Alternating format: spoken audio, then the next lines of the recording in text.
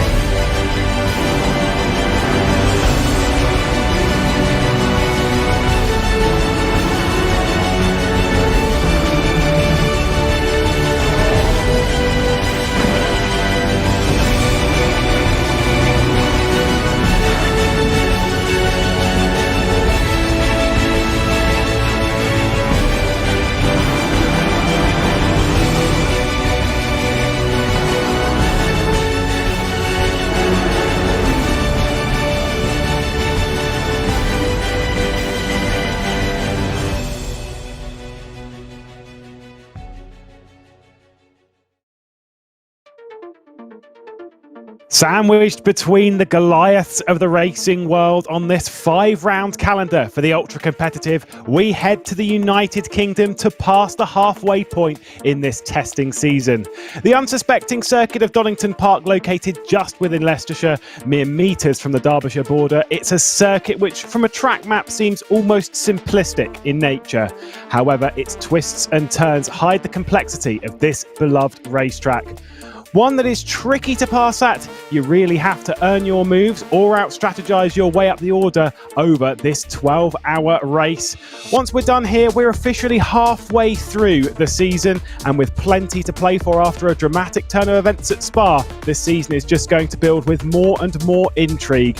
It is time for round 3 in the SimGrid VCO World Cup, brought to you by AK Informatica Thrustmaster and Coach Dave Academy, with Mike Yao manning the broadcast cameras. In the booth for the opening 4 hours of the race, it's myself, Lewis McGlade, and alongside me, Nick Damon. Hello. Hello, Lewis. It's lovely to be here virtually, and great to be visiting the fabulous Donington Park, where we've both been both as spectators, sort of competitors. I've done a few track days there, and obviously now in the commentary booth as well. I think we're going to have a spectacular and definitely action-packed 12 hours. As the 46 starters will tend to get around this very tricky track, where making progress is always difficult in the traffic. Yeah, that first lap where you've got so many cars around you running down the hill through the Craner curves towards the old hairpin and then back up. It is a really, really challenging circuit. And to get back into single file is going to be very, very difficult over that opening lap. Yeah, I mean, the interesting thing about Donington, and it is quite a narrow circuit compared to even the traditional older circuit you see, but more importantly, you've got a huge amount of elevation change. And whenever you have elevation change, it suddenly makes what seems, as you say, like a simplistic layout become 17 times more difficult. You know, if you look at a flat plan of Road Atlanta, it seems simple. Drive it, many different parts because it's done by the uphill and down dale. And once again here with the same situation with Donington, where it's all about using the canvas, using the gradients to give the best lap possible. And more importantly, keep yourself on the track. It certainly is. It is going to be a challenge for all of them out there, and some that maybe had a disappointing run in the last round will be going into the race in not very long. So I think it's about time that we grab ourselves a quick interview. We've got Nicholas Albadeo Camins, who's going to be joining us from Odox Motorsport, who just wanted to ask a couple of questions before we get into the race. Obviously qualifying from a decent position. You kicked off the season with a fantastic second place run at Bathurst, Nicholas. You're starting from the front row here at Donington. Can you go a step further? Yeah, hello, first of all. And yeah, we did a very bad race. In fact, last race in Spa, in fact, we didn't finish. We had some technical issues, but in the end of the day, here today is our opportunity to recover from that. So yeah, we're in second position, and this track is quite difficult to overtake, and the strategy is quite important, and we know that. So we have to take profit from that, I think. With you saying there that you didn't have a great run last time out, retiring on lap 121 in the car 121, which is somewhat fitting in a sense. There must at least be some positives to take from it, in the sense that whilst a lot of the cars that went well at Bathurst did not go well at Spa, yours included, it was a lot of the cars towards the front that didn't go well at Bathurst as well. So at least you're kind of in company with that. Yeah, of course, we're looking to the cars that are close to us in the leaderboard, and yeah, as you said, some cars that finished well in Bathurst also had a bad race in Spa and didn't score points, some of them also. So yeah, it's our opportunity to recover and to do it well today. And you're also a prime team to talk about when it comes to weight penalties in this series, which are quite costly. Obviously, you had one from finishing second place at Bathurst. You had one last time out. Coming into this with no weight, do you think, though, the preparation for Spa has aided you in the knowledge of what to do when the car has weight on it, potentially for later in the season? Well, the ballast is quite important if we talk about strategy, because if you finish well in one race, you know that the next race will be tough to score points, because the rest of the grid, at least some of your rivals, will not have this ballast, and you're sure that they're going to win you if things go well. So if we take, knowing that, I mean, you have to be conscious that a good race is followed by a tough race. We talk about ballast. Yeah, so fingers crossed that you do well here, but obviously the expectation it might get a bit harder when we head to the Southern Hemisphere. Thank you very much. Best of luck from the front row of the grid. Thank you. Bye, guys. And there we go.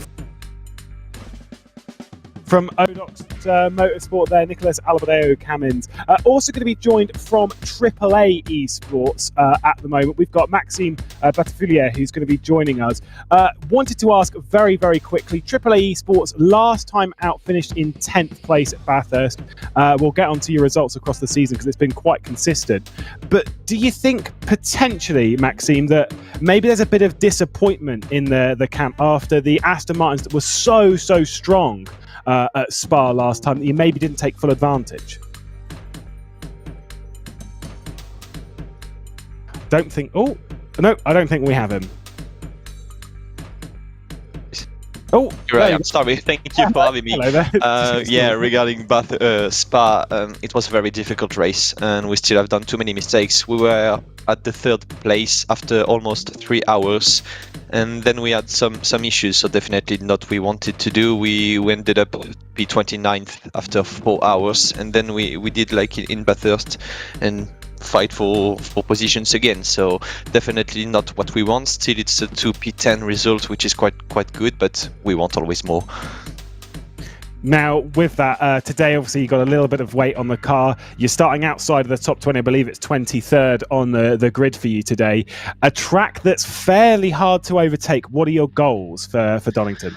I think for Donington, you got to look after your pace first, because with the track limits, the chicane and the drive-through that are going to come, plus the punctures because of the curbs that are very aggressive, your first opponent is the track. So we are only going to look after ourselves, and then after mid-race, we are going to check to know if we want to push more or if we want to hold the position that we got without taking any more risks. So this is more or less the strategy that we are going to have. You've had top 10s in the both previous races with an 8th place and a 10th. It's a decent consistency, maybe not quite, at least from the standard that we're seeing of the strength of field, maybe not quite the pace to attack the top end of the championship, but the consistency is absolutely there. What can you do to try and find that extra speed? Well, it's not find extra speed, we are all almost at the same pace. It's more a question of, as everybody's fast, the guy who are going to win is the one who is going to do less mistakes than everybody else. So basically, you just, once again, you got to focus on your own race and try not to be involved into crash. Try to be a bit more patient, maybe with blue flags and so on. So for that one, we were struggling all week long with the car setup and even with ballast. I think that we just have to be very careful all race long, and we will try to find our way through the top 10 again, hopefully. Well, best of luck to you and your teammates throughout the race. Thank you, guys. Thank you. No worries. Well, Maxime Butterfilia, they're joining us from AAA Esports. And Nick, fantastic to catch up with some of the drivers, fantastic to catch up with some of the teams. This is the joy of having qualifying on a different day, is there's already drama coming in the race day. Yeah, we've had the Thursday night qualifying, which is a great time to watch it, both the open qualifying and then the Super Bowl. But of course, coming out of that qualifying, there were a couple of penalties, weren't there? So Lewis, you can run us through those. Yeah, absolutely. So for fans of the Halp Racing team, that they've qualified down, or they had qualified down in 24th position. They've been given a 3-place grid penalty for impeding during qualifying.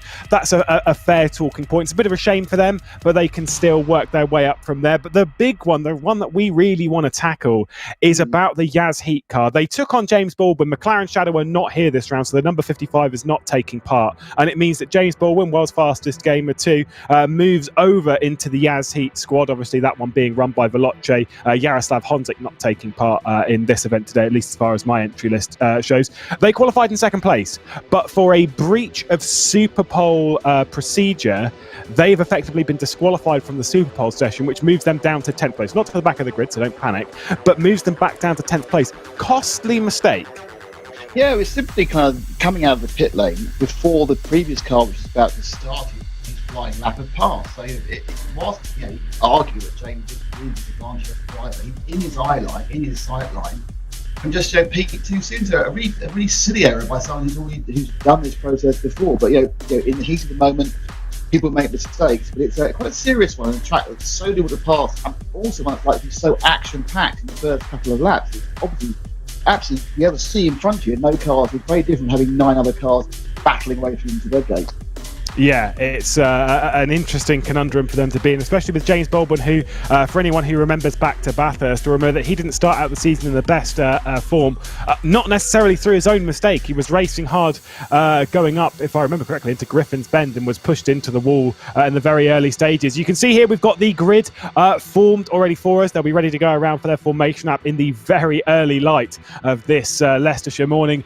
Savalainen, pole position yesterday, going to be starting from the front row of the grid, but then moving up to the front row, Odox Motorsport, Cecilia, who got the second place, is going to be starting from second. Our Bathurst winners, Tushkovic, going to be starting in third position for DB1 Triton, and then it's our champions GTWR R8G Academy on that second row. The 1-2-3 car, maybe a little bit out of position for FFS Racing, will be on row 3 with Sim Racing Masterclass alongside, and then another one of the GTWR R8G Academy, this one being Chris Hartveld, who qualified that one. Benedetti going to be starting it in the Ferrari, and then the Carbon Sim Sport 720 McLaren that was qualified by Novakovsky, being driven by Novakovsky. Disappointments from the session, this row right here, Arthur Camera going to be starting the number 62 BMW G2 Esports car, and then alongside him will be the Yaz Heat car that James Baldwin attempted to qualify.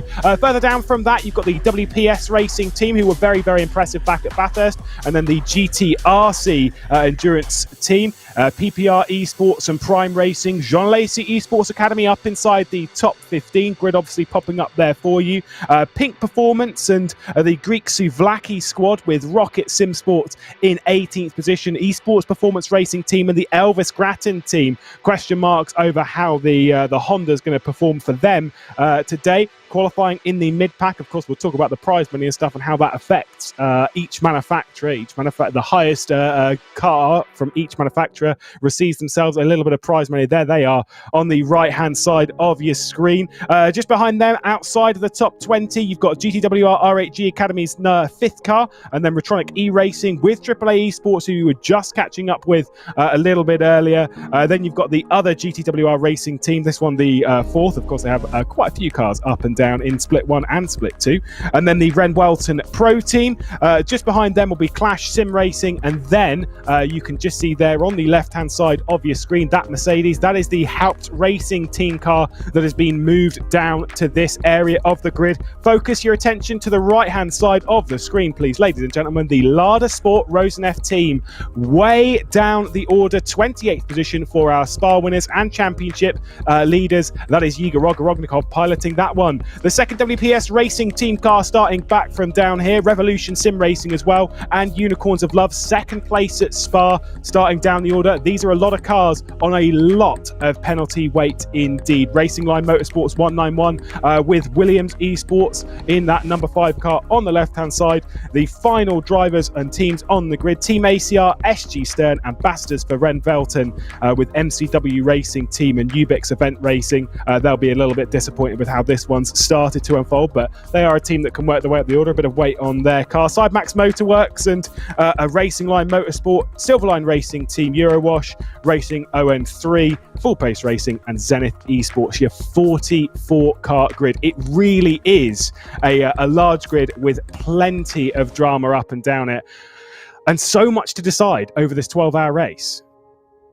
Yeah, I mean, those of you who perhaps last saw this event in Spa are probably thinking this must be a completely different championship, because a race that was completely dominated by the Aston Martin teams. We just see one of them now in the top 10. There's 8 Aston Martins in the top 10 overall in points. But of course, there's 2 reasons for that. The first reason is this track is far more even-handed in which the cars it benefits. I mean, as you can see from the top 10, there's like 6 or 7 manufacturers in the top 10.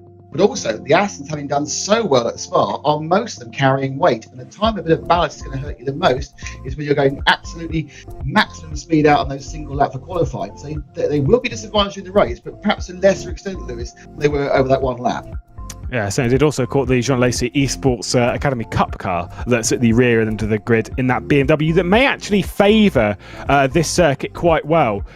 Potentially a car that might be able to work its way forward with the straight line speed. It packs a bit of a punch, particularly on the acceleration off of a corner, which may well work so much more in their favour, although we'll have to wait and see how that one arises to the challenge. Obviously, that run through Redgate. They'll begin their formation lap here, and this is like the really, really important time for, and I've always liked a formation lap myself. It just allows you to get into the rhythm of the car. You're not just thrown into the race at the last minute. You get to breathe, you get to build yourself up, not only the temperature and stuff in your tyres and your brakes, in your car, but also in your mindset as well. Yeah, it's an excellent focusing point. You go around at 60 miles an hour, it just gives you a chance to reacquaint yourself really with the driving position. You know, if you were in a full metal car, you would have driven out to the grid, you'd settle down, your arms in the right place, because this is you just go pig if you're there. But it gives you a chance to get yourself settled, your brain settled, your concentration, perhaps a couple of last minute messages to your teammates.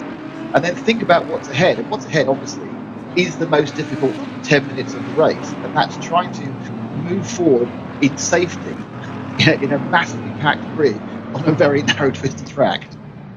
Did also see back there, and when going through the grid, it's actually really, really important to note about the 211 Sidemax Motorworks car is that for anyone who watched Spa, particularly towards the end, in the final moments of the race, the heartbreak for that car, ripped from contention of victory, courtesy of a disconnection from memory, I believe it was that car. It's just that kind of stuff is heartbreaking. And then to also come into this with, they do have a bit of weight, but it's not as much as maybe they would have been expecting. It's a bit sad for them to be qualifying down in 39th place. I know they're in an Aston Martin, but when we've got some cars on weight right up there in the grid, that must be a little bit of a tough pill to swallow.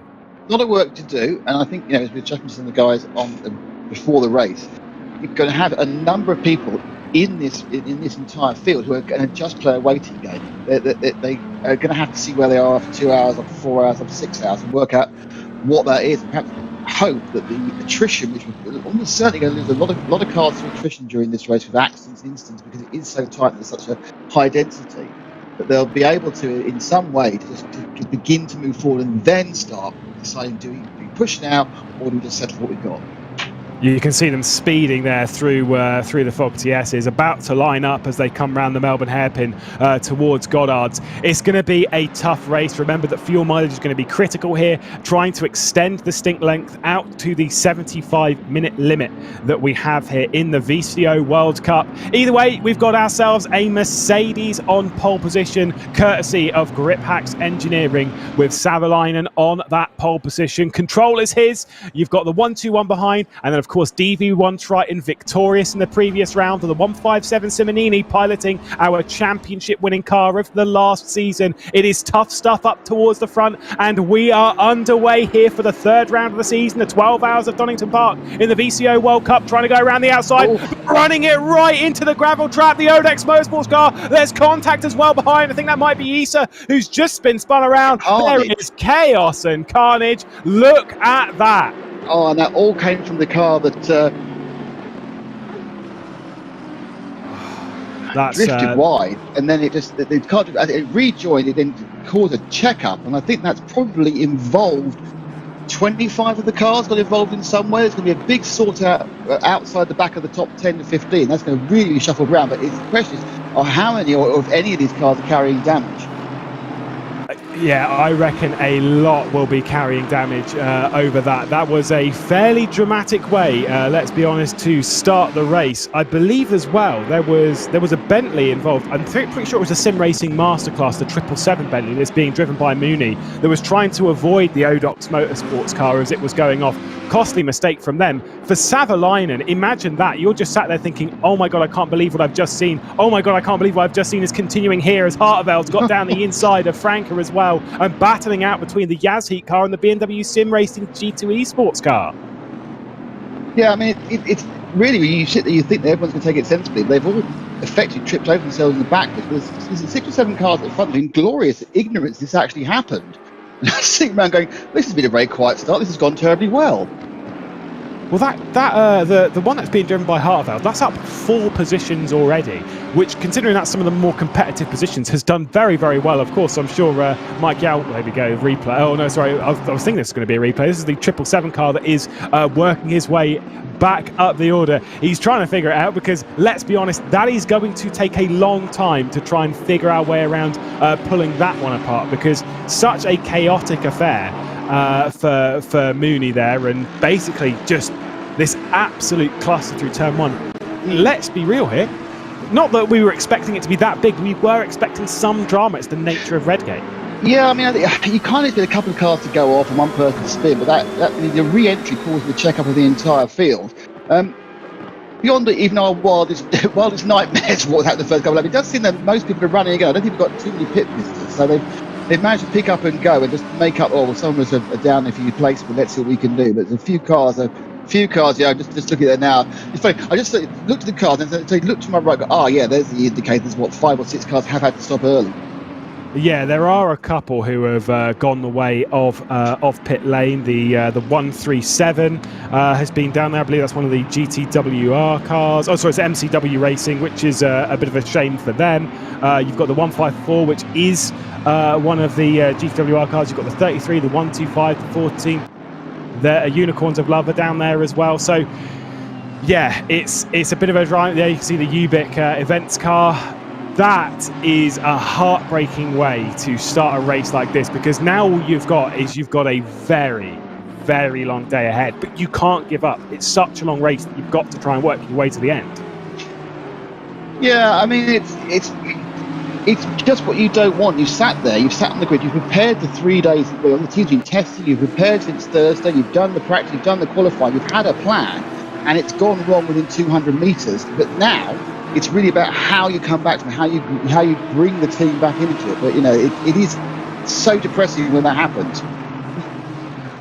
Yeah, that is rough. I will say we did get a note, by the way, that for the Ubik event squad, They've come through pit lane and they have received a stop and go for speeding in the pit lane. Nick Hoban trying to get by the Lamborghini of Samira Brahimi, gets that one done. That was a nice little tidy move. Also did catch one from the G2 Esports car, getting by James Baldwin. Arthur Camera, a nice bit of slipstream, just worked his way through. Here's a driver that we are expecting to work away at the order, even with maximum ballast. Yiga Rogorognikov, the Russian, the young Russian for the Lada Sport Rosneft team, that has been so impressive on pace, maybe a little bit too aggressive in the pack, but this is where it needs to be a drive of maturity, a drive of calm, a drive of measure. And it's not normally words that we would put hand in hand with this driver, but you know, we've seen splashes of that. Yeah, I mean, it's watching him there. I mean, he's having a look at the inside of the turn back of Goddard, which is looking to get back up the inside, and kind of backed out of it. I think he's found himself. He's made 4 positions up through the ebb and flow of those first few laps, but now he's got to try and pick him off as he goes. Well, let's take a look at this. So keep your eye on the black and green. So we've got the Odox Motorsport car going wide there. There was a little bit of contact from the 720 Carbon Sim Sport car that spun around the Bentley there. Now that is interesting. 3 wide into Redgate, not normally the wisest move.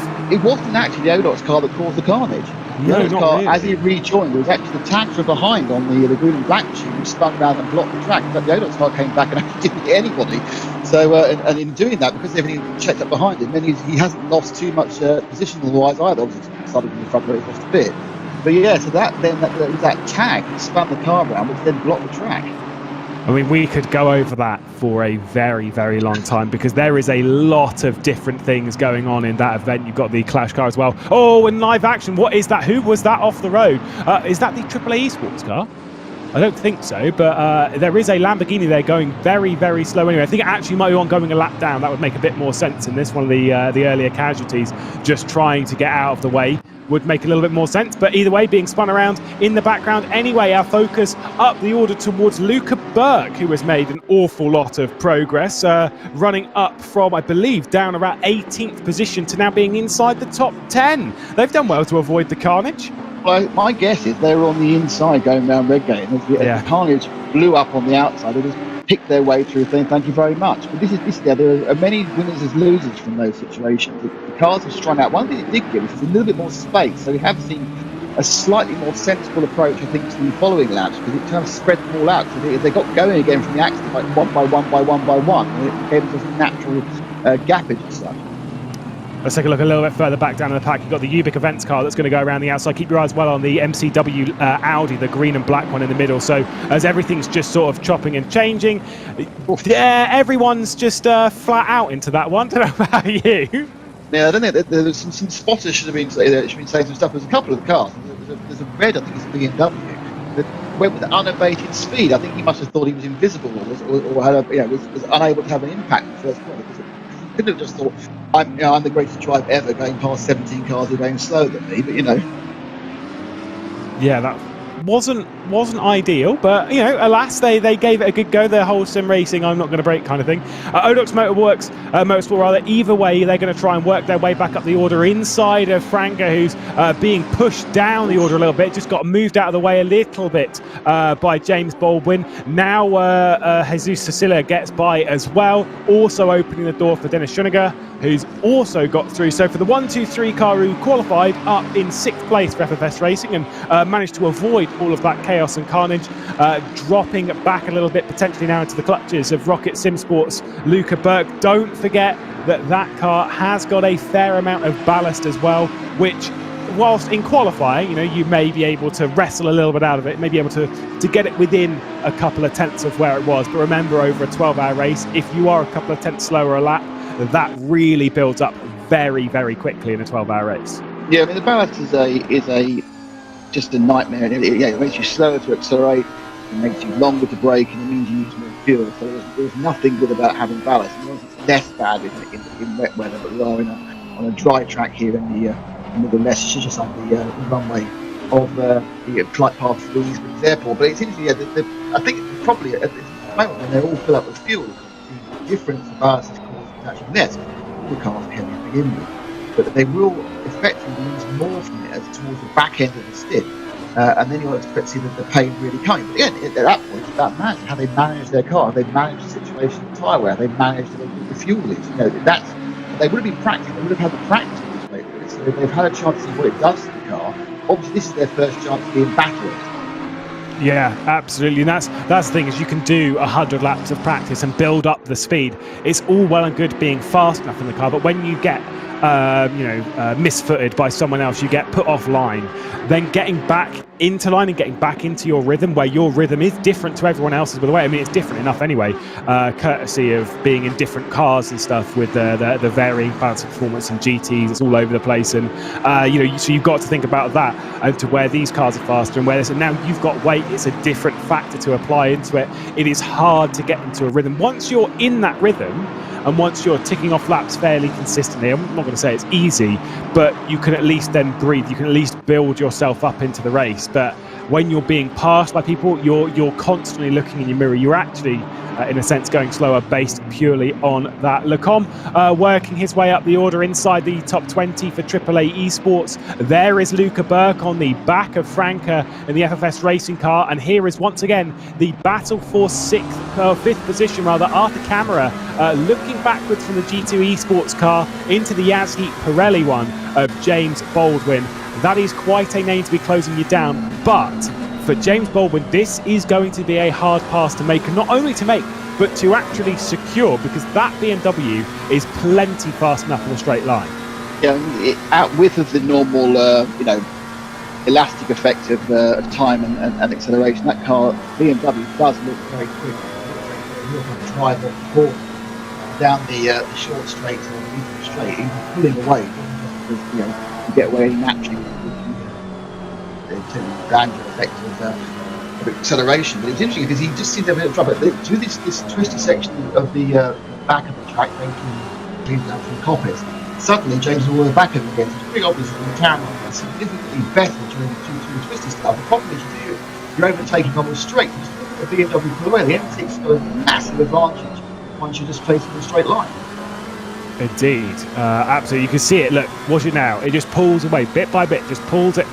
And this is obviously on one of the shorter straights on the circuit, and so it's just constantly like that. The way it builds on speed through the exit of Coppice, it just makes it really, really hard to pass. It got by James Baldwin by doing just that, just left Coppice and then just flew past the Yazheat Pirelli 720. I want to focus a little bit up the order, by the way. Savalainen under a fair amount of pressure from Dominic Blyer, who has got up into second position in the DV1 Triton car. Behind this as well, that is the Sidemax Motorworks car, one of those going a lap down, so don't panic too much on that with the red and black Aston Martin that is dropping back. Terrible shame for them, continuing not great luck throughout the season. Obviously they were one of the cars that was caught out by that carnage happening in front of them.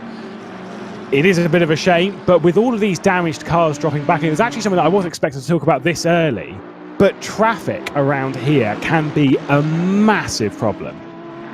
Yeah, I mean, we've got, I think, only 3 or 4 cars actually dropped off the lap entirely.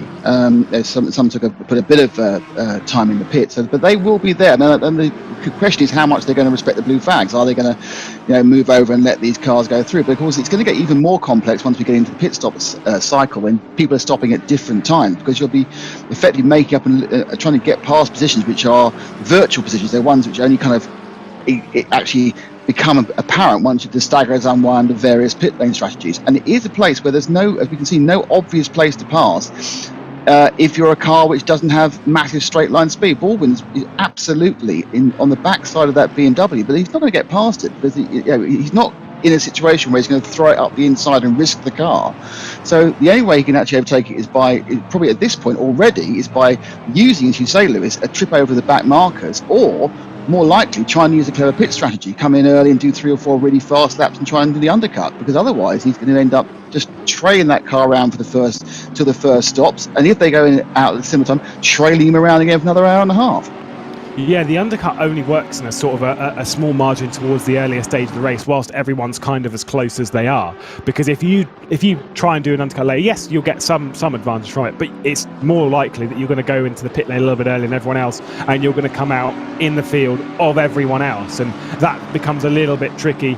We've got the number 1 car, the PPR Esports, that's under an awful lot of pressure from Sim Racing Masterclass, as well as the 601 Esports Performance Racing team, and behind that, I believe that's one of the WPS cars. It's Nick Hoban in the, I think it might be the Retronic car.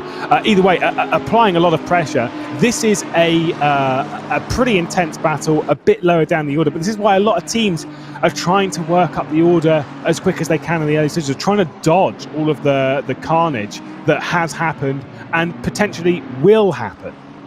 Yeah, I mean, there's already some little splits and groups forming, isn't there? I mean, we've got a kind of a little group here, and this group is tailed off here by the Ferrari, the 32 of GWR Racing Team 3. But they've got, as you see, there's little gaps, there's sub-gapping, often because the person leading the next group is a little bit slower than the cars around him, but oddly probably has the straight line speed, has the ability to make it hard to overtake. So, and that gapping, I think, also helped because of that first lap kerfuffle. It meant the cars very quickly were spread out as they got going again from facing in 47 different directions. So you've actually kind of got to a situation which you wouldn't have expected to happen for perhaps 45 minutes. It's happened in the first 15 minutes, where you have little gaggles, little clumps of cars having their individual battles and trying to work out how we can move forward to the front of our individual group. Because bridging the groups is going to be very unlikely in this early stage. Absolutely.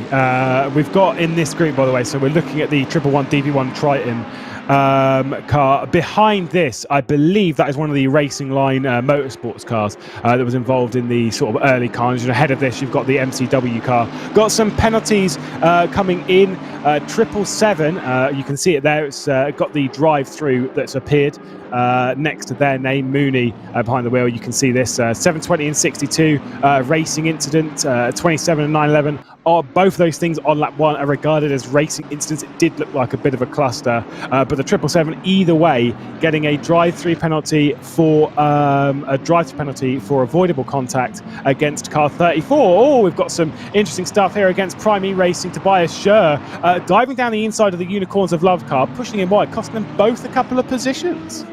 Yeah, this is the point. The frustration finally boils over in the drivers, and they'll just go for it. But in doing that, it's obviously the reason you don't go for it normally is it's a 50-50 move, and that was a pretty 5% move because it took it both himself and the following car, the Unicorns of Love, lost some positions. And it's frustration is going to build in these drivers, especially as they get near the end of the stints. They're trying to make progress. They're trying to move the cars forward, but they are constrained by the balanced performance and constrained by the very nature of the Donington Park circuit itself.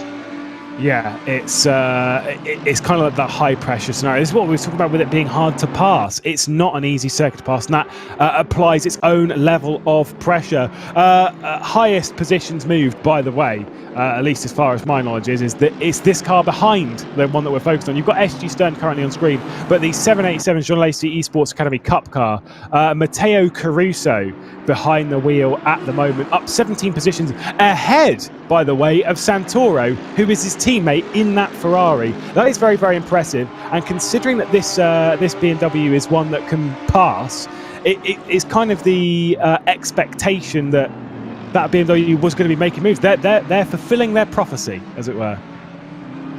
Yeah, I think it's an interesting race in that some of these guys at the back have managed to make a huge amount of space up. And I understand that there's still a lot of investigation being done about what happened in turn 1 with people just keeping the foot in under full yellow. As we see a BMW make a little bit of space there up the inside of the Merc. The Merc cutting back.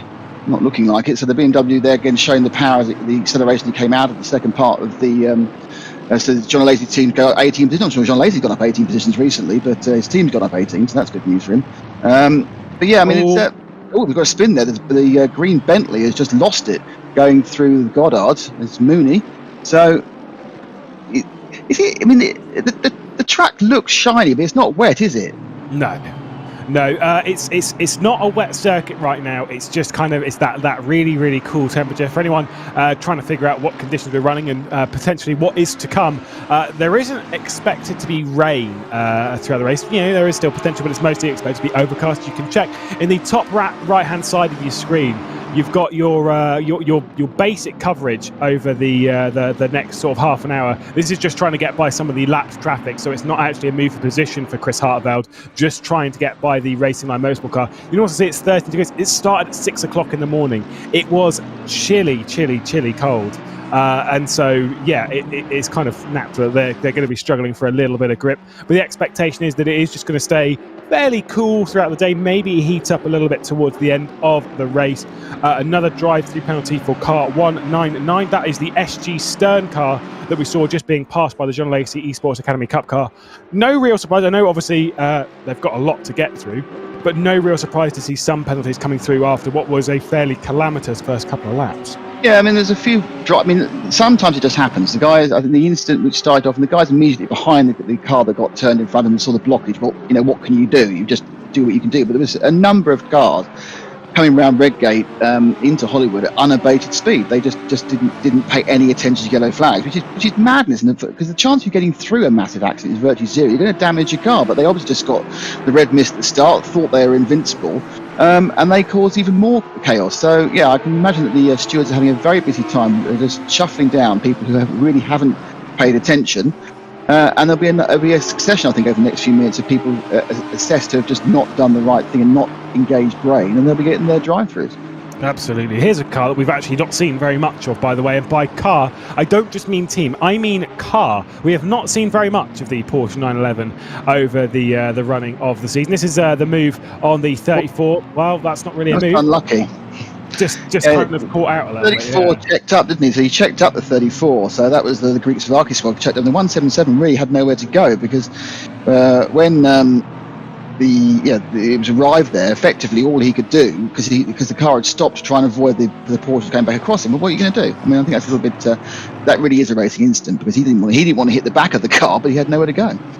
Yeah, I think obviously a lot of it they want to be fairly harsh, just to cut out some of the rubbish in the early stages. I'm more sort of in that court of it's a little bit harsh, but it's the early stages. It maybe could have been predicted a little bit better, and maybe based on what happened in the early stages of the race, and seeing some stuff that's kind of like more of the final warning in a sense, but.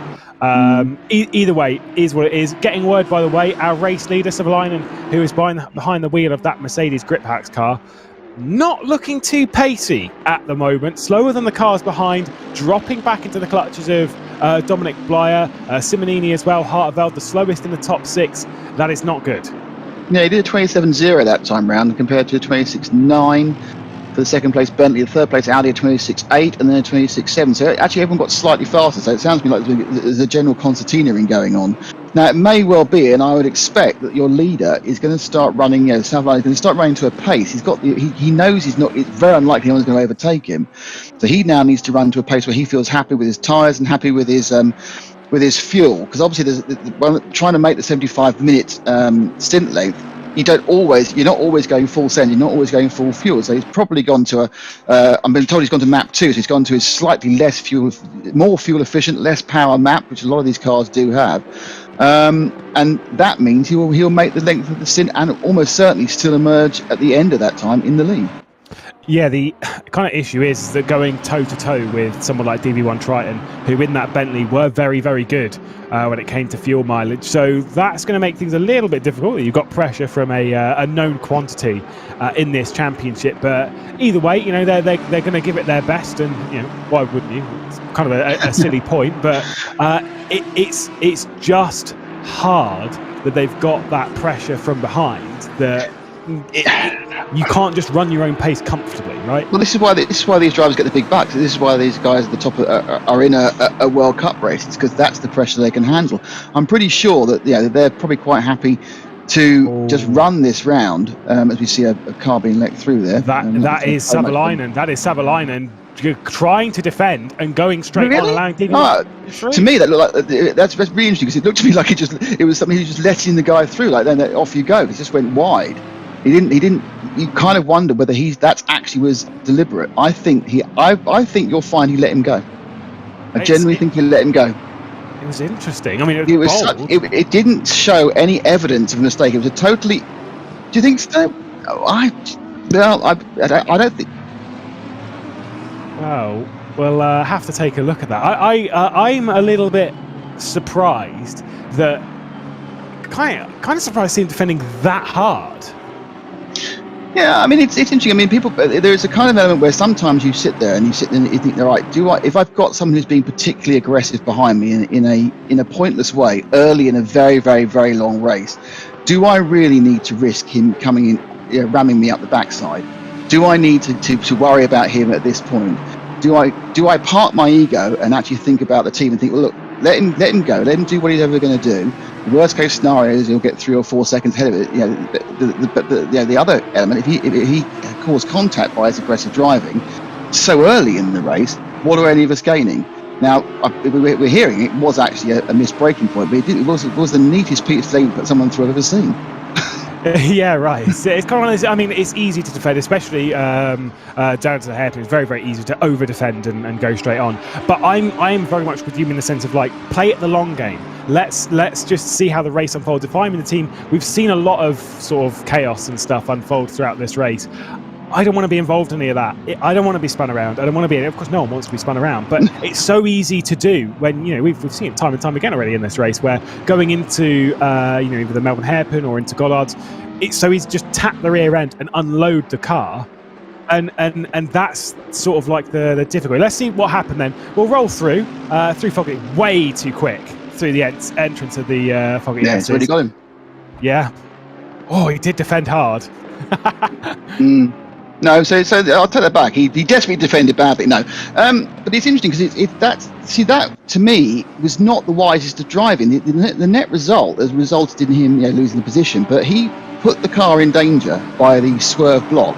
What is the point of doing a swerve block when you've made a minor mistake, lost the drive, 25 minutes into a 12-hour race? Why are you doing that? That's just ego. It's not sensible. I mean, I'm obviously not at this level, but I do a lot of endurance racing, and a lot of it about endurance racing, certainly the first half, is knowing when to let people by. There's no point getting involved in a ridiculous scrap in the first few minutes of a race if it's going to damage either of the cars. So you carry that damage the whole way through. You either lose a lap or whatever. But it's really strange. Just hearing that Dominic Blyer, there we go. So either way, it kind of didn't matter. It's a bit of a moot point. Dominic Blyer has lost the lead. We don't know why. We don't know what has happened to the DV1 Triton car. It's happened in that final sector. Hearing that he went off at the Foggy S's. So a lot of mistakes coming in, even from our leaders.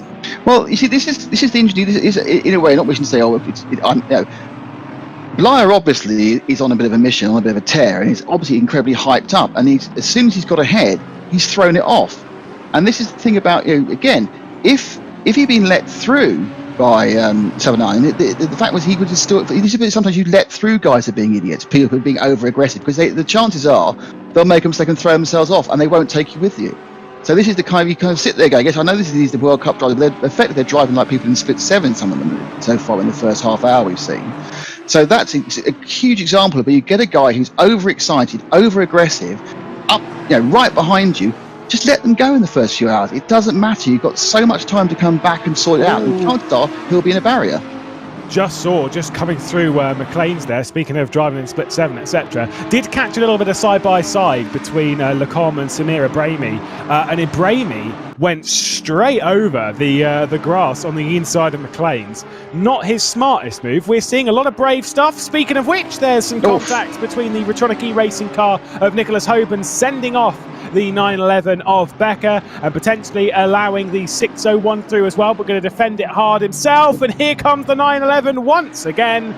Oh my goodness me, this is some intense racing between them, and it is concerning to me. Yeah, they haven't got the Ridley haven't got any sort of information that this race is going on for another 11 and a half hours, lads. This is not a 30-minute sprint race, which is 2 minutes to go. So Yeah. I mean, we've seen it before in top split racing. I mean, I think the difference obviously here is most times you see it, of course, endurance racing. A lot of the major races are multi-class. It's only this championship and Spa-24 across all platforms, which tend to run just GT3 and perhaps Bathurst as well. So you have all the cars here are all competing against each other and are all very similar speeds, and that puts a kind of a different pressure on people. But there's some less than brilliant driving from good cars here, and that's more of it.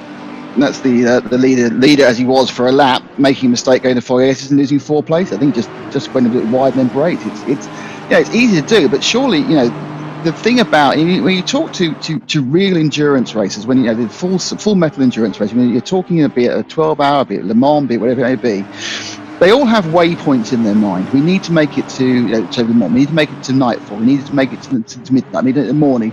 And none of them think I need to be in the front in the first 20 minutes. They all think no, we have to try and keep this car in a position where it can attack at the back end of the race.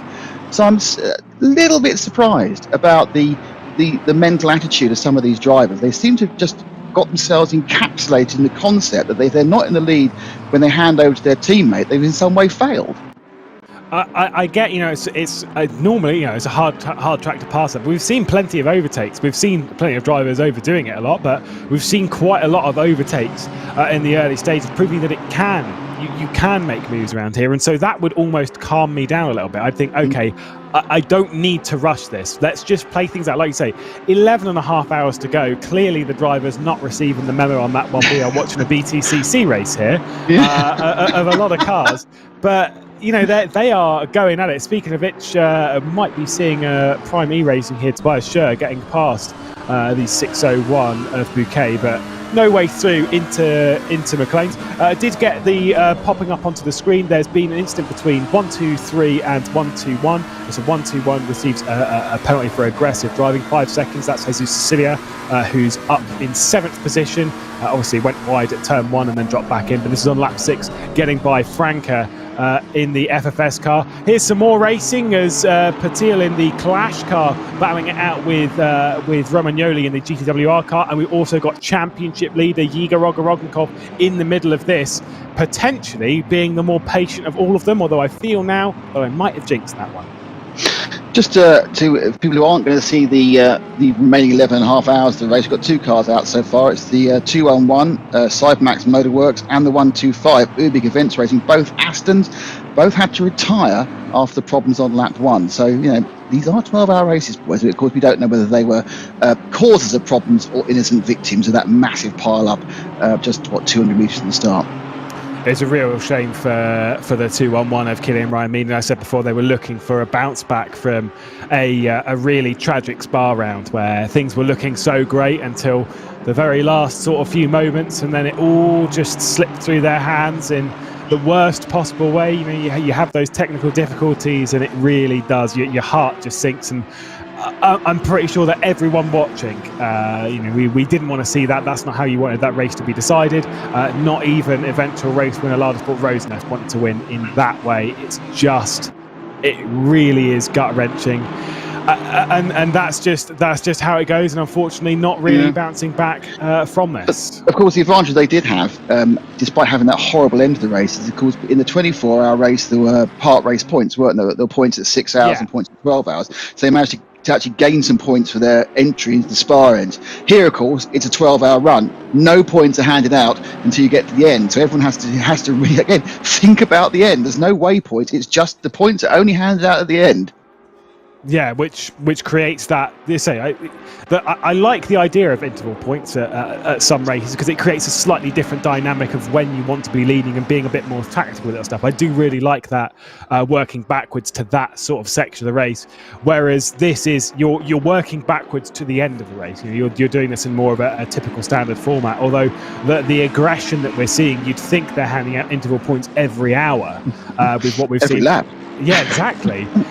Getting a bit of traffic involved, which was the expectation around here. This one being the Racing ON3 Racing 3 car, which is the 125 Ubik Events Racing car. We've also got championship leader Yiga Rogorognikov in the Clash car, Ferrari that's just sort of in the way. These three cars are for trying to battle for the race lead. One Triton trying to get by one of the GTWR cars of Harteveld as well. Simonini is through up into second place. There is the DV1 Triton car going to try and swoop away around the Ferrari, but you've got the Yazheat Pirelli car as Harteveld runs wide. Dominic Bly gains the position. James Baldwin is there and waiting. They're still going to be side by side though, as Harteveld has the inside and the Ferrari going to dive it down into the final corner. There's a brush between the two. The door is open, and the 111 does still have to settle for fourth. Well, again, they're all playing the long game, aren't they? Yeah. Certainly. I mean, it's great. Let's be honest about this. We are getting some fantastic action. So thank you for entertaining us. You've all parked your brains in the pits, and you're giving us marvellous entertainment. As you say, it's BTCC, but with my usual world is the endurance one. I'm just sitting here shaking my head, going, guys, thank you, but come on. It's very like I say. It's great entertainment. Bit short-sighted when it comes to the longer end of proceedings, but it is thrilling action at the moment with Savalainen out front. It's thrilling in the sense that already over half an hour's passed, so we're getting our money's worth today. It has been really, really entertaining. Just like I say, I'd want to be rolling backwards. I want to be going towards the end of the race. I want to be building myself up towards the end of this race and thinking how to strategize myself to be out front at that point. Either way, for you sat at home, you can go and get yourselves 3 months free of Express VPN by heading to the link that is currently on screen and in the description when you order 12 months. So you can watch TV from around the planet. You can keep yourself a bit more secure online. Express VPN, and also, we do have the Coach Dave Academy discount code again. That is good, because I was chatting to Mr. Nick Foster about this a little while ago. A fantastic coach over at Coach Dave Academy for all of your setups, training. You can get coached yourself, figure your way out. This person had a bit of coaching, did James Baldwin. He had a bit of coaching from Nick Foster, which obviously worked. Was interesting. Let's go with that. Yeah, James obviously, he obviously was running GT3s for real around Donington last year as part of the British GT Championship when he was as part of his prize for the second round of World Fastest Gamer. Obviously, I suppose I would, despite the fact obviously he's been very successful and I think won the World's Fastest Gamer Part 2. I always feel quite sad for him that the pandemic meant that he didn't get to run an international championship, which was the original prize. But all power to the organisers for still finding him an exciting prize drive situation, because unfortunately it's left him again still trying to find out after that's run out. He still needs to find a way of getting back into full metal motor racing again. Yeah, it's obviously one of those things that's just happened with everything that's happened the last, I was going to say 12 months, but it's much longer than that, let's be honest. It's close to 18 months in total, probably even a bit longer than that realistically. It's worked for some and not for others. I feel did a very good job jumping into it, right? Getting involved. Winning the first race, if I remember correctly, around here, wasn't it? Yeah, it was that was Oldham, wasn't it? Oh, Oldham was it? Yeah. Yeah, but again, at this point, I expect there's going to be a stream of people going, honestly, Nicholas, you can't remember the exact order of the races. But yeah, from my memory, it's Oldham. But that could be because traditionally, that's always the race. That's always the opener is Oldham for British GT. But of course, it was a very different year last year. Yeah, it's kind of one of those things that you take the advantage, the sort of positions that you end up being in, and James Baldwin certainly did so. And with this move as well, obviously I did mention a little bit before, was racing for McLaren Shadow in the opening 2 rounds of the season, has moved over to Yazheat Pirelli. It's not an as large move as you would think, as from my memory, both are run by Veloce, so in a sense it's moving effectively from one team to a sister team in a sort of a way, fitting in quite nicely and seeming to be very, very comfortable in that squad. Is actually running better in this squad than he did in the McLaren Shadow car. Yeah, I mean, it's a good point you make actually about the McLaren Shadow car. We actually had 4 withdrawals between Spa and here for various reasons. We lost the 48, the Logitech. The 43 Logitech GL to Z Sports Bentley Continental Bay withdrew. as did the GTWR R8G Academy Ferrari number 91 team. They actually got disqualified from the previous race. And the fourth people, actually the team that was doing quite well, which was Dalkin Community, who had two reasonable finishes in the 38 Aston Martin, the 17th and 11th, and two reasonable finishes are quite rare in the first two rounds we've had so far. Most teams had one good finish and one on gosh, but they're also not taking part this week for logistical reasons. So we had 4 withdrawals, which meant that we had 44 starters. Is that right, Lewis? This is James Baldwin getting by Arthur Camera as we run through the foggy S's. This is going to be a pretty decent move. He's got to send it because that BMW, this is where it starts to really pick up some speed. So we're saying at the early stage of the broadcast that if you're going to make a move, you have to earn it. Certainly earned that one. I was not so convinced by the defending there from Arthur Camera, nearly making contact with the side of the Yaz Heat Pirelli car. James Baldwin is behind the wheel. 62 actually displayed the first piece of sensibleness I've seen. He came away. Oh, that's not going to work. No, and let him go because he was most of the way across. So I'm actually going to give him a positive mark rather than demerit for that actually. But yeah, it was a good move, and as you say, getting a run on the BMW into the hairpin is a pretty impressive work because those things are fast. So that was obviously all done with them taking maximum speed to the S's and not picking up any form of off-track penalty. Yeah, it's a really good effort. Like I've always said before, when it comes to a racing move, it does take two drivers. It's not just the person making the move that's doing all of the work. The person that is being overtaken does also have to play their part, and that is understanding when the move is complete, understanding when to sort of back out and think, okay, that's the move done, and how hard to fight, etc. And yeah, it was smart drive from Arthur Camera, like you say, just basically backing out of it, understanding that the move was in a sense complete. This one going to continue as we've got Bouquet and Scher going side by side. You've also got Lecombe just waiting in the background to try and get by the number 77 Prime E Racing McLaren. No way through at the moment, and this is the thing, is that when you're going side by side around here, you're costing yourself so much time, and when you're the car behind, you're thinking, oh my god, can someone just get on with it so that I can also get through?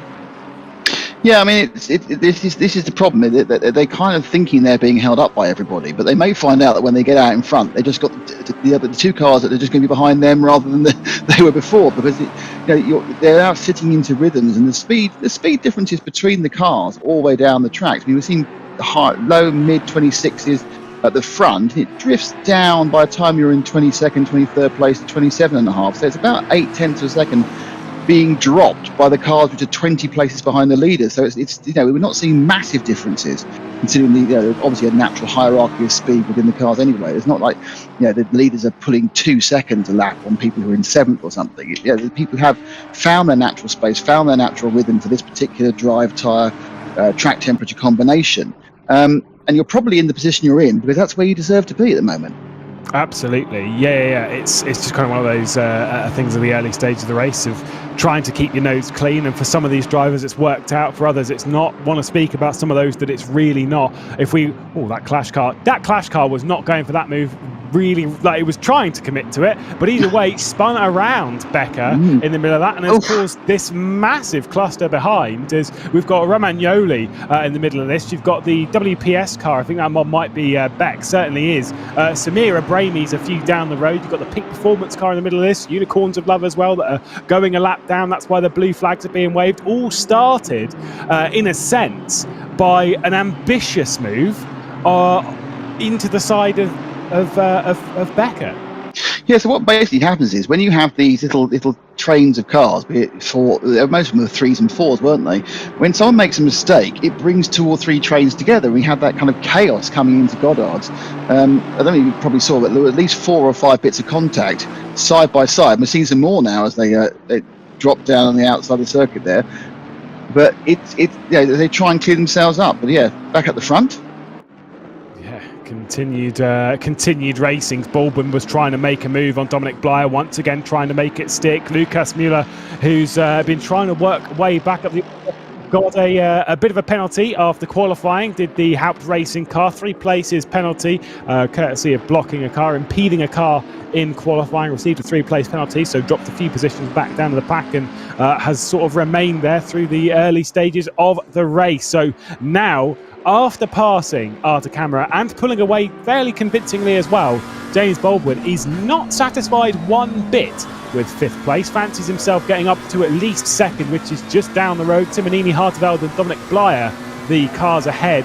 Suvalainen, now that getting into the rhythm of the race, getting a bit more comfortable, has pulled a pretty decent 2-second margin from the battle behind. Yeah, and of course we're getting to the point now where not only are the drivers into rhythm, but the track's getting rubbered in, the temperature's coming up, but more importantly, the tyres are in different places. So, not everyone now, 45 minutes in, is in the same positive position some of the points. Some people are tyres, some people would have used a bit more tyres, some people a bit less. So it now gives a chance, as the cars settle into this middle phase of their stint, where you're going to see a different car is going to be quick at different parts of the track again than was just 25 minutes ago. Yeah, absolutely. This is going to be pretty intense, and got a little bit of lap traffic in there as well. I believe that might be the SG Stern Mercedes, which Simonini has just got by, and now Harteveld is going to dive into the final corner. There he is on the outside of the racing line, and Dominic Blyer will try and get this one done down into Redgate. So SG Stern just going to try and keep out as best they can from this battle, although still very much there, backing out just on the racing line into Redgate, but then going wide, opening the door for James Baldwin as well to get through. All of them separated by around about 1.5 seconds for this 2nd place, and dipping down through the Craner curves, it is Suvalainen leading, but did cost a few tenths of a second. Not too dramatic, kind of going to expect that through traffic a lot, but that's only one car. Deep in the race, when you come across a couple of cars battling, that's going to be hard to get your way through. Yeah, it was good work by the lap traffic there. He managed to be as least a nuisance as possible. Saw the blue flags. Yep, I'll let these guys through. It did cost Suvalainen about 0.4 of a second, so he's just over 2.2 seconds now, down to 1.9. And the rest all kind of swept through without having any disadvantage at all. So that's back where we are again. So that battle will be rejoined very quickly, and then James Baldwin will be completely on the tail of Dominic Byers. Bentley very, very soon. Yeah, you would suspect. So Novakovsky getting by Andre Franke and up into 9th position. A reminder that this car, the 123 car, has a fair amount of ballast on board after finishing in 7th position last time out. One of the more consistent teams, 11th and 7th. Not essentially the most consistent team. That one actually would go the way, at least in my opinion, of AAA Esports, who have had 2 top 10s, and they're the only team with 2 top 10s. Let's take a look at what happened to the Haupt Racing team, getting hit by the Greek Souvlaki squad and getting spun around. Don't know about you, that one, based on what we've seen from the other penalties from race control, that will be one. Might be a penalty, yeah. Yes, that will definitely be a penalty, because that was just misjudging by the Greek team, and they have punted the poor old Mercedes right round. Yeah, bit of a sad moment there. Also a 5-second penalty to the 35, that one being the Retronic e-racing car for aggressive driving on the 911. That was the one, is that Retronic? I can't remember. That was I think that might be the one down into the Melbourne hairpin. So, well, that was the Clash car actually, so never mind. I think there needs to be more things looked at. Race control, let's be real, in the first 45 minutes of this race, race control have a lot to look at. Yeah, there's also, if you look at the timing tower on the left-hand side of the screen, you'll see there's plus 5 seconds there. There'll be extra length added to the first pit stop, which is still probably 23 minutes away before we see the stops happening around the 70-minute mark. But those cars will stop, and 5 seconds is, for some of them, probably 3 or 4 positions. But it's interesting that you talk about the Novakovsky, the 720 car. That's carrying 10 kilos. It's not carrying a massive amount of ballast, so it has got some. In the real world, that's just a really good dinner, isn't it? To 10 kilograms. But yeah, it's going to be difficult. I think that normally you would see that the heavier ballasted cars are going to struggle more and more towards the end of stint, and they are going to be in damage limitation mode. But it does kind of lead you to think about the tactics of getting ballast. I think that what's happened in Lewis Hamilton in the first couple of heats, we've just gone as fast as possible. But obviously, if you're going to carry ballast, you want to carry ballast in a 12-hour race, not a 24-hour race, because there's so many more points available in a 24-hour race. Yeah, absolutely. And with there being 2 24-hour races in the season, the Kyalami is going to be very, very interesting with towards the end of the race, I think you might see a few teams, and we've already seen this at Bathurst. We saw this in the first round of the season. I can't remember who it was with G2 Esports. Might have been. It was indeed with the Lala Sport Rosenef team, and G2 Esports were battling it out to see who couldn't finish 15th, as they were trying to basically give each other the position running towards the line. It's a bit silly between them, but especially considering Lala Sport Rosenef. Oh, 2 GTWR cars have been around at the Melbourne hairpin. They've come together. Oh, I was going to speak at how Simonini and that 157 car that GTWR have had the pace all season, and that for whatever reason it has fallen apart for one reason or another. Once again, there has been an incident and they have been spun round. Harteveld let Simonini through in the background. Oh, that is not good. That is not a pretty sight to see. The 157 were the champions last round, so last season rather. That's a bit of drama in the camp in the very early stages. And it means that the battle we're watching now is for second and third, and not fourth and fifth. So your statement that James Baldwin was aiming for second place could happen sooner rather than later, as he hones in on the back of that Cyan Bentley. Now, when Baldwin gets through, now this is the joy of being human and stuff. You always gain. Especially when you're competitive and stuff. You get past one thing and you think, right, okay. 20 minutes ago, I wasn't really happy to be driving around in second, but now I am.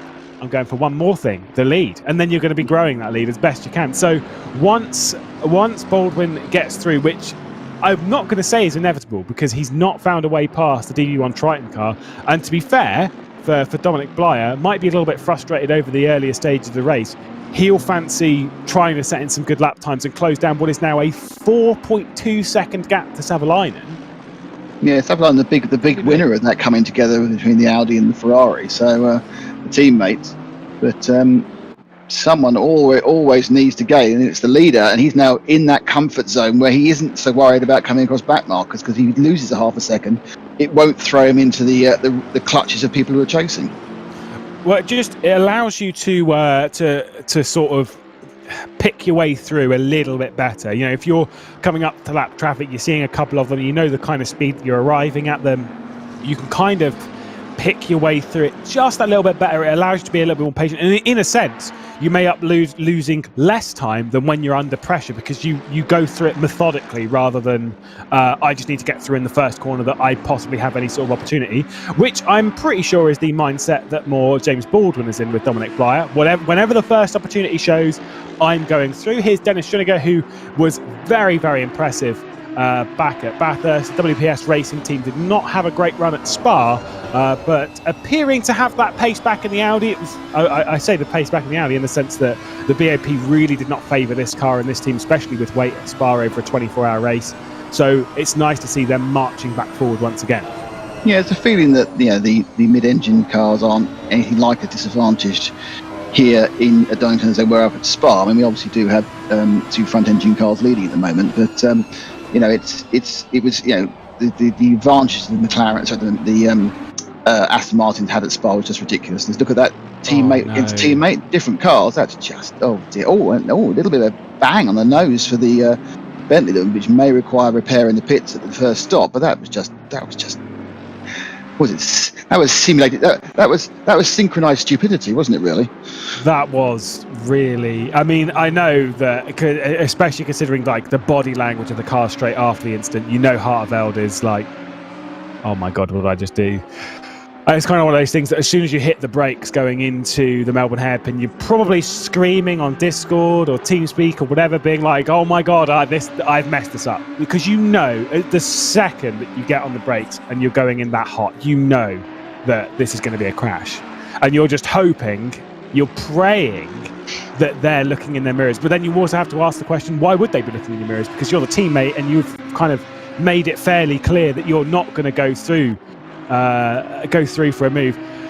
I mean, silly stuff. Harteveld, I know he'll bear that one on his shoulders, and rightfully so. But that is tough. That is a hard thing, and that's going to be an enormous confidence hit in the early stage of the race. And in that sense, I'd be more interested in the idea of getting him out of the car pretty soon, because just the mental hit from that, you're going to be driving around a little bit slower because you're just thinking, oh my God, what have I just done? Yeah, it's quite early though. We're at 53 minutes here. It's still a bit early for the first stop. Even when they're putting in a few laps early, I don't think you're wrong with your statements, Lewis. Really, it's now down to him to prove to the team that he can just instantly refocus and just put to the back of his mind that error. Hopefully, it's not put any damage in the car. We're following very closely now with Baldwin behind the Bentley. And the thing I noticed last lap, just how quick down here at the bottom of the circuit James was. He was able to get way quicker. And the interesting thing to find out now whether that is Lyle made a mistake last time, or whether it is a case of the McLaren is just so fast. He's gaining all the time through this lower part of the circuit, and as you climb up towards Coppice, it's going to start putting some power up. And it's, the Bentley has traditionally been fast in the final sector where you get blast, heavy braking blast. You're not carrying corner speed as such, and you're flowing where you need the downforce. You're just kind of stopping, turning and accelerating again, which he does now, going through the chicane with as much curve as possible without getting an off track. But Baldwin's kept the speed. Baldwin carried a little bit more speed through them, and again the whole way up, look up the inside, but I'm not sure. Really interesting there. Baldwin just managed to get a little bit more speed through the chicane, which he carried all the way down, but it wasn't quite enough to make the move. Now he's thinking about it at Goddard's, and he's probably thought, nope, that was good positioning by the Bentley, as they are actually having a bit of a bump and ball there. But once again, Blah in the 111, the Cyan Bentley, he'll be on the inside for Redgate, so this is as close as Baldwin's got yet. And the problem is you then get down the crane of curves, which I always think is a deceptively easy part of the track if there's just one of you, and the world's most difficult part of the track if there's other cars around you. Yeah, especially running into the old hairpin, which is a very, very difficult corner to do side by side, which I have seen a few times. As long as you're on your own line, the crane curves and the old hairpin are absolutely fine. With other cars anywhere near you, it turns into a total nightmare. I've had that a few times. It is like you just can't, all you're saying is, "Can you just back out of it, please?" to the other car. When it's like, you could also back out of it, mate. But well, yes, we could, obviously. But never going to. Baldwin, either way, though, at least one thing that he's got in his corner that he has already had to make. Not exactly the same, but in the consideration, front engine car, bit punch in a straight line. Baldwin has had to do this before. He's had to get by Camera. Not the same car, but something similar in concept in that punchy straight speed. So he's kind of got that in his back pocket. He's not in the unknown. Yeah, I mean he's been making the moves, but then in fairness, so has Blah in the Bentley as well. So they've both been the cars that have overtaken, not always wisely, but have overtaken. I think it was interesting just before we cut away to this bit of action, which has caused the 199 Mercedes having an absolute nightmare. The SG Stern, the cars had problems already in the drive-through. They were just again kind of braked and just lost the grip going around the old hairpin. But the thing about Baldwin was interesting that time around. I think the Bentley was quite clever and actually slowed up a little bit earlier going into the chicane, which actually meant that Baldwin had to slow as well. So he didn't have that extra run on him going into the hairpin. So already the cars are playing tactics. Yeah, it's. DB1 Triton. They're not super experienced. With this, as we're seeing a battle a little bit further down. That was Jack Keithley and Henrik Gamble battling out over 40th position, and then we've got this car, the pink performance car, Matushka, who qualified all right and then was involved in that first, but you can't really miss that car. Henrik Gamble going to try and make a move on Jack Keithley.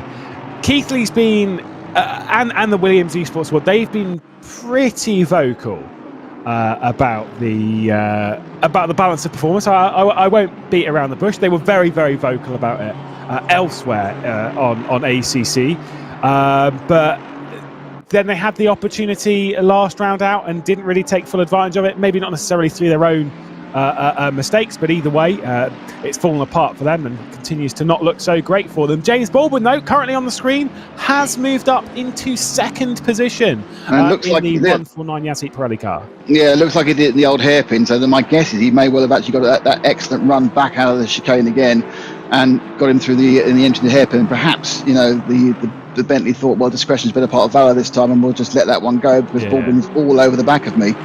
So it was a good move. It was 3 or 4 laps in the coming, but now, of course, it means that James has to try and make up that almost 5-second gap to our leader.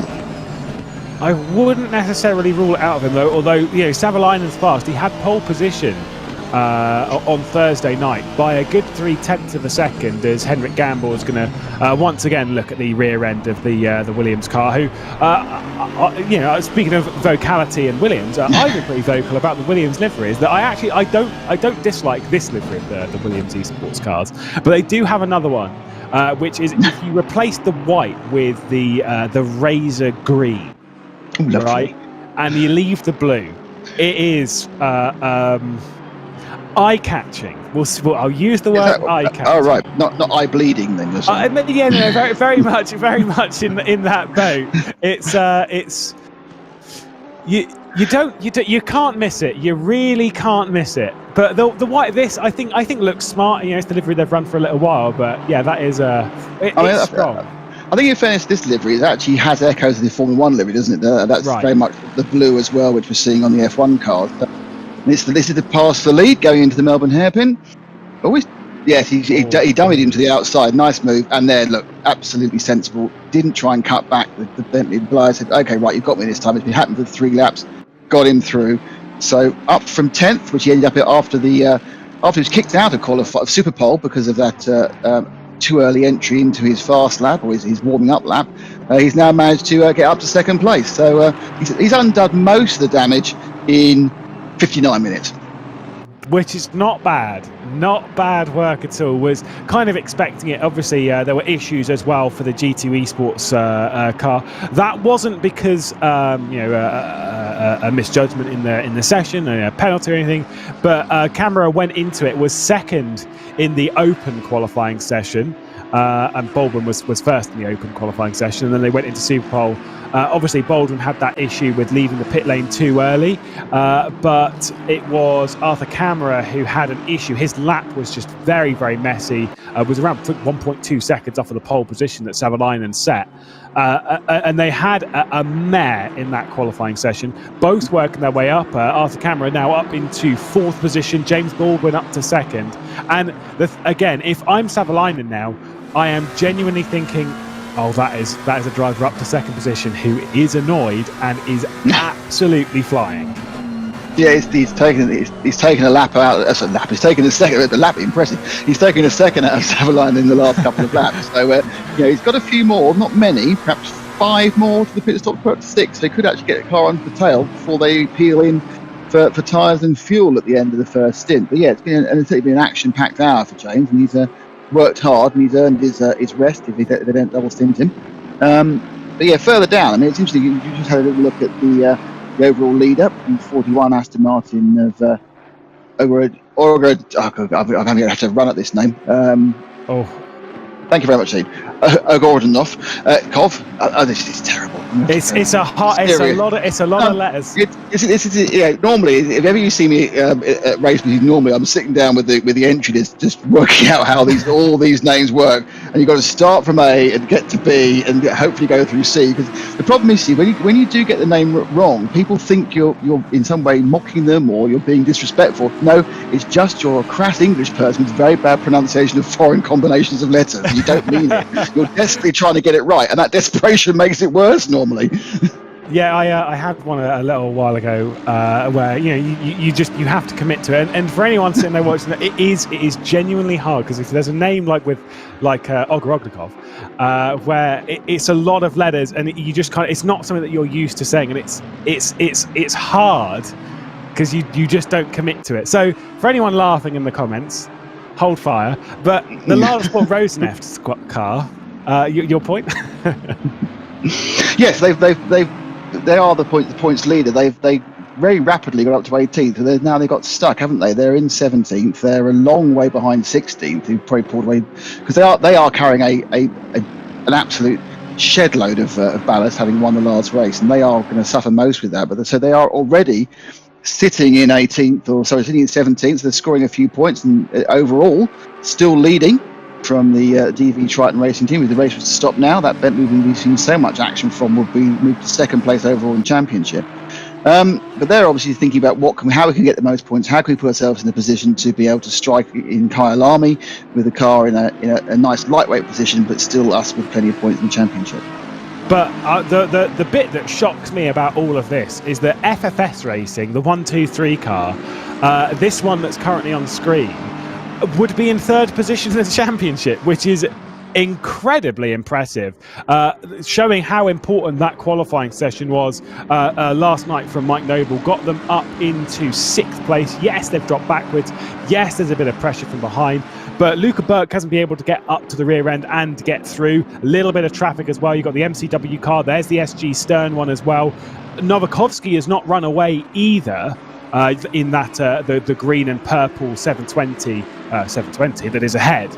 So for these drivers, like, that is a really, really good place. A bit of contact from the MCW car and the SG Stern, as backing out in the background will be the 666 Ferrari as well for good measure. But this car are doing really, really well on consistency. But if the Lada Sport Rosenef team can leave here as the championship leaders still, that is very impressive. On the weight that they have, that would be a huge win going into Kyalami. Yeah, I mean, I think, this is the point. The case where we've yet to see any team really put together 2 decent rounds or 3 decent rounds, and this is what your chance to start putting a championship together. It's not, it's not that important. Each individual race is not that important, apart from you have to finish and you have to try and get some points. Winning each one isn't important. What you have to do is, at the end of your 5 rounds, have scored more points than everyone else, and that can be. It sounds obvious, but that can be anywhere. It's not by by winning the races. It's by scoring the most number of points. Hence the reason we see a lot of the guys who've been there or thereabouts in the middling but consistent are moving towards the top of the overall scores. Absolutely. Well, to use that, for example, Odox Motorsport, who, by the way, recently went into the pit lane, about consistency, they were on the podium back at Bathurst. They didn't score a single point in the last round. As there's Luca Burke, he really did close up there on the FFS Racing car. Tobias Scher as well is there. The McLaren's looking very, very good, looking after their tyres very nicely around Donington here. Has got by Andre Franker as well. Scher's going to try and make it stick around the outside into Goddard's, but no way through. It's going to be the outside of Redgate, which is quite a bold move. Might be the inside if he can commit to a dive, but I fancy that one being a little bit too far behind. Going to also try and get by a little bit of traffic as well in the SG Stern car. But yeah, back to my point on Odox Motorsport. They've pitted now, by the way. But yeah, 2nd place in the first round, retirement loss. They are 13th in the championship. They are a long way down. I'm not saying they're out of it, but from a retirement last round and not scoring any points, that is a very hard thing to come back from in a very short championship. A reminder that after 6 hours into this race, we are halfway through the entire season already. Yeah, I mean, that's it. And it's really when you hence my surprise at the activity in the first 35 minutes. People need to really think about this long distance, not just the 12 hours, but of course the total was it's 72 hours of the overall championship, and that's the thing you've got to think about. Yeah, absolutely. It's 84 hours actually. It's a long, either way, like in our terms, when you think of it like that, it is a long season. Yeah, 84 hours, 2 24-hour races, 3 12-hour races. It really is quite a long season in terms of hours. And it's sure you have the 2 24-hour races that you kind of think about. For me, it's at least how sim racing used to be. It used to be different teams at the front in a 12-hour race, a 24-hour race, and a 6-hour race, because they both kind of apply slightly different forms of mindset. So between the 12-hour race and the 24 is all about, to be honest, it's all about the nights, and always isn't a 24-hour race. That's a bit of a move from the Clash car on the Greek Souvlaki squad, so a bit of a dive. But yeah, you want that sort of endurance over the 24-hour race. But in a 12-hour race, it's about pushing it. It's about, this is effectively your sprint race. You need that mindset of setting laps so consistently that you don't have any time to come back from. Exhaust yourself to the very limit. It's these days in sim racing, though, there isn't that divide anymore. It is still constantly pushing. Even in a 24-hour race, you just don't have time to breathe in sim racing and in motorsport. Yeah, I think it's a really good point you make there. I mean, I think that there is what the difference really is with the 12-hour and the 24-hour race. It's when I still think the 12-hour race, you need to settle in. I think you need to give yourself 2 or 3 hours just to see what's going on and have a car that's not damaged, know how the tyres were, and get that knowledge to know what to do next. I think with the 24-hour race, because again, it's all about consistency. And again, you kind of you extend that kind of period where you're trying to see what's going on, and you don't get involved with anything. Probably the first half of the race before you start getting involved with stuff. I'm not saying you go terribly slow and drop back to last, but you don't start pushing, because it's all about having a car in position to really attack the second half and definitely the last quarter of the race. Yeah, absolutely. By the way, we can see there, so our race leader into the pit lane, Sovalainen down there. Simonini is also down the pit lane, and my question to Simonini would be, how much damage is there going to be on that car? It was quite a hit from Harteveld, so a little bit of a concern. Either way, leaving the pit lane, I think Simonini might be all right. Didn't lose too much time, actually, in comparison to where they are, because obviously it was about 5, 6, 7 seconds back anyway, probably even a bit longer than that, actually. That's our leader, making a clean exit, so he's just come in full service. Yeah, it's just seeing them depart pit lane and also all coming through here. And of course, a pit stop around here, when you're doing the full service and stuff, it's going to cost you best part of 3/4 of a lap, in a sense. So, you know, if you're within that kind of bubble, which is really where you want to be, you don't want to drop a lap down. It's that kind of waiting game to make sure that you're going a little bit further. By the way, James Baldwin now in the lead of the race. Now, this is kind of what I was wondering. He's been closing in. We know the McLaren's better on its tyres. Surely he is going to be light in the afterburners right now, trying to close as much of that gap down as possible. Yeah, I mean, he's got this. He was very much narrowing down the lead to Sutherland anyway. It was down to a couple of seconds from the 5 when he got into second place. Now he's making hay where the sun shines. His main opponent's going to the pit. It's heavy with fuel. New tyres, so they've got to warm those things up as well. So he's got a chance. He has a very big chance now. If he can do 3 or 4 laps, he will be able to emerge in the lead, and then in his second stint kind of shows the speed he's really got open air, and obviously with the back markers theoretically moving out the way. But this, of course, assumes, of course, he hasn't got any damage and doesn't have to take a long stop at all. So, because we did see that having led the race effectively the entirety of its existence, Savaline had no damage. So it was just a simple, clean, here's some fuel, here's some tyres, off you go. Yeah, absolutely. Now, this is a really, really interesting thing. So, a note for anyone joining us, maybe for the first time in the VCO World Cup or anything like that, that we have a 75-minute stint length. And so that, in that sense, you can be out of the pit lane for 75 minutes, and you just need to keep going in every 75 minutes. Now, for most cars, that's fine, because, you know, a lot of the cars, you're talking 66, 68 minutes in that kind of sense. The Mercedes, that was roughly a 68-minute stint, kind of roughly where we're expecting quite a lot. Dennis Schoeniger, Chris Harteveld into the pit lane for their first stop of the day after 70 minutes. More so for Dominic Blyer in that Bentley, potentially for the McLarens as well. We're more expecting to be fuel saving quite a lot, to be pushing a little bit further, and to be reaching the 75-minute mark basically as close to being on the dot as possible. And that doesn't build you too much for your first stint, does it? But over a 12-hour race, over a few pit stops, 10 pit stops over the day basically, you build yourself up, you gain so much time if you can extend that fuel mileage that little bit further. Yeah, I mean, if you're looking at probably a 9-stop race, I think when you're an hour and a quarter, you get there in 9 stops. Yeah. But if you're doing 8 minutes more each time, you actually do just about save a stop, because 8 9 is 72. So there is a possibility of almost saving a stop, and of course, even if you don't save a whole stop, of course, you've got a much shorter fuel fill. For at some point, you can start adjusting it and getting more speed. You can just do a no tire stop at the end, just fuel, and you end up gaining that. That doesn't, again, that's the whole point about where you have to look at where you are and position yourself in the early parts of the race, because that actually will come to fruition, sometime around 10 o'clock UK time, 11 o'clock on the continent, in the last hour and a half of the race. And our leader has hit the pits, Lewis.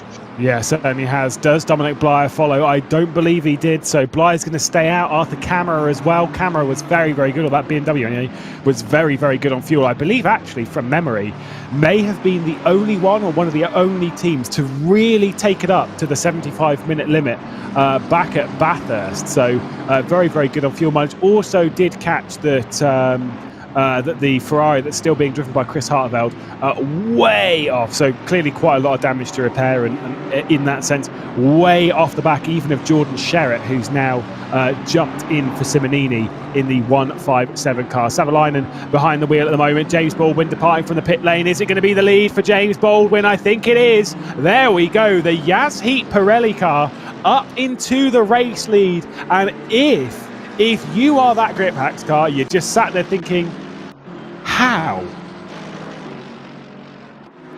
Wow. Very impressive. Just go to show how you can make the overcut work. So he saved a second and a half on the pit stop, so that is, I'm not sure where that would be, whether it's in the over line, but they've come back out into traffic. The people who haven't got to let them through, and of course the following Savalainen has his tyres up to temperature, so this is a good chance for him, whilst the other cars don't have to let them through. They've done their stops, or they're still waiting to go through there, and they're obviously way back in the pack overall, but these guys are still very quick in their own right, so Baldwin will look and get past that blue BMW as quickly as possible. Yeah, absolutely. Also, this is the point of the race where you've got to be careful coming out of pit lane. If you're on fresh tyres, you've got to be careful of abusing the curbs a little bit too much. As getting past the John Lacey Sports Cup car, that one is Matteo Caruso, who's just delaying James Baldwin here, which may work into the hands of Arthur Camera, and that lot, they're in the pit lane at the moment, diving down through, still no way past the John Lacey Esports Academy Cup car. Caruso defending this one pretty hard. As you were right, DV1 Triton staying out at the moment. Franca also staying out at the moment. There is Caruso. In the background, there is Arthur Camera coming out of pit lane. This is pretty dramatic. This is a lot of pressure on the shoulders of James Baldwin, and this is full position. It's not blue flags. It's not trying to let them through. Caruso can fight as hard as he wants. Yeah, exactly. That's the thing. This is when you come out in these early stops, you will come back into the pack. So obviously Caruso's done some excellent fuel saving. He's going now 74 minutes already and not stopped, but Baldwin, he's got a double problem. He doesn't want to stuck behind because he's losing time, but more importantly, he's got his major rival Savalainen right behind him, just literally just looking to launch on any error that he may make, or more importantly, if he gets checked up by the BMW. And the BMW has been very aggressive in its movement. Certainly, the Jean Lazy car does not want to get overtaken. The Savalainen comes at the inside, going into the fog, going to the hairpin. So they're going to the chicane and coming downhill. He's lost the drive, and Baldwin's going to lose it.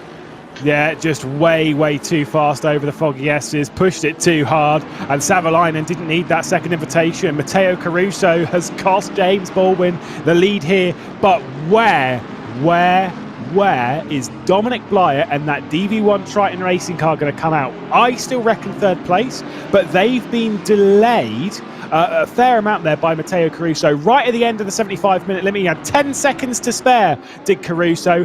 There is the DV1 Triton car, actually quite a long way behind. You've got Sim Racing Masterclass coming out as well. There's the Revolution Sim Racing car. Here's DV1 Triton behind G2 and the GTWR Audi as well. So I think that's interesting. Well, I think we've also, over the course of the previous hour and a quarter, seen a little few dinks and bangs, haven't we? That car's had a little bit of a kind of a coming together and a nudge and a squeeze and a lean during that time. So he's probably picked up a few seconds of damage that needed cleaning up. Yeah. So my guess is that was why he's lost 5 seconds in the pit stop. That he's had a couple of issues like the 157 Audi he touched. So my guess is that is just a quick bush round with the duct tape and the 4-pound lump hammer and getting that car back into Bristol fashion ship shape and everything else. But yeah, that is the disadvantage. Again, if you get too aggressive early on, even though it may not initially affect the performance of the car, suddenly you've got extra time in the pit stops, and a lot of the work you may have done by diving up the inside and being horrendously aggressive is completely undone.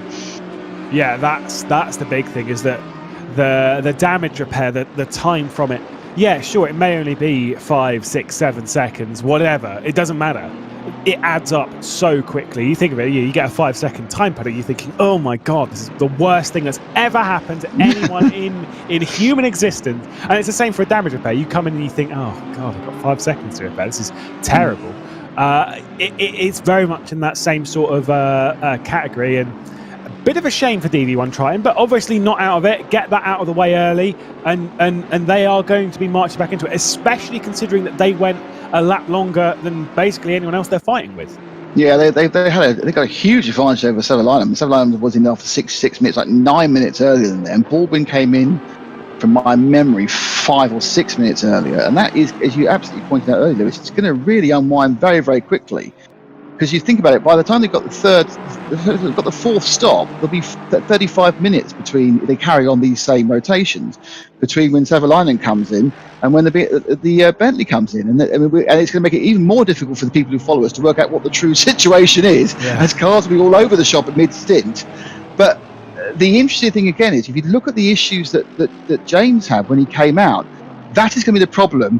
When you're the first person to go into the pit, you are going to drop yourself back into the pack each time. And this pack is not spreading out so quickly, so you will find yourself possibly having annoying arguments with Jean Alesi's team again, losing yourself 4 or 5 seconds, which you would like to gain from running a shorter pit stop strategy. So this is the real thing about it. It's this is where you start planning ahead. You start looking where you're going to drop back into, and it's, you know, this is the joy of endurance racing. It's not simple.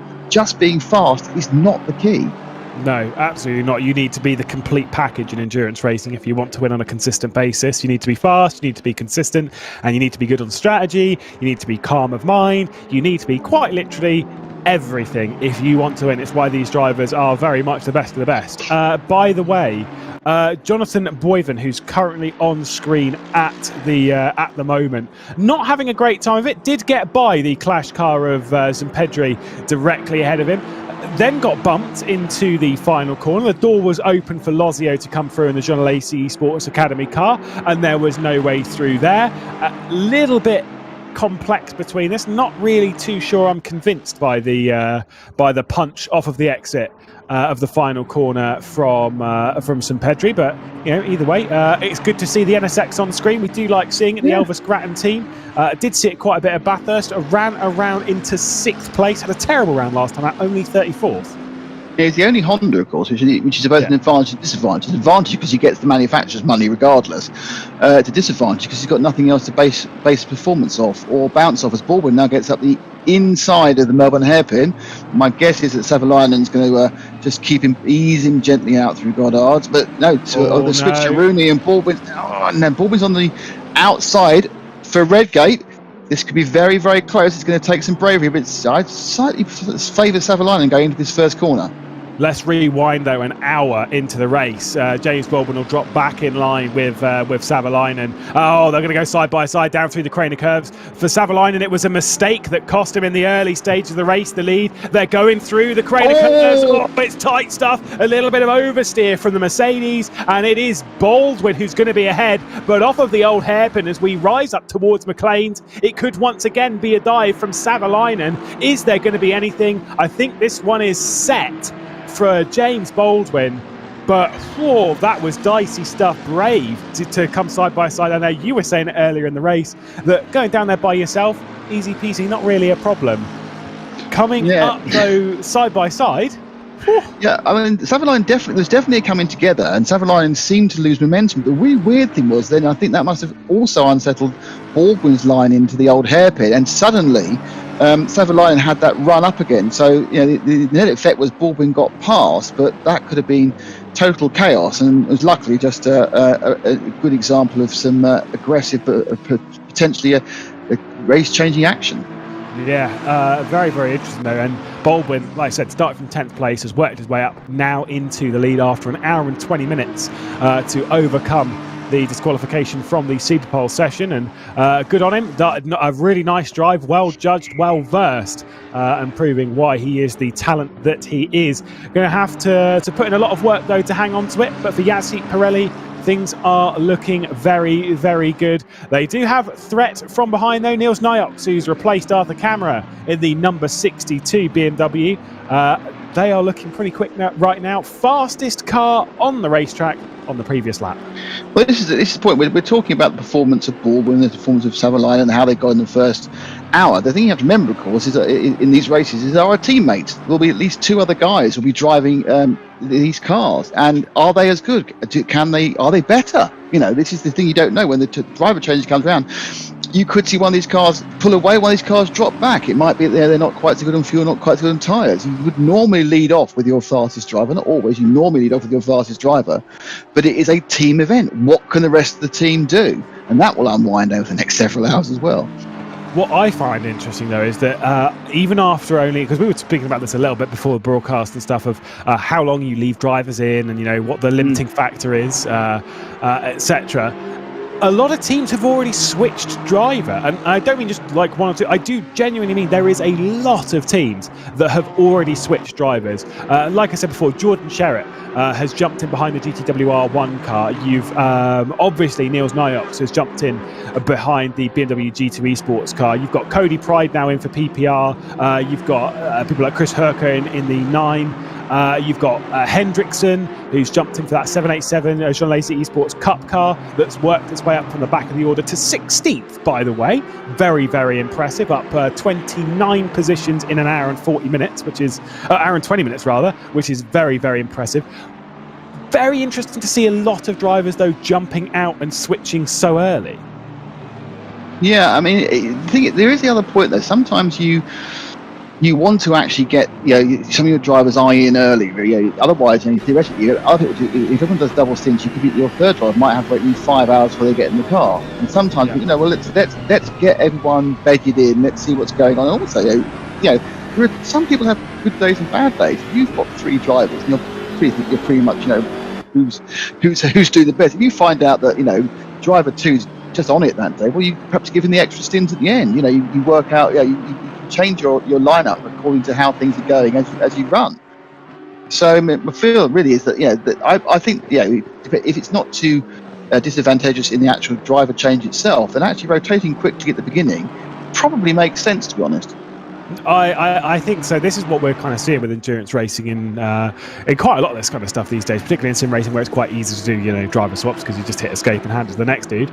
Yes. But we're seeing it basically treated, particularly in this sense, of basically you're doing hour-long sprint races, right? Yeah. You're jumping in the car, you're racing it as hard as you can for an hour and 15 minutes max, and then you're jumping out. So you're using all of that concentration, all of the mental sort of fatigue, all up in one stint, and then you get out of the car. And you think, I've got like 2 hours, or, you know, maybe I'm jumping in next stint, got an hour and a bit. Go and have a breather. Go and get yourself some food. And then, you know, you build yourself up and you jump in the car again, you do your hour, and then you breathe, you're out of it. So it's less about being in the rhythm, it's more about just pushing to the very limit of the car, which is an interesting sort of switch, but it just shows the level that these kind of drivers can push at without making mistakes. I know we've seen quite a few today, but you know, follow my logic that it's kind of an abnormality to see that many. Yeah, and I think the race. The interesting thing is, you look at, we say double stinting, but double stinting here is up to 2.5 hours. And that is a long time to be, as you say, in ultra concentration mode. If you talk about, you know, like a normal endurance race, you know, a double stint is an hour and 40, isn't it? Because it's only 50 minutes to the tire, so even less for a P2 car. So, yeah, this double stinting is a lot more of a statement within this World Cup than it is within a lot of the other endurance races you may watch online, because it's such a longer thing. And realistically, you know, and if you look at what a lot of other championships do, they tend to cap driver times, you know, at around 2 hours, because that they feel is probably the, you know, where people are going to run at their maximum. Not only is it keep the rotation of drivers, but it reduces the danger to other people there, because people are actually concentrating. So I think this kind of weird thing where you actually have to do a full double stint with some good fuel consumption, 2.5 hours, perhaps that's just a little bit too long, and therefore this 1 and 1 and 1 is probably perhaps the best way of going about it. Yeah, I like I say, I think this is about understanding the dynamic in your own team, isn't it? Of understanding what strength other drivers have. Like, if you've got a team, essentially in a sense of like touring car drivers or something like that, you want them in for short stints because they're not used to concentrating over such a long period of time. By the way, we are deep in traffic now. We were seeing there with James Baldwin, who was trying to get through some traffic, and we're seeing this battle either way. That Rocket Sim Sports McLaren that's currently being driven by Ross McGregor is staring at this three-way fight just ahead of him. We've got the Odox Motorsport car, who were very, very early to pit. You've got McCauley there for FFS Racing, and you've got Rosenbaum as well in the 77 car, all battling it out really quite hard for 9th place. quite a few points up for offer for this position, but with 10 hours and 30 minutes, Jesus Cecilia looks a little bit slow, and after that early mistake, was wondering why maybe this was a team that wasn't going to pull a driver out and think, let's go for a switch and let's try and get some fresh eyes in the car. Yeah, I mean, he was off track here. I just wondered whether he may have been trying to avoid the off track penalty and just a bit of a slowdown, because he looked a bit. But it's a difficult thing to see visually. But he has managed to now change his tail of 3 into a tail of 4. 3 manufacturers in that. They've got an Audi, Aston, and a couple of McLarens. So sort of blocking through, but it's this is the thing. These positions are important, not so much because of where they are at this point with an hour and a half gone, but it's just so difficult to get back past people. And if you want to run your own car and your own race, it's just always great to have some open air in front of you. So the concept may be this may be the double stint for the tyres. Is that right, Lewis? They've decided to double stint these ones. There is potential. That one we'll probably catch up with James Parker on a little bit later, and he'll fill us in with the details on double stinting and stuff and how that one might unfold throughout the race, because they're on a limited amount of tyres. So we're expecting some double stints. If I was going to double stint at any point, I'd want to double stint fairly early whilst it's quite cool. Because if it does heat up early, obviously there is a limit either side. But if it was to heat up as the day goes on, remind that in game this is 7:30 in the morning. It is nice and early before the sun has properly risen, before the track is toasty hot in the summer of the United Kingdom, which has been, let's be honest, really interesting. Hot. Yeah, really interesting recently. But yeah, I wouldn't want to be double stinting kind of a bit later on. I want to get those kind of things out of the way, so I already know the strategy later on. But it does mean that you're effectively paying a penalty that's quite harsh in the early stages. Yeah, the other thing you've got to remember is that there is always the concept that within the race there might be some rain, and they're kind of holding on, thinking, well, do we do a double stint now? When if it does rain, we wouldn't have needed to. Exactly. So it's kind of like you're almost trying to predict the weather, and if the virtual weather is like the real British weather, well, that cloud over Donington could mean anything in half an hour's time. It could mean sun out, thunderstorm, hail.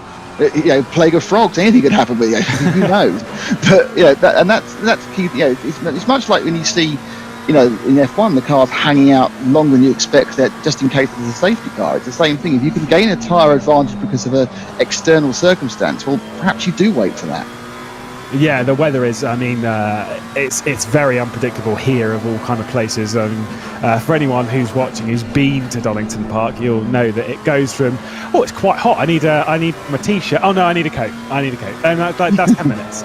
It's exceptional how quick it changes. So in that sense, at least in the sim world, we do kind of have a more of a picture, because if you look in the top right hand side of your screen, you can see roughly what the weather should be doing in half an hour, and that is staying exactly the same. We are locked into basically it just being overcast, so no threat of rain on the horizon. But yeah, you're talking about saving tyres more so in the sense of, in the grand scheme of things, if you didn't have to save tyres, then that is costing you time, because if it rains with 4 hours to go, well, the wet tyres don't come out from your allotted set of tyres. It's not like you have 9 sets of tyres that you can use for the whole race. It's dry tyres that the limitation is on. And so, yeah, how that plays out, not 100% sure. Either way, I will say, Niels Nyx, whilst we're focusing on this battle for 9th place, which is thrilling stuff, by the way, don't think we really need to cut to it at the moment, but Niels Nyx is closing in very, very quickly on Savalainen, and Dominic Blyer is right on the rear end of Jordan Sherritt. Savalainen actually dropped half a second to both Baldwin and the 62 Niels now last time round. So whether he had a bit of traffic, I don't know, or whether he's suffering. Ooh. So a little bit slower Savalainen, and there's several cars trying to get through a similar one piece of space. Doesn't have room for all 5 of them, but they've managed to get through without too much paint swapping. In truth, the leader in there as he's trying to get through. Scored coming down the straight now. Yeah, so Savalainen in second place.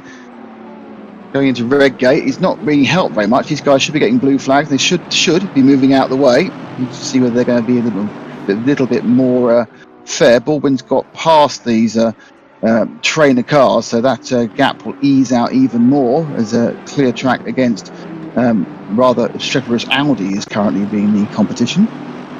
Yeah, I'm pretty sure from memory, again with the amount of rule books I get thrown at me these days, it's like, oh, hang on, is that the blue flags is here. It's not that the blue flag means that you have to dive out of the way, but it does mean that you're not allowed to fight, if that makes sense. So how they define that, I don't know. Exactly. That is up to you. That's not fine. As he goes straight off the off the road, Niels Nyok's just literally lent him off the track. It's quite good. Though.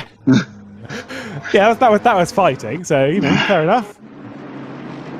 Nyox was not fancying any of that. Chris Hartveld, who's trying to work his way up the order once again after smashing into the side of his teammate, is trying to apply pressure to a different Audi, this one being Dennis Schoeniger. There's a bit of defence there from Jordan Sherritt, and trying to hold Dominic Blyer at bay. A little bit of a late move, but doesn't want to let the mighty Bentley through. Yeah, Sherritt did well there, because not only did he jink inside to get a less optimal line, he managed to keep it tight enough to prevent Blyer doing the switcheroo. So that was quite good. That was very intelligent and aggressive defence, but it meant he cut off two opportunities for Blyer to get through with one quite clever move around the bottom of the Melbourne hairpin. Yeah, so the 157 has had its troubles this season. Really has been, in a sense, and we've said it a few times, as the Rocket Sim Sports car, Ross McGregor's diving to the inside. That will potentially be a penalty just for careless driving from McGregor. Smashes into the side of Rosenbaum in the same way that we've seen a few cars and teams doing. I know there wasn't a position swap, but it's still a little bit careless from the Scotsman, and I know that he won't have meant that at all. Just overdid it himself and straight into the side of Rosenbaum, which might cause a little bit of damage. But yeah, the 157, it's been its own way to me. It's had quite a few issues throughout the season so far in the opening two rounds. It's had an all-right run, but each round has shown really good pace. And it's a slightly different lineup. It's a bit of a younger lineup.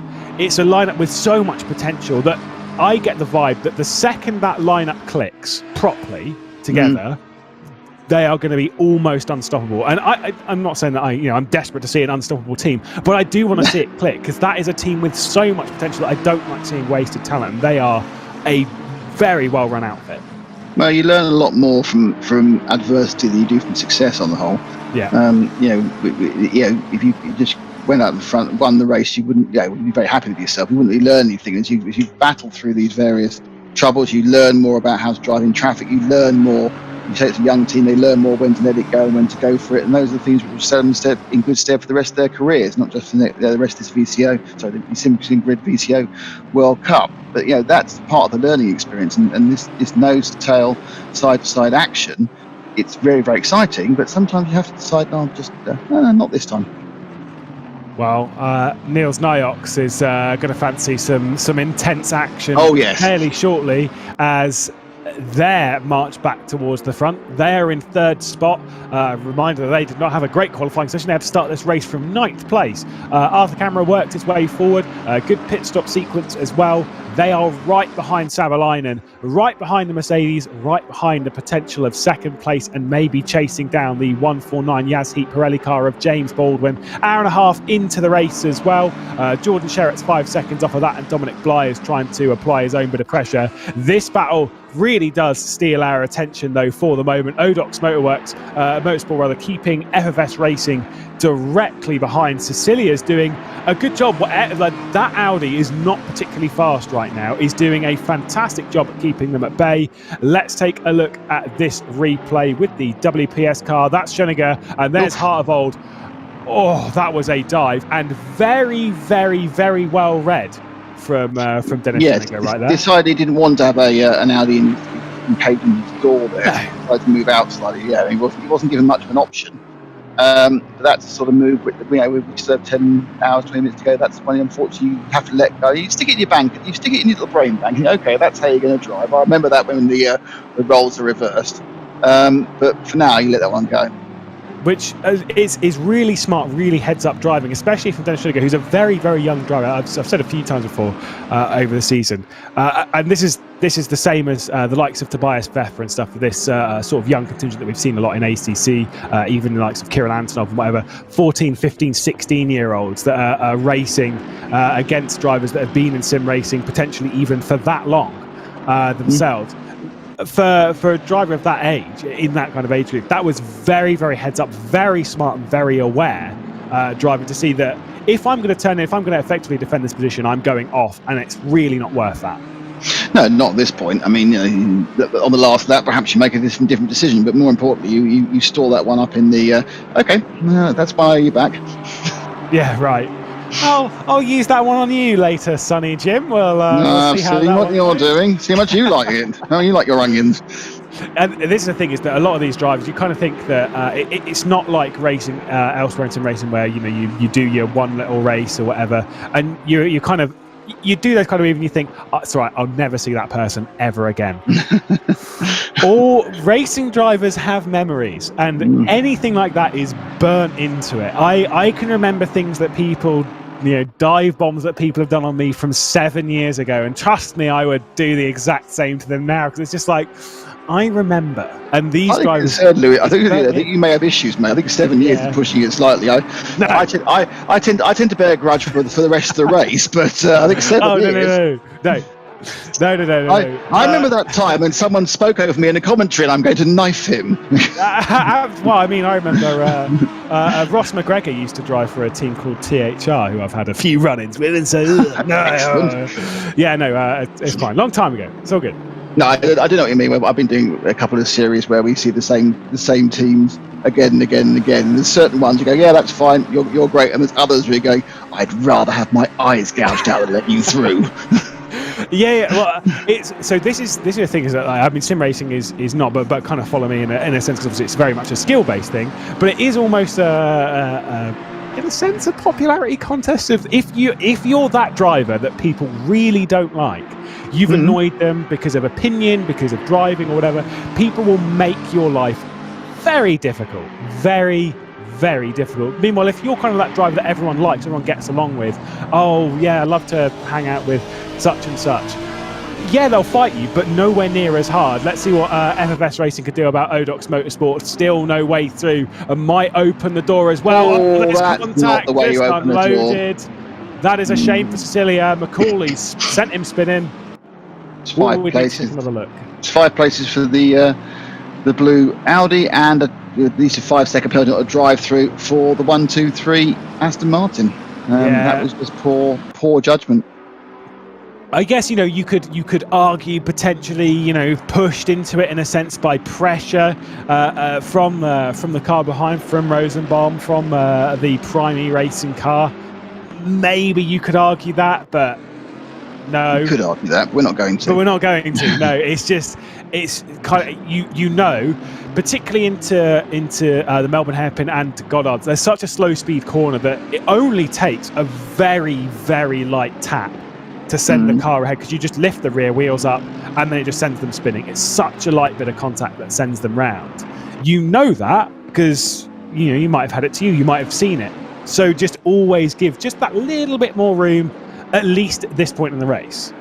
Yeah, I think that's fair, but also there is a kind of a concertina effect that can happen. And certainly if you've had a go at someone, so they're not on the line they want to be, and you have to expect them not to accelerate the way you think they're going to. Yeah. Because he'll probably say, "Oh, no, he didn't accelerate. It's not my fault." No, because he'd already had to defend, so he wasn't where he wanted to be. That's about reading the race, and it's an heat at the moment, and it's difficult. But I'm afraid the net result was he spun the Audi round, and he should, I'm afraid, receive a penalty if the stewarding is to be consistent with everything else we've seen so far in this event. And the stewarding, when it comes to consistency, at least over the VCO World Cup and all the other events that I've had in the sim grid, the stewarding has been pretty damn consistent. There's not been too many calls that I've outright slammed them on the broadcast. No, there's not been any calls that have been outrageous and stuff, which I have seen in motorsport. You say there's no calls you're bearing a grudge about 7 years later, then? No, absolutely not. I do have some that I do recall from even back then. Good old times. Savalainen defending fairly hard to the inside of Niels Nyox once again. The Ferrari behind is the Jean Lacey Esports Academy car. Of course, they've got 2. Once again, just want to say how impressed I've been with their cup car. Hendrickson, who's currently behind the wheel, up in the 16th place. that is a monumental effort. I know the BMW might be a bit faster in a straight line, a bit this, a bit that, maybe a little bit of luck from avoiding the crashes in the early stages, but either way, up 28 places. What a way to start your day. That's a massive confidence boost. It's a great start. I mean, you sit there and you're making your plans, you're in the back of the grid and you're chatting with your team and you're going, well, look, let's just see if we can get up to, I don't know, let's see if we can get up to halfway by halfway. Right. But, you're already, well into the top 20 after an hour and a half in the first stint. And at that point, you start thinking, well, this could be our day. That's when overconfidence breaks in. But seriously, it's a terrible feeling when you completely louse up qualifying in a large race. But the thing about it is, you do realise you have a long time to put it right. And when it slowly comes right, it's quite exciting. When it suddenly comes massively right because there's been something you've benefited from normally, it's a great fillip. But sometimes things go horribly wrong. But they're only 6 seconds off P9. It's a great performance, and I'm totally certain if we sat on board with them, it's because they've sat there making the right decisions all through this first hour and 43 minutes. They've gone for gaps they need to go, and they've decided not to go other places. They've looked after the car, they've ran a decent bit of fuel and everything else. So it's a great performance. Unfortunately, there's still 10 hours, 20 minutes where they've got to carry on that performance to get to the end. But good start. It's like well done. You've got to Michaelmas term, you've done well. Let's see how the A levels go. That sort of thing. Do you still do that? No. No. They do have, by the way, an awful lot of pressure from behind, though, as UK Pride, Yegor Ogrodnikov, Ramagnoli as well. Very, very close in company in the rears, but they also don't have much to the next car, Lecomte and Cecilia, which is the ones that we're focused on right now. You can see there that train coming up over the crest out of the foggy S's. This is going to become one fairly long train for 14th spot. It will include Cecilia, Lecomte, Hendrickson, Bouquet, Pride, Ogrodnikov, Ramagnoli, and to be fair, Healy and Muller aren't really that far behind either, all things considered. This is interesting. Cecilia, though, using double stinting tyres, they're going to be coming back into this race a little bit later into it, though, you'd assume, because bold to run this early when everyone else isn't doing it. But to be fair, I would have assumed that. Yeah, I mean, they're using your strategy. So they've done what the Lewis strategy. Everyone else is doing my strategy, which is it's bound to raise Leicestershire. They're about from the leaders. They're a second a lap off the pace, but obviously they probably weren't running quite at that pace. So they're probably dropping about 0.6, 0.7 lap on the tyres because they're not being overtaken. They're taking everyone behind them with them, and everyone behind them, so everyone from 14th down, is also effectively running at a pace if they've changed their tyres. Sorry, if they were double sitting their tyres, and they haven't. So it's a massive advantage if you can actually hold. And this is where this actually works early on, Lewis, because of the difficulty in overtaking here. If they're at Spa, people just blasting past them the Kemmel Straight every time, what's the point? But they actually managed to handicap vast numbers of other teams because they have to run to their pace. Although I will just say one thing, is that if you are running the, as you so eloquently put it, the Lewis strategy, I feel very sorry for you because I am not a strategy mastermind. So, we'll see if that's more of a jinx. You have your own strategy named after you now, so you are. I'm not. So any car in any race that ever double stints early from now on, it's the Lewis strategy. Oh. That's nice. I think, to be fair, the last 12-hour race we should have double stinted in the early stages, and we didn't, and we ended up losing out because of it. So, well, you see. Well, there you go. There you go. Never second guess yourself. This is why I don't drive anymore. Either way, this battle, the one behind this, obviously getting very, very close, but we do have battles up and down the order. Saying it's very, very close. Whoa, AAA Esports trying to get by Odox as well, running up towards the planes. There's a bit of contact between the two. AAA Esports Cup is going to come through in all of this. The 787 of Hendrickson to the inside of Lecomte rather going to break and get it sorted into Coppice. And once again, just not able to make a move on Odox. 29 movers up from the 787. Could it be 30? Could it be the first car to pass Cecilia? I do think so.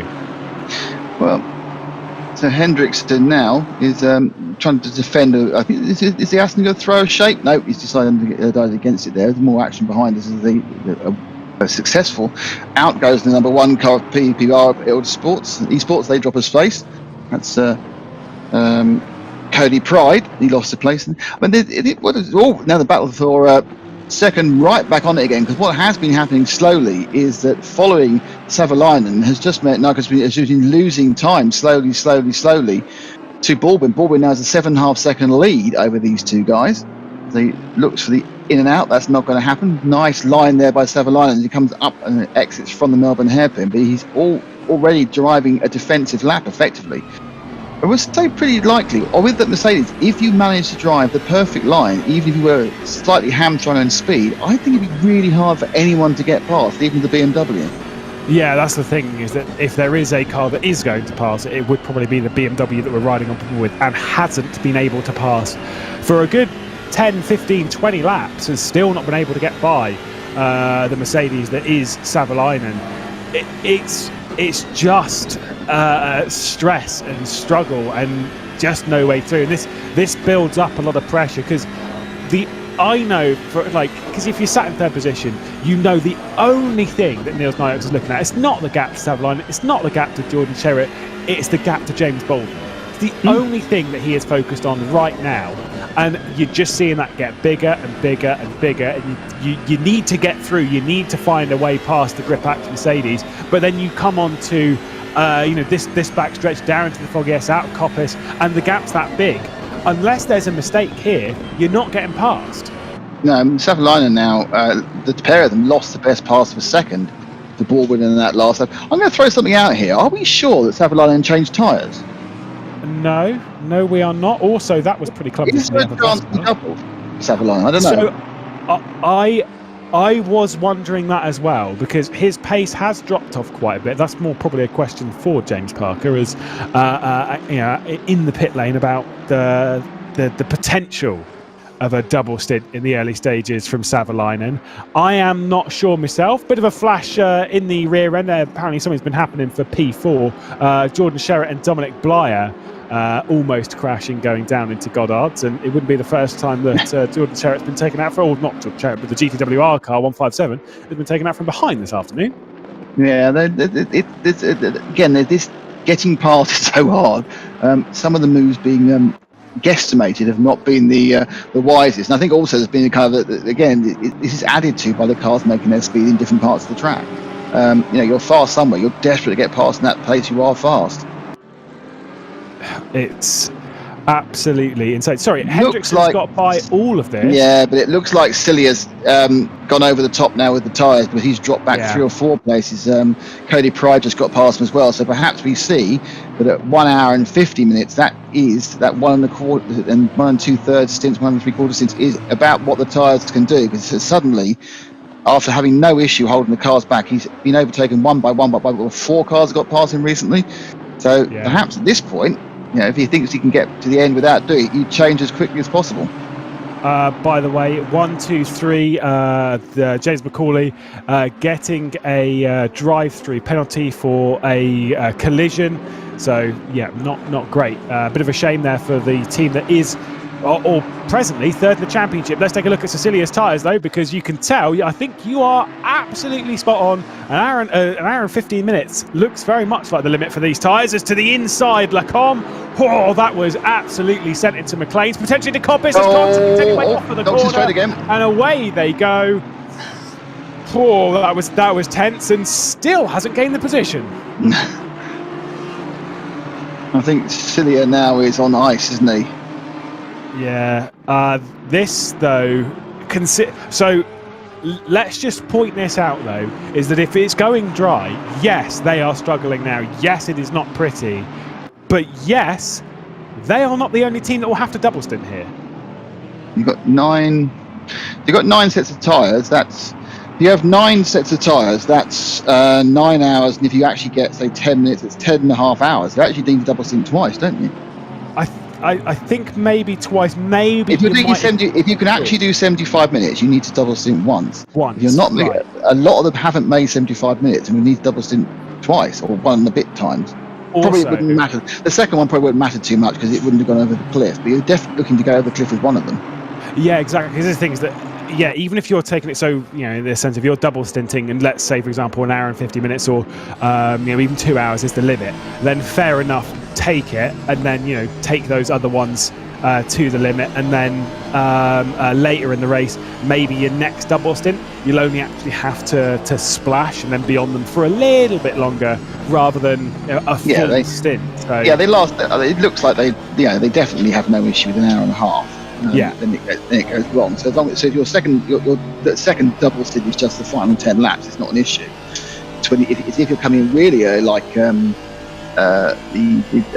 Salome was, you know, he only got 66 minutes. That's a lot of time to have for double stint time.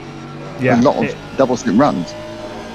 It really, really is. So for some teams, things are looking really, really good. For one team, and again, I know, you know, we keep talking about them, whatever, and I don't care, and I'm going to keep talking about them because at the moment, not trying to jinx them or anything, but Hendrickson up now to 13th position from the back.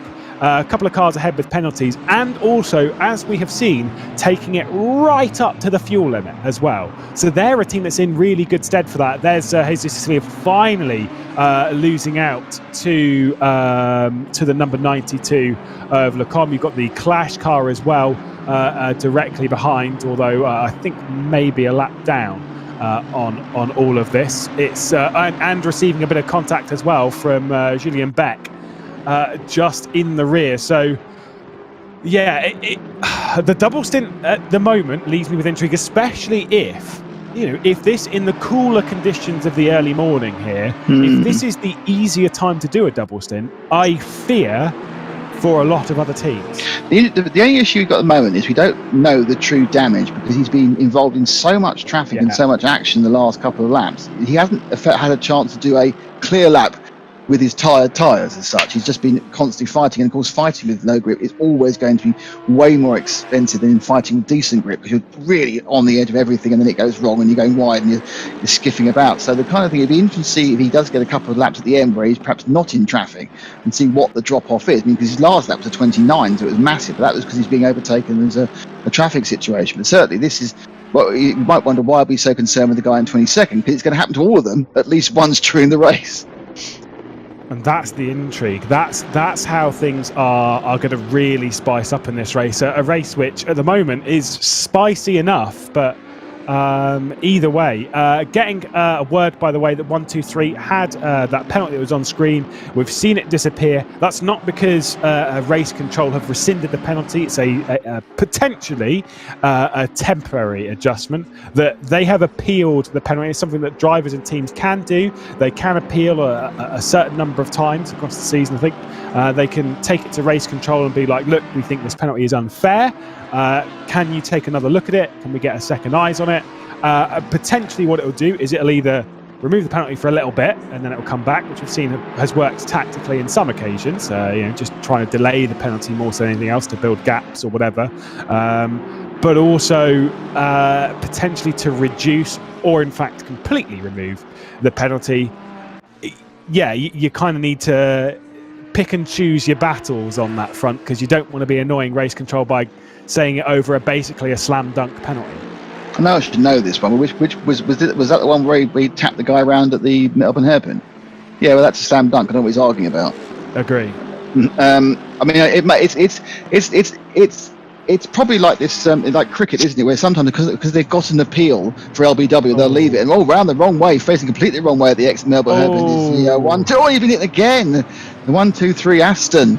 Oh dear. He'll be Joe saying McCauley there having nothing but bad luck, and he's lost so many positions, and now he's gone into the wall. Almost. He'll definitely be saying, "Oh, FFS," because that one, not pretty, not good, and he lost spin 101, by the way, is also round, which is the Silver Racing Team Eurowash. That's round a few corners before back at the Foggy S. So clearly quite a bit of drama. Hearing there was contact with Hendrickson, so for all of our talk of his march up, down now to 15th spot as this battle for second continues. 10 seconds now behind James Baldwin. Yeah, I mean, it's it's mostly been down to a slow drop off by Savalainen, which again makes you think has he double stinted the tyres, which would also explain why he came in so early at 66 minutes.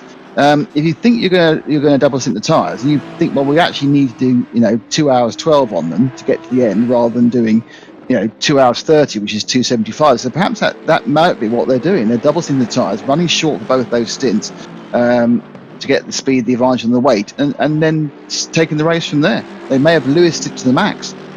Potentially, although speculation is what we're here for. Yeah. Each their own. I mean, there's a couple of different things. So potentially there is a double stint. Also with the pace drop off, did bring it up a little bit before. Obviously we got a little bit of a note from James Parker about the you can, in the early stages, you can have a pressure loss in tyres, especially when they're in low pressure. You've got fresh tyres on, you've abused the curbs a little bit too much, and your tyres can essentially lose a bit of pace. You've got to be a little bit. Oh no, that's going to be a penalty. A penalty. Yeah. Just unloaded the FFS car. That's a shame. It's worked. It's been an absolute massive loss for the Aston. That's adding into the injury, because that's going to be damaged and need to be repaired in the pit stop. I don't know why people weren't slowing down or coming round to a car that was 180 degrees. Like, I get it. Maybe your view, you can't see everything. Field of view is quite low in sim racing for some, especially if you're not on triple screens or whatever. But yellow flags, etc. I think it's also the point is, Lewis, that was a massive train of cars who were all fighting each other and all focusing just on the tail of the car in front of them. And what sometimes happens is you say you're seeing mostly the car in front of you. If that car then darts out of the way to avoid a stricken car, you just hit the stricken car, because you can't. You aren't going to dart at the same time. And it's but you're absolutely right. They would have got yellow flags and they should have been careful. But in the heat of the battle, you can bet they're not being. Yeah, especially in sim racing, where you obviously yellow flags in real life, avoiding danger, and that includes injury. Injury is not a thing in sim racing. For the most part, although if you do have a direct drive wheel and you hit someone in the right way, as that tyre barrier in the background, oh wow, that tyre barrier in the background got sent to the moon as Savalainen once again defends. Potentially Sherritt, not 100% sure, but either way, that tyre barrier went flying. It might have been from someone in this vein. Jordan Sherritt has dropped down a position behind Dominic Blyer, and also getting word that potentially the 1-2-3, the FFS racing car, is retiring from the race. That must have had severe damage then after that second accident, hit by the car coming through at the Melbourne hairpin. I mean, he had lost a lot of positions, but he recovered and the race was okay. But he's obviously gone into the pit. And a fantastic move there for second place. It's being fought by Savalainen, and he's going, he's off the track. Now, surely he's going to have to let that go, because he'll get a slowdown and he will have gained an advantage. But brilliant move there, down to the old hairpin, just no gap, and finally released after how many laps have been set behind Savalainen? 15 laps? At 20? And if you look on the previous lap, or maybe a lap before that, Niels Nikes was looking into the old hairpin, was considering it. This time there was no consideration. It was just send. Had weighed it up, thought this was my time to get by Savalainen, who quite clearly is struggling on tyres. And now it is about no mistakes. It is about focus and dealing with pressure and holding that Mercedes at bay. It might take a couple of laps just for you to get back into your rhythm without a car ahead, because how many times have we seen it when you finally get past the car and then you make a mistake?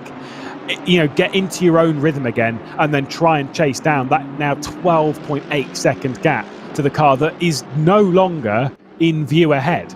Yeah, I mean, it's gone out to 11.6 seconds. They were losing by battling with each other. They were losing a second a lap. Now, see if Niels Nikes can actually put the foot down and match James Baldwin. And let's see also, what it is with Savalainen, where his speed is. Oh, that is a little bit naughty from the John Lacey Esports Academy car. And there you've got the 777 car of Issa as well coming through in all of that. Little bit naughty. So Jordan Sherritt there being dived by the Ferrari that was a lap down. So put a lap on him.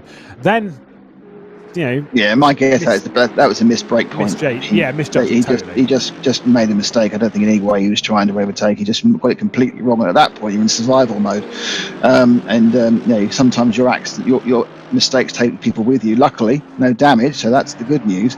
But 2 places lost. Absolutely. Tight stuff between them, and I'm sure this tight stuff will continue over the next 10 hours. Plenty of time, though, for the race to unfold. Plenty of time and action for you to watch. We're going to step away and allow a little bit of a breather, and when we'll be back, we'll go over everything over the first 2 hours of the race.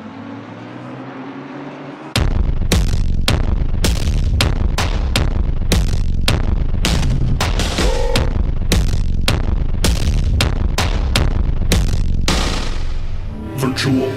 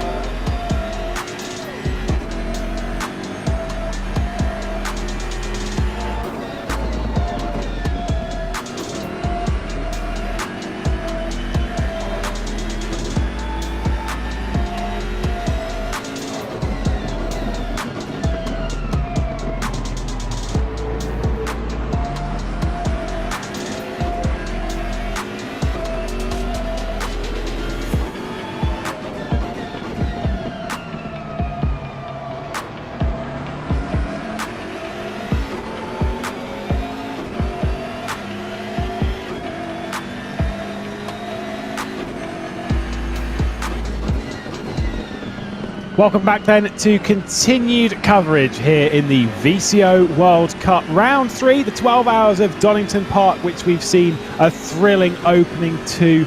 2 hours already completed on the race. Let me just try and cover some of the things that have happened in the opening stages. It has been fast, it has been frantic, it has been pretty crazy. A lot of drivers have worked their way up the order as we're seeing the battle between Hendrickson and Novakovsky. Hendrickson, one of those drivers who has, or teams rather, has marched up from the rear of the grid from just about 10th place, working up to the race lead. James Baldwin in the 149 Yas Heat Pirelli car has taken the lead of the race, with Niels Nyox directly behind. Savalainen from pole position, dropping back potentially a double stint over the previous one. They are now 17 seconds adrift of our race leader. DB1 Triton, who are trying to wrestle their way back after a not so great run at Spa, are up to 4th position, and Jordan Sherritt, the defending champions in the 157 GTWR car, up into 5th spot. I will note, by the way, just as we came back, the Odox motorsport car has been into the pit lane for its second stop after what is almost certainly a double stint that everyone will have to do at some point. Hendrickson with a drive-through penalty will come through and serve that, so plenty of stuff for us to go over. I'm Lewis McGlade, Nick Damon in the booth, at least for the next 2 hours. What a race it's been so far. Yeah, I think we've had our full value for 12 hours in the first 2 hours of the race. It's been, I think people throw around the instant packed and action everywhere, but realistically, the way the poor directors had to move from action to action to section has been remarkable. We had the lunatic start, which was caused by the merest of taps. We sent a car broadside across the exit red gate, actually about here. Which then I think involved 20-25 of the cars either had minor damage or got checked up. And then we had this. What then happened was we ended up all the cars forming little groups, and they've been fighting amongst their little groups in and out. And we've seen a number of, what should we say? Should we say optimistic moves? Let's go for that. Optimistic moves and slight brain errors in working out where other cars might be if they have to change their line. Hence the reason we've had a huge number of drive-throughs. You look at the timing tower, you'll see there's 5 cars currently waiting to serve an extended pit stop for various touching and off-track penalties. And it's just been going the whole time. But the constant of the last hour and a quarter has been James Baldwin still pulling away, now 15 seconds ahead. Despite Niels Nyox getting himself into second place, he hasn't actually been able to edge down the gap at all. No, they are awaiting their second pit stop, which Savalainen may well be in for pretty soon, who's in 3rd spot. Expect that one to come in maybe in the next sort of couple of laps. Here's Igor Ogrodnikov for Lada Sport Roseneft on maximum ballast, the heaviest car on the grid after winning at Spa. Defending from, at the moment, Lacombe in the AAA Esports car that still has a bit of weight itself, but not quite as much as the hefty championship leaders.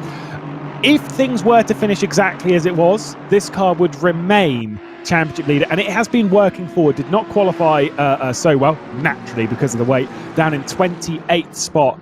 Worked its way up now into 16th, and I don't think they are done yet. They are matching the weight very, very well. They did have weight, I think 10 kilos, sure it's not very much, but they did have 10 kilos of weight on board when they went to victory in the previous round. So they are kind of aware as to how to deal with that weight.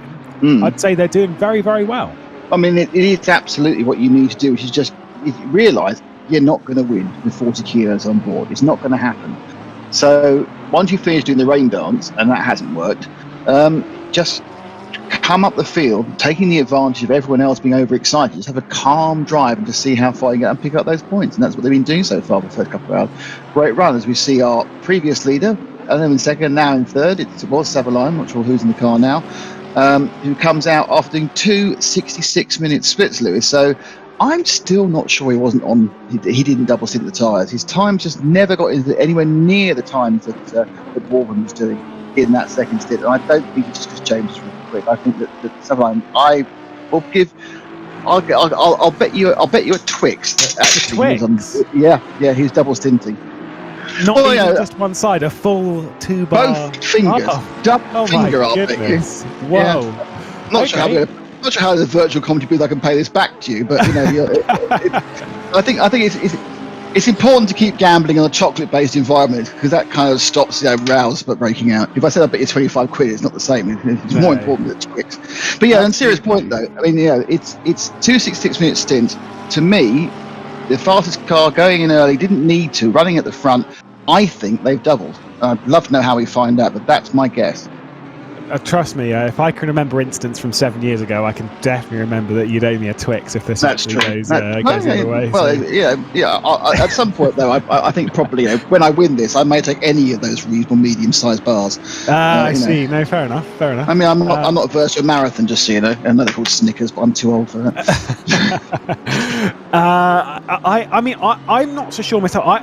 The thing is, if that was a double stint, which I err on the side of potentially it was, the pace was almost too good for it to be a double stint, at least in comparison to the Odox car, which clearly very, very strong, was really just not up to speed with it. And maybe it was just a bit of pace missing in Jesus Cecilia or whatever. But if that was a double stint from Savalainen, bravo, because that was very, very impressive speed. Yep. Well, it's on that thing. It was you were looking for a reason. Why was he so slow in comparison in that second? The first stint, he had no damage. He was running in the same sort of clear air as the other two around him. So my feeling is that's the only explanation. But it just goes to show they worked out this. It is happened. They worked out what it was, why they went short in both these. They've worked out the minimum time they have to run a set of tyres twice. And the proof of the pudding will actually probably come before we pass over the baton, because it'll be how long they run the third stint. Yeah. Because I expect them to stretch that back out to 72, 73 as far as they can go minutes again. Yeah, the first stint, but just as a bit of a note, and this kind of also plays into the double stinting, because you kind of want to get off them a little bit earlier. The second stint was 2 laps shorter than the first, which is around about 3 minutes. It's quite a large distance considering the first stint wasn't particularly monstrously long. Either way, you can see they're coming out of pit lane. That, I believe, was at least Jordan Sherritt, or maybe someone else has taken over that car, but it was the 157 GTWR car, so they've lost out to that at least, which is interesting. Still says Jordan. Oh no, it's just changed to Simonini's in the car. Interesting, they've lost out to that car though. Yeah, I mean it's also of course the other reason was you don't know whether they were holding some damage as well. We may have in a moment where we weren't focusing on, they could have easily a minor side swipe by getting lapped by someone. So this is the great thing about the endurance racing world and the sim endurance racing world. It's very hard to find out exactly what some of these things are happening. In the real world, I'd be in the pit lane and go and ask them. They might lie to me, but I just ask them what's going on. Absolutely. Well, I mean, potentially, if you do know what's going on, then you can throw us all a message on Discord and stuff and fill in the blanks. But potentially, I know it's obviously a bit weird to do it on a driver swap and stuff, but potentially Jordan Sherritt left those tyres on, and this is why they've come out ahead, is because Simonini is running on a stint old tyres. Maybe they're doing their double stint now. Kind of impossible to tell. Is that it going slow? Was that Simonini going very, very slow there and getting out of the way? I think it was Simonini. It was going very, very slow on the right-hand side of your screen. Let everyone through. Let's see if he drops down the order. Certainly is. Simonini has had issues. Now, that would make me think he's probably on cold tyres and he's spun them. But you can't tell. I mean, he obviously came out. He wasn't like, his brain was probably, not quite in gear. He wasn't quite in tune with the entire lap. This is the thing, you'd be sitting there watching everyone else driving for 2.5 hours, and suddenly, you then have to come and do it yourself. And it is possible to just miss an early braking point.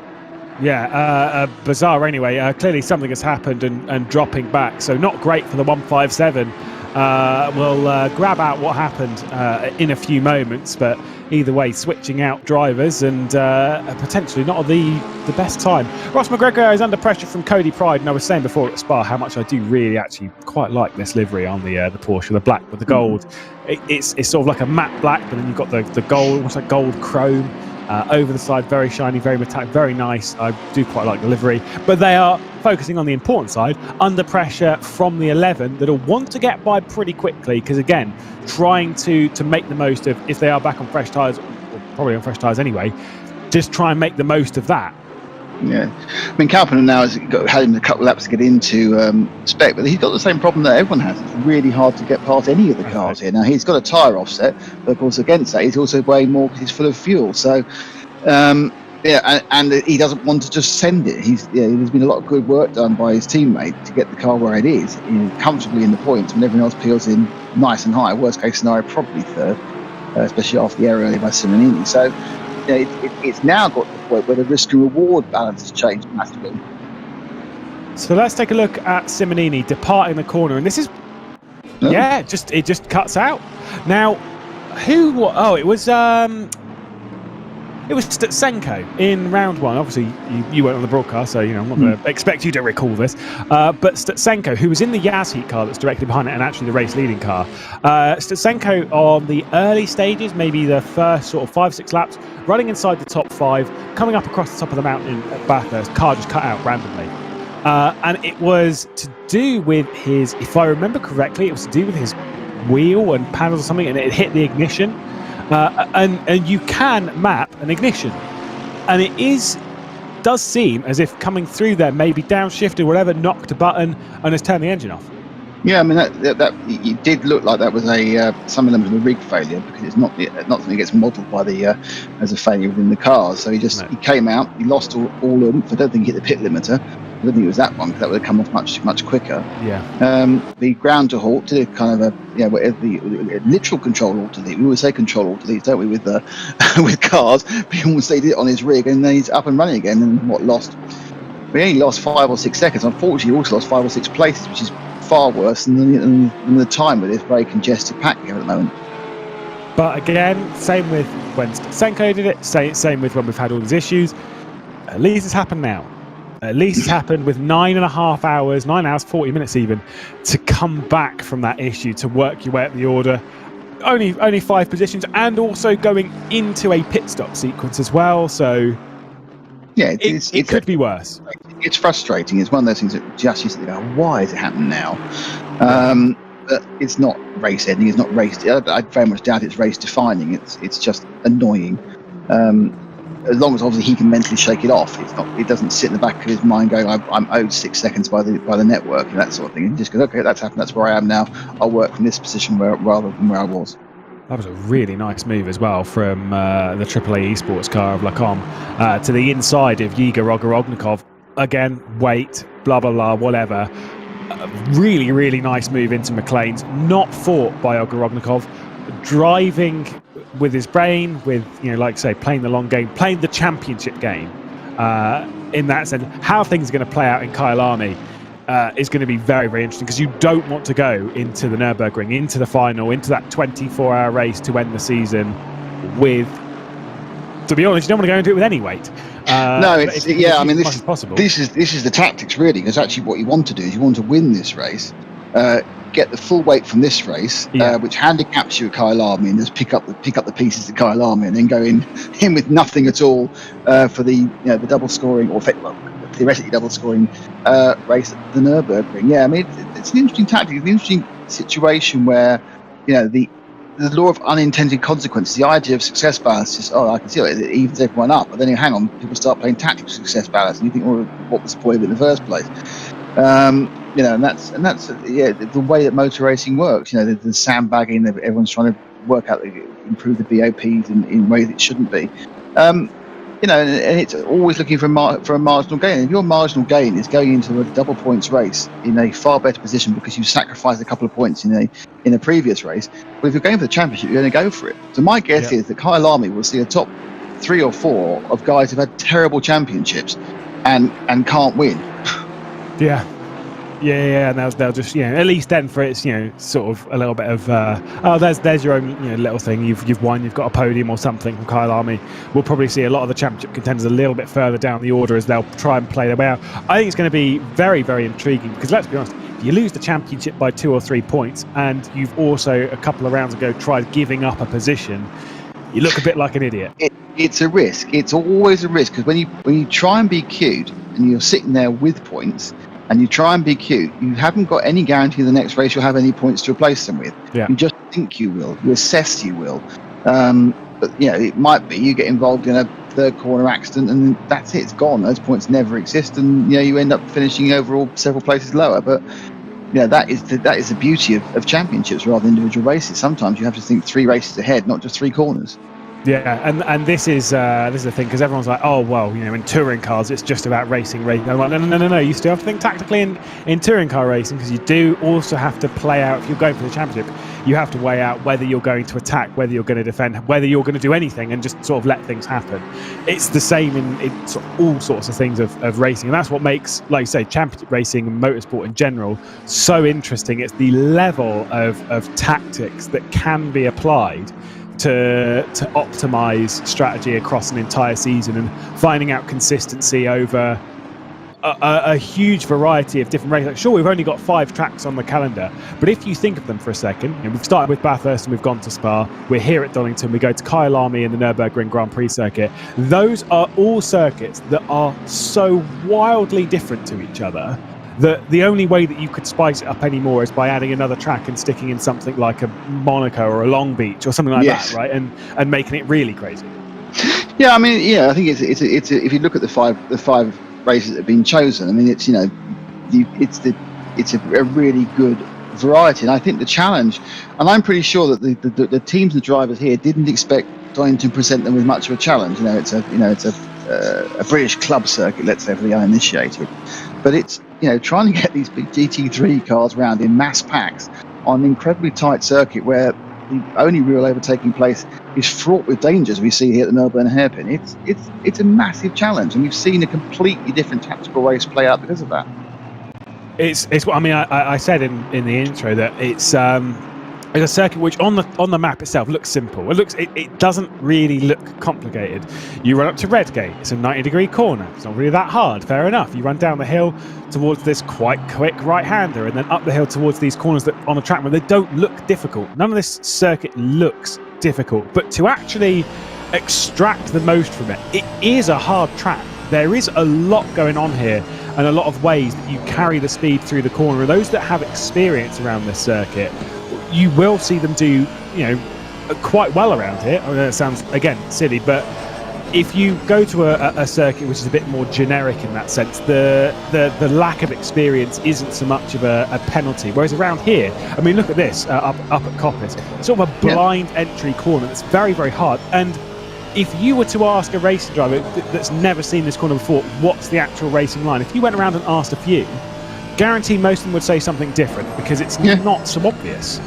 Well, this is the interesting thing. There's a lot of tracks which have this one corner you're frightened of, Eau Rouge, the corkscrew, for example, and you focus your entire, that's the thing, and you every lap you go, ooh, as you go around that particular part of the track, turn 3, Road Atlanta, for example, all those, and the rest of the lap you kind of go, it's fine.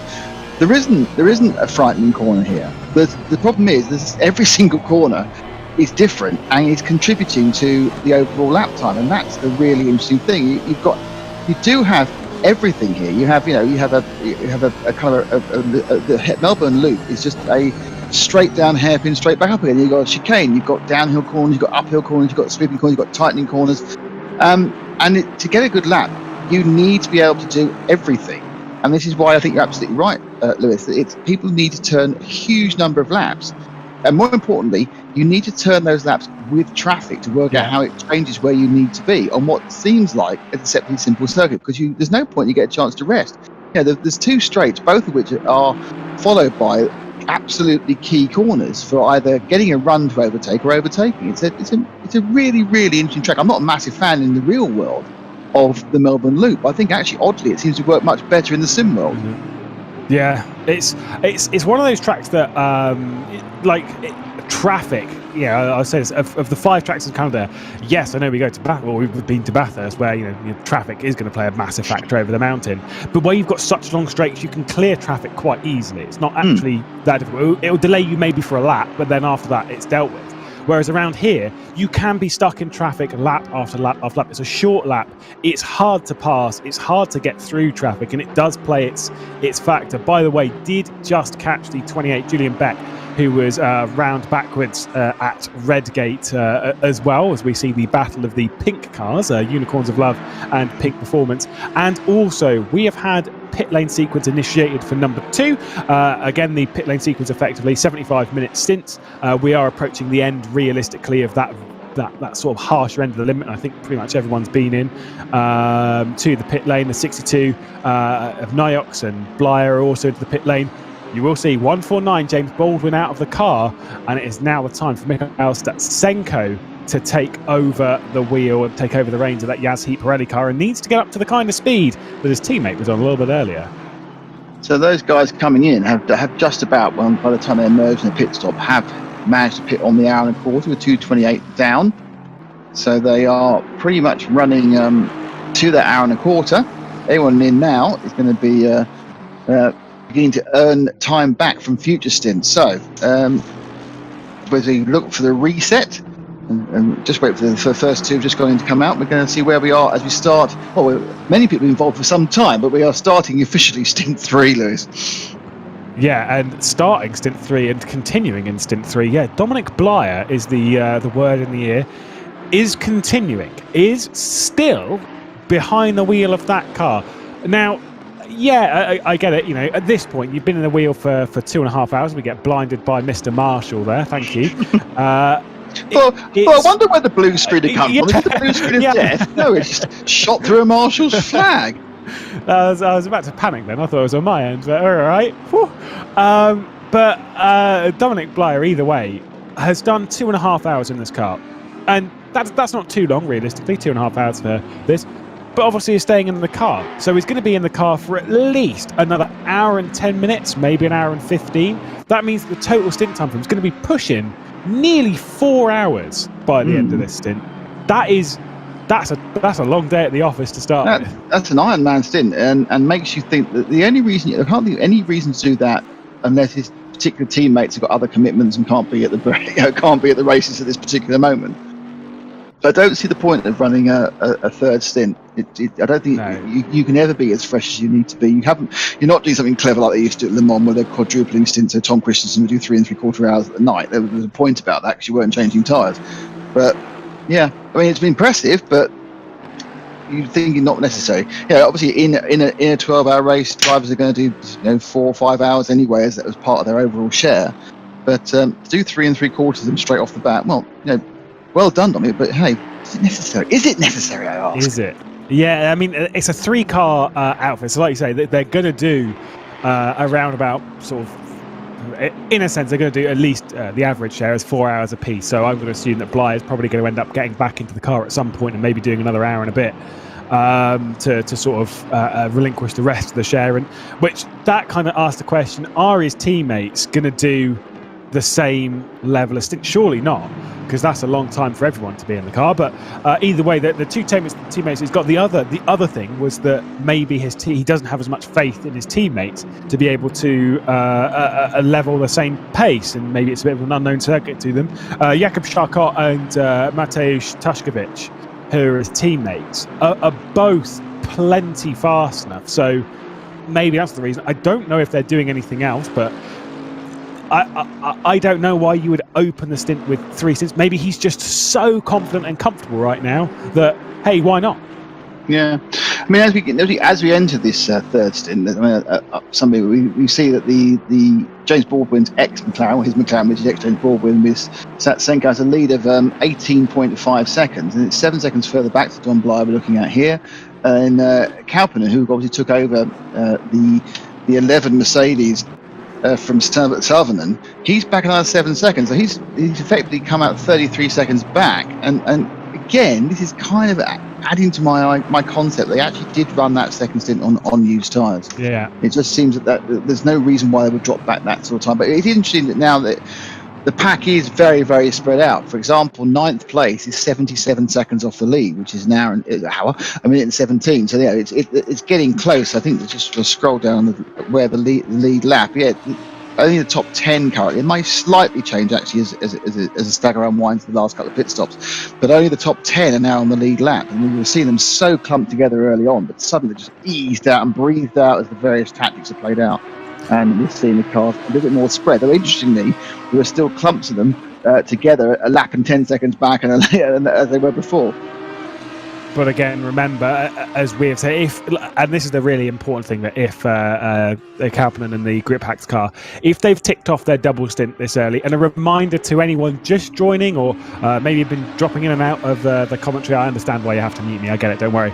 But over this 12-hour race, they have just 9 tyre sets, as we're going to see Samira Brahimi defending to the inside and going to force known to go around the outside in the Retronic E-Racing car that's been in the wars a bit. They've had a little bit of a conversation with race direction on various things as the 35 car, and either way running inside the top 10, which is pretty decent, all things considered for them, as well as nice seeing a Lamborghini up there. I know Samira Brahimi's a pretty handy peddler in his car, and certainly proving that here today. But yeah, they've got 9 sets of tyres. Now, you do the maths, 75-minute stints, it's a 12-hour race. You can't spread those 9 tyre sets across that period. It doesn't fit. It means you have to double. When do you do it? We're seeing quite a few double quite early, potentially. Like I say, I'd want to clear it off straight away so I know I can push to the end, but obviously other people are attacking it from a slightly different sense. And if you're the race leader, do you want to get it out of the way early, or do you want to build an as big a gap as possible and then take it right at the last moment? Yeah, I mean, that's Statsenko, though. Interesting, he's hit the ground running in the McLaren. He's now done a 26.4, which is faster than the Kaplan we're talking about, who did 27.2. And interesting that, again, Dom in the Bentley is down in the 26.3. So, I mean, it seems that the Bentley and the McLaren have the pace. The biggest problem is, as it is with any endurance race, once you look at an individual lap times, you don't know what the situation has been going in traffic. So you aren't actually aware whether you look at like, oh, he's done this, but that's because he's had to overtake someone. So it's only when you can find a clear lap you actually really compare who's doing what. But certainly the McLaren, 149 McLaren, the ex-James Wolverine car, I'm calling it for the next couple of minutes, that is slowly eking out its lead. It's now just shy, a few hundredths shy of a 20-second lead in the pack, which, given the fact that he started 10th, had to work his way through the field during the first hour, is pretty impressive. Yeah, it really is. Of course, whether Baldwin will be getting back in the car or not before the end of the race, I think he might do another stint based on his pace. That is a 4-driver team, though. You obviously got James Baldwin himself, Mikhail Statsenko, Eamon Murphy, the Irishman, and Andrea Capoccia, who will be in the car throughout the race and spreading themselves out. You will note, any Yaz Heat fans, any Yaroslav Honzik fans, that Yaroslav Honzik is not on the entry list for that car, missing for this round. So obviously, Yaz Heat have a large variety of drivers to pick from, and an incredibly talented selection. But no Jardier for this race, which is interesting. It's a team that could have achieved great things. We were expecting quite a bit from them back at Bathurst, and unfortunately, it didn't happen. No, ninth place. I'm looking at the thing now. Ninth place in Bathurst, and then did not finish DNF in Spa. So they are down in 23rd place in points with 51 points, which is key because the leader has 180 and there's only 80 for winning this. So obviously it's a long way to go. I should say that, of course. But they get to the end with the 80 points. So they'll climb into contention, but they're still going to need it to find a hatful of points from the remaining 2 rounds, whilst not getting themselves too heavy for the final round. If they're going to get themselves up there, a DNF is always a nightmare. It always, massively. If you haven't got drop scores, it's going to severely impact your chances of winning any championship. A low score isn't necessarily quite so bad. You can live with that, but just a DNF in that multiple race where they had with the interim points as well, it's difficult. Yeah, it really is, and you can't afford a DNF in a five round season, and certainly we are seeing a few teams come a cropper of that. You need to be praying for other DNFs for other drivers. Either way, I did see a great move there from the Greek Souvlaki squad. They've got to be careful though, because GTRC Endurance team are closing in that number 911 Porsche directly behind, so plenty of pressure are mounting onto their shoulders. And speaking of that, Kalpanen has got plenty of pressure on his shoulders. Giorgio Simonini is right there as we ride on board with the Audi running through the old hairpin and then back up the hill. You've also got the, I believe this is John Lacey Esports Cup car that is directly ahead of this. Shermatinsky is now behind the wheel of that one. running now in 20th spot, a lap down, a little bit sad, a little bit, I wouldn't say disappointing considering they did start from last, have worked their way back forward. But, they've had a drive-through penalty as well. They're still continuing, they're still ticking off the laps, and they're still in a fairly decent spot. I'm not going to say that they're in contention to win the race, but I'm not going to rule them out of even potential. And that sounds ridiculous at this point, considering they're going a lap down and potentially dropping even further. Not going to rule out a top 10 from that car with the pace that we've seen out of it at the moment. It has been very, very impressive. Will drop back behind this little group, but either way, Shermatinsky, who's in a less colourful car than we've seen in other series, in the series, it's a nice. I like the moderately muted colours of Jean-Lace Esports Academy. The blue is not in your face. Yeah, I mean you start looking at the tactics and how they're going to go forward. Simonini obviously coming back from that Control-Alt-Delete issue, right up behind Kalpinen now, but he's got to try and get past him, and that's never the easy thing to do. No, not in the car that he's in as well. We've spoken about this before. At the moment, it did seem like James Baldwin was the master of getting past cars that were quick in a straight line. He's done it on more than anyone else, realistically. For Simonini, he's going to be hard pressed to get by Kalpinen,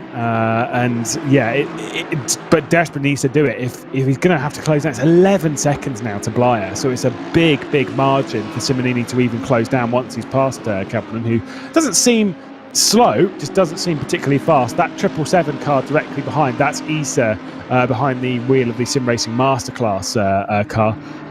Now, I know a lap down, whatever, but that car that sat on my rear is still a distraction. I know he's not able to go for a dive, but it's annoying. I'm literally just sat there thinking of various words that I couldn't say on the broadcast, thinking, can you just go? Can you leave me alone? Yeah, it is a tremendous distraction because, of course, you're not perhaps going your maximum speed because you're being slightly held up in parts of the track by the car ahead of you, and you've got this breathing on your back as a person who really you feel isn't in the same race. Of course he is, and of course we have 9 hours 19 minutes to go, so who knows what might happen in the story of his next several hundred laps. But it is a horrible distraction, especially when you're not overly confident the person behind you can drive particularly well, and you think there's any chance they might think, I'll unlap myself with a decent sense. So he does sit there kind of, what's going on, what can I do, and you go from there. But yeah, it's a difficult situation.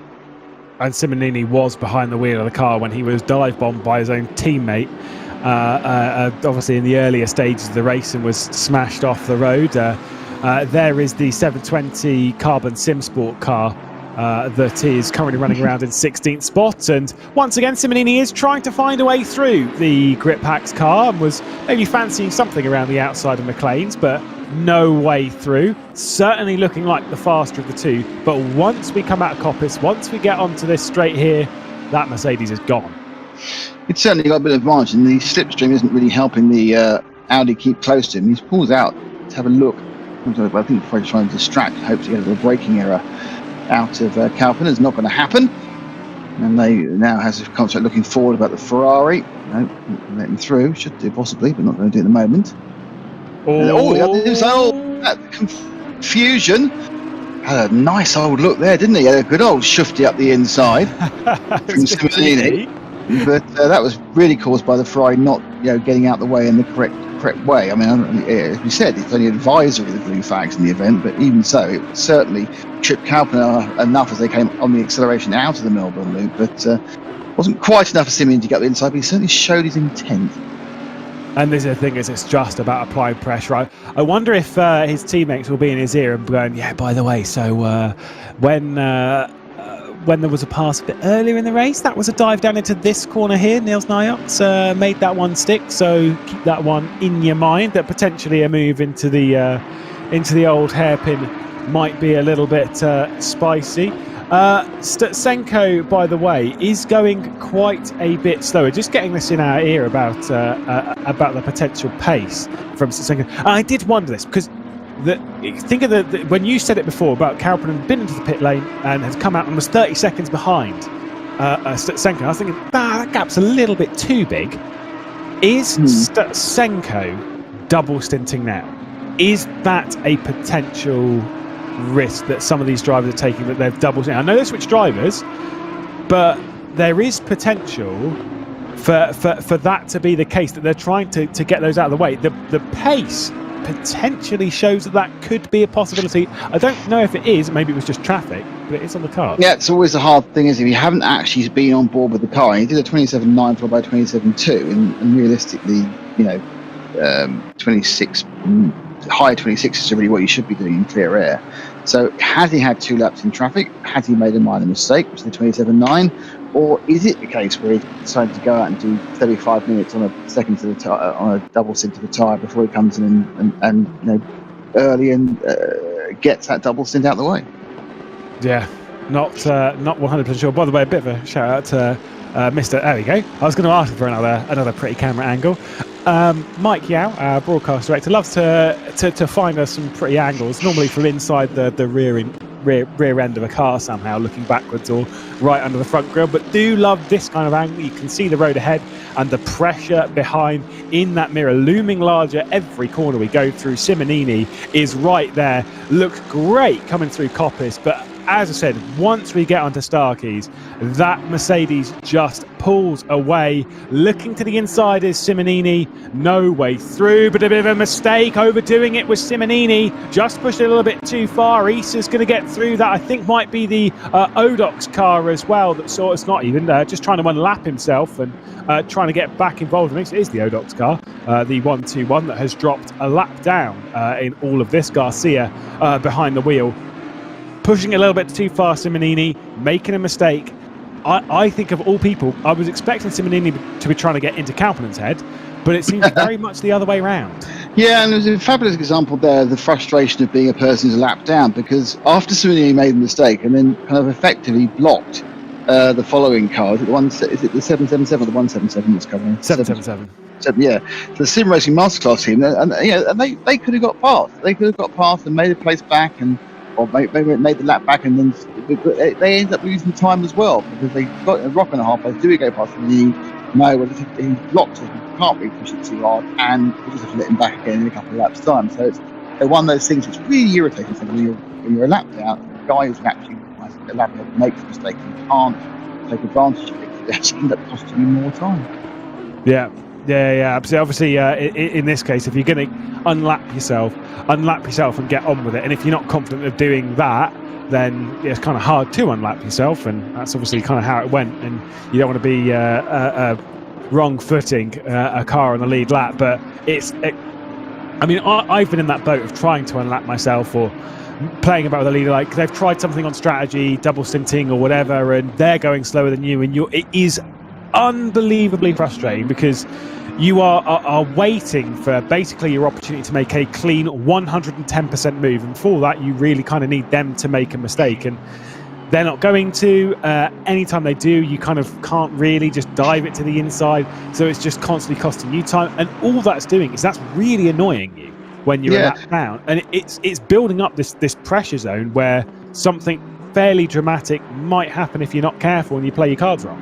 Yes, you've got past. Get on with it. Don't sit in front of me annoying me now. Right. I want to do. I've lost 3 or 4 seconds letting you through. Now let me get on with my race. No, you're going to overtake. You're going to make a mistake. I've got to wait for you again. Or you've just. I've got past you because you made a mistake, and now 4 laps later you're overtaking me again. Oh, for goodness sake. Yeah, just not what you want. It's not I've ever been in that position of being lapped. Obviously, I've never lapped. Oh, is that true? Yeah, no, I've been lapped. It's dead most of the time lapped. Oh, see, no, as soon as I get lapped, I pull out of the race, so almost. No, I'm joking. I have seen people do that. Obviously, in your 12 lap race, yes, possibly you would. Yeah. No, I'm a touring car driver, so it's fine. I've seen toys thrown at the pram a number of times. I think, it's still 4 hours to go. Why are you giving up?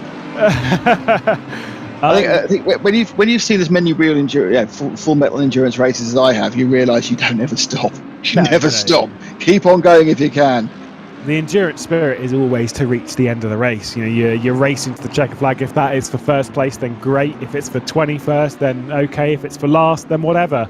You're trying to get to the end of the race, and that's just how it is. You're racing yourself as much as everyone else. And Simonini is not racing himself. He's very much racing Kalpanen, and still no way through. The drive off the corner from that Merc and that power on the straights is just too much to make a move stick.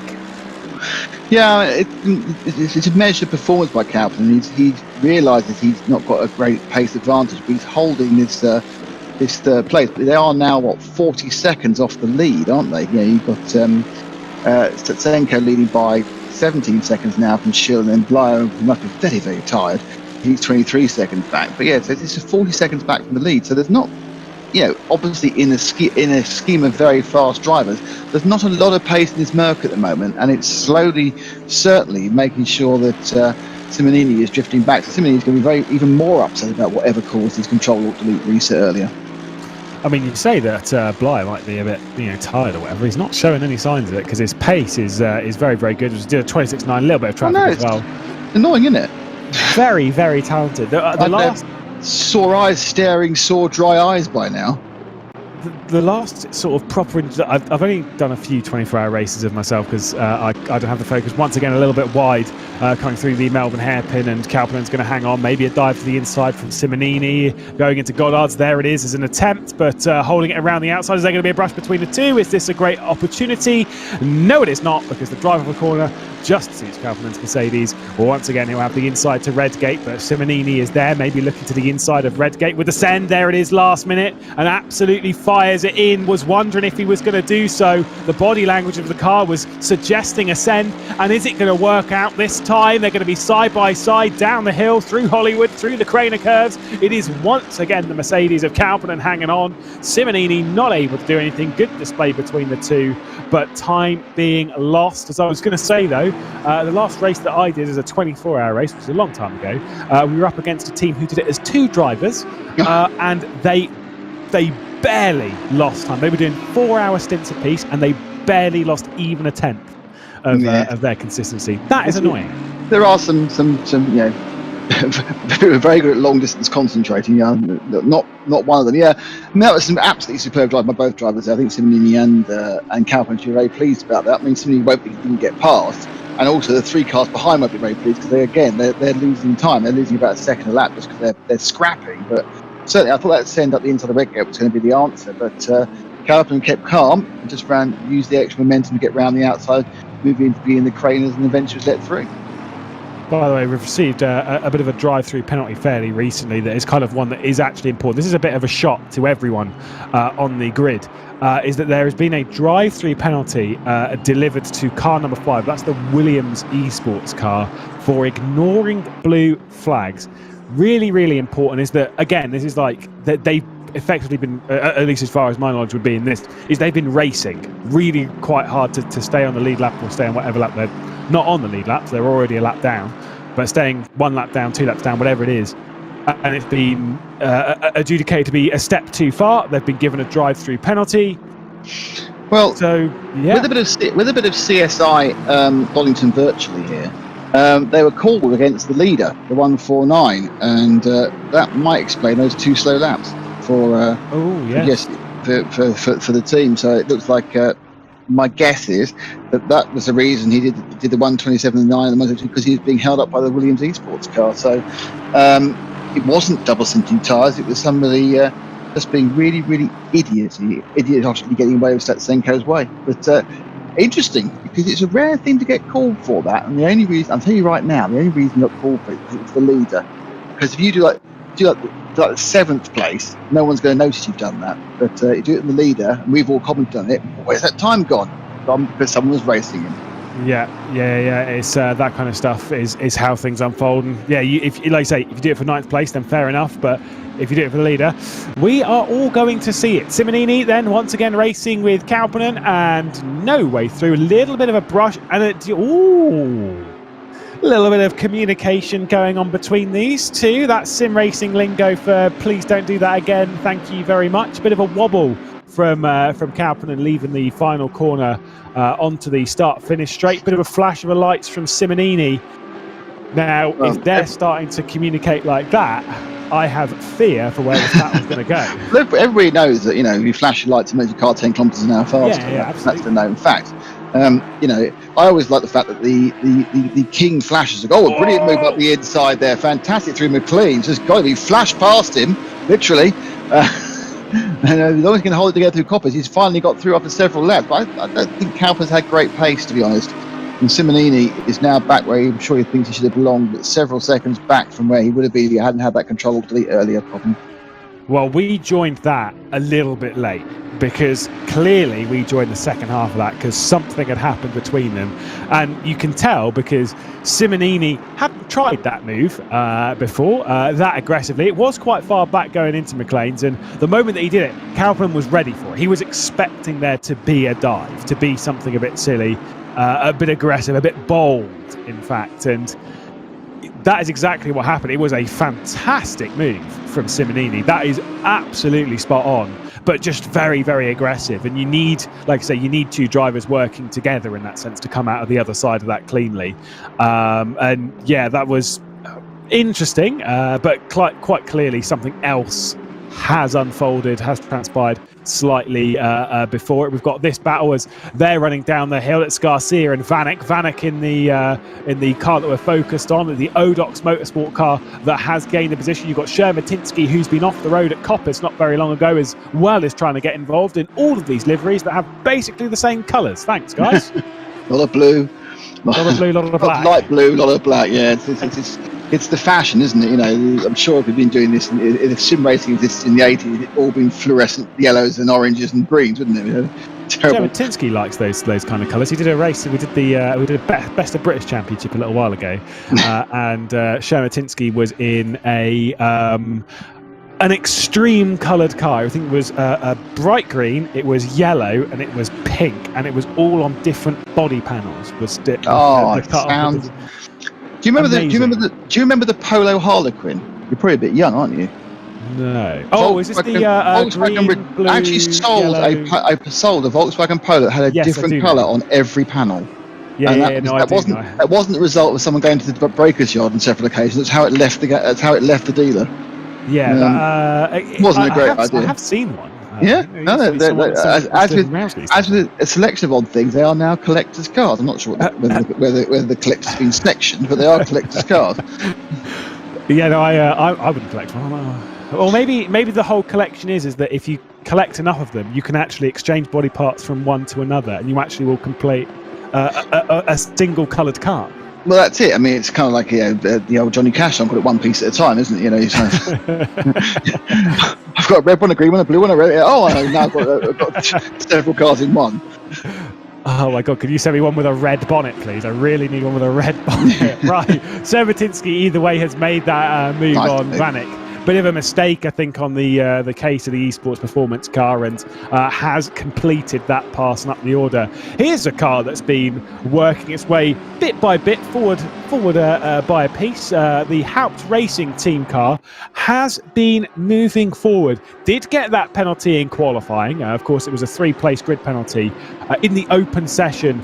After impeding another car, had qualified in 24th, so did start from 27th, but they've been doing really, really well to move up bit by bit. Have noticed that team manager Danny Juice is back behind the wheel, or is back at least on the entry list for the car. I think he was missing last round due to other commitments, but this one, good car for you. There's 2 Lucas Mullers in this car. It's always a fun fact. Oh, thank goodness. I can say that name, and I can just, if I see the car, I just guess I've got a 50% chance it's the right driver. Yeah, exactly. Well, yeah, you just throw back to a past event and just go, wow, it was one of them.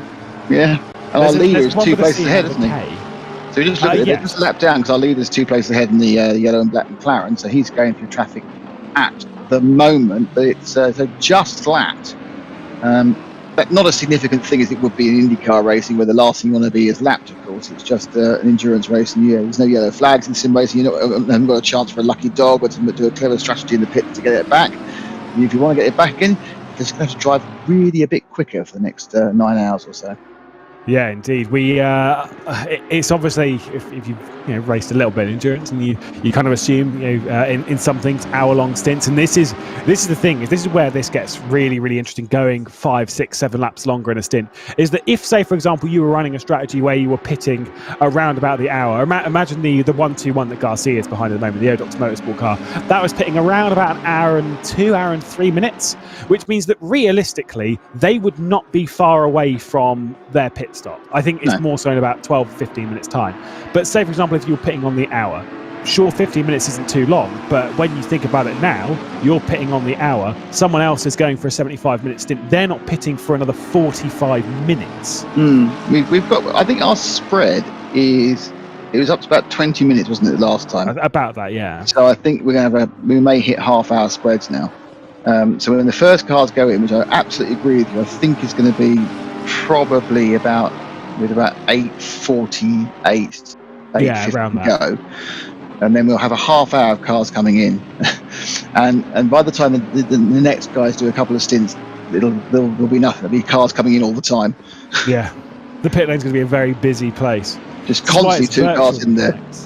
Yes, be careful. They don't get run over by Valtteri Bottas spinning in the pit lane, do they? No, absolutely not. Wouldn't. I don't think I'd do well for your foot if you got hit by a car going for. I've been run over by John Lazy. Does that count? Have you? Yeah, he ran my foot over in Montreal. Well, now you can get run over by his academy in the virtual world. Well, that's it. I'm sure I'll never be fast enough to be in those races, but I was. My foot was in the slightly wrong place at the wrong time. For me, it was Sauber, so I can't remember when that was. A long time ago, 25 years ago. Yeah, he ran over my foot. Oddly, didn't really hurt. They're quite strong shoes, and it's a rubber tyre. So you were suggesting to me about hanging on to things for 7 years earlier. How long? Well, yes. Yeah. I think that's 98 or 99. One of the. Well, no, I don't begrudge John anything. My foot shouldn't have been there. You know? My job as put in the pits is not to get run over. There's a far worse story about an accident I had in the pits once, which luckily didn't. Well, I say luckily didn't result in me being injured, resulted in somebody else being injured. But the pro won't go live with that because I'm not sure whether its statute of limitations have gone yet. But it was absolutely an accident. We'll hang on to that one, and when we're free to, we'll pass that one on air at some point. I'm sure. Oh, absolutely. Yeah, the late night one. It's more of a midnight stint of a Le Mans right? 2 in the morning. Well, I remember. Yeah. Potentially Nurburgring. I've always. This is the thing is you save up good stories for a 24-hour race because over the late night you always sharing them. That's all you've got. Great move from Lucas Muller. This one is Lucas with a C, and the other one is a Lucas with a K. And I don't know which one's done what, but either way, there's one with a C and one with a K. I'm pretty sure the one with the C is the one that did the Formula E Accelerate Championship, right? Which was on RVice 2. The one with a K, I don't have much information on, but could be the other way around. Who knows? They're both very quick. Well, yes, then it goes without saying. And we've just slipped 3 hours as well. Yeah. So we are now officially a quarter down, 3 quarters to go. Key thing about it is there's only 8 cars on the lead lap. So it has spread out from that early period of the race when we literally thought every single car was going to be nose to tail and little clumps for the rest of the race. It's all begun to play out, and those little differences of speed, especially when you've only got a 87-second lap, and everyone's now done 123 laps. If you're a second off a lap before traffic, you're now a lap and a half down. So that is the thing, of course. It does spread out very quickly, and traffic becomes so important because you are, at this point, if you're in the lead, you're going to be going past cars every couple of laps for the rest of the race. But this is the pace differential between this lot, is that Stutsenko has cleared this group. Right, and he is a lap up on this group. He is that car there, the yellow one in the distance. Has not pulled away from this group though. It's the Retronic e-racing car, Pignone, who's behind the wheel at the moment, and then you've got just behind them. I think it's Tobias Schur in the 77 Prime e-racing car. Then you've got Lucas Muller in the Haupt racing car. You've got Cody Pride here for PPR Esports. They've not dropped off of the leader. They've been passed by the leader and then have basically just held here, right behind him, showing that the pace and consistency is there. Yeah, I mean, I'll just have a quick look at the chassis because obviously after the Aston Martin Fest that was Spa, we've got 6 different chassis in the top 7 and 7 different chassis in the top 8, and this is the leading Porsche in 12th. So it just goes to show that as far as Donington is concerned, it doesn't matter what car you're driving as long as it isn't carrying any ballast, which is where all the Aston Martins are, and ballasted up. But the rest of the cars, it seems to be no difference. It's really, really interesting how this is an equalising track. And perhaps to be borne in mind when the balanced performance people look at what's wrong with some of the other tracks when the Max can so massively favour one or other car. Yeah, absolutely. It's kind of one of those things that they've For the most part, on the British circuits, which the British tracks came out not too long ago in the British GT pack, the balance is actually really rather good. Of course, there are some misnomers and stuff, some cars that aren't really that competitive. The Elvis Grattan squad there, way down the order, it's really hard to tell if that's a competitive car or not because there is only one of them. If there was two, then we'd be able to sort of judge it with a fuller picture, but we only have the one, so it could be the greatest car in existence around here and we just don't know it. But it is nice to see it not just be an Aston Martin fest at the front, which is kind of what was expected. But why a lot of teams have picked why Aston Martin is the most picked car, because it goes well on tracks like that. I mean, yeah, but obviously with the two tracks to come, I must admit, the graphic for Nurburgring is for the Grand Prix track. Is it on the Grand Prix track or not on the North Drive? Yeah. We don't have the. So you've basically got two much more similar, tracks to Donington. The outliers in a way have been the first two circuits. You've got the unique concept that is Bathurst, and then of course the long runs and the huge straights of Spa, which is also wet. But you look at Kyalami and you look at certainly Nurburgring, and they are typical equivalent of Grand Prix tracks, Grade 1 sort of tracks with that sort of mixture of corners. It wouldn't seem to be favouring the Aston Martin. So obviously these teams don't test, and it might just be a case that the Aston Martin had such a benefit at Spa that everyone decided to plump for that because they could actually see where it was better. I mean, what was it in the first round? Was the Aston Martin particularly good at Bathurst, or was that another very even place? The Aston Martin was not good at Bathurst. It wasn't terrible, but I think we didn't see many up the order. Maybe one inside the top 10 towards the end of the race, or top 10, top 15. The Lada Sport Rosenef team, which are of course our champion beers, they were the winners at Spa, and they are doing effectively one of the best here. They are in the second place Audi, which is down in 15th spot, the second of them on the road, which, considering it's on maximum ballast, shows how good they are. They seem to be able to drag the most out of it on the circuits. Because like I said, if it was to finish the way it is, and I can't stress enough how impressive that is, if it was to finish as it is, that 41 car, as far as I'm aware, will still lead the championship. Helped Racing going for a move here on the inside of the Prime E Racing car. Nice move from Lucas Muller. And also Cody Pride's going to make that one stick as well. So Tobias Schur in one corner, going to lose 2 spots. Nice advantageous driving from the Porsche, but it's not done yet, as around the outside of the Melbourne hairpin. A little bit too deep there from Schur. Yeah, that one is now ticked off and sorted. That's very irritating when you get taken by one guy and another guy follows you through and you haven't really done anything particularly wrong for either of them. I mean, it's not, you would say, it's not the end of the world, Nick, there's a long time to go, but we've seen how hard it is to get forward in traffic. I mean, it really is a nightmare when you get stuck, because if you suddenly did find you had an extra pace at a different part in the tyre stint or a different part in the weight as the weight comes off with the fuel, you can't use it. You're limited by the speed of the person ahead of your particular train. Yeah, it's so this goes back to kind of what we were talking about not fighting things into corners and stuff.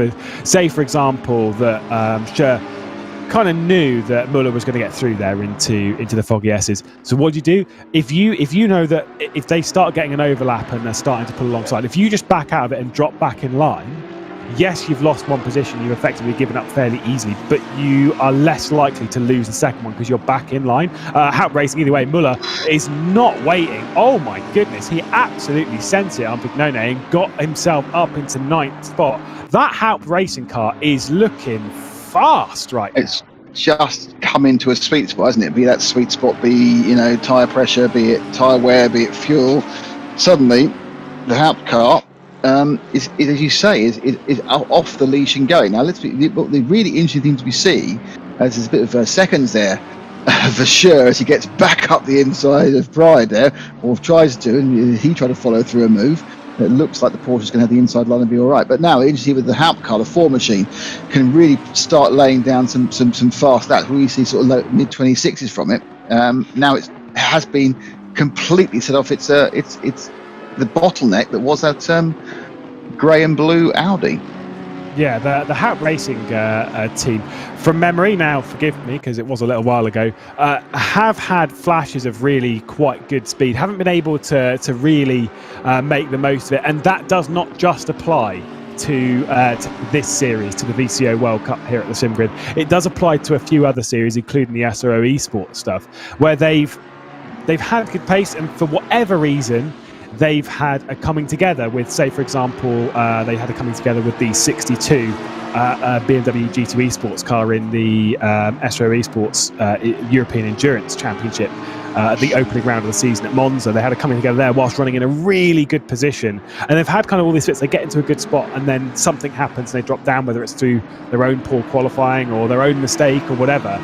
But right now, they are looking like the squad that realistically their drivers should lead up to. They have a strong team, and they've got a good car that quite clearly is matching this. If you look at the hands of Savalainen and Kalpanen in the grip pack car, the Mercedes does go quite well around here, and we're seeing that from them now. Yeah, I mean, it's interesting. I'm just waiting for them to complete a lap because they're very, very, very quickly gapping the car behind the group behind them.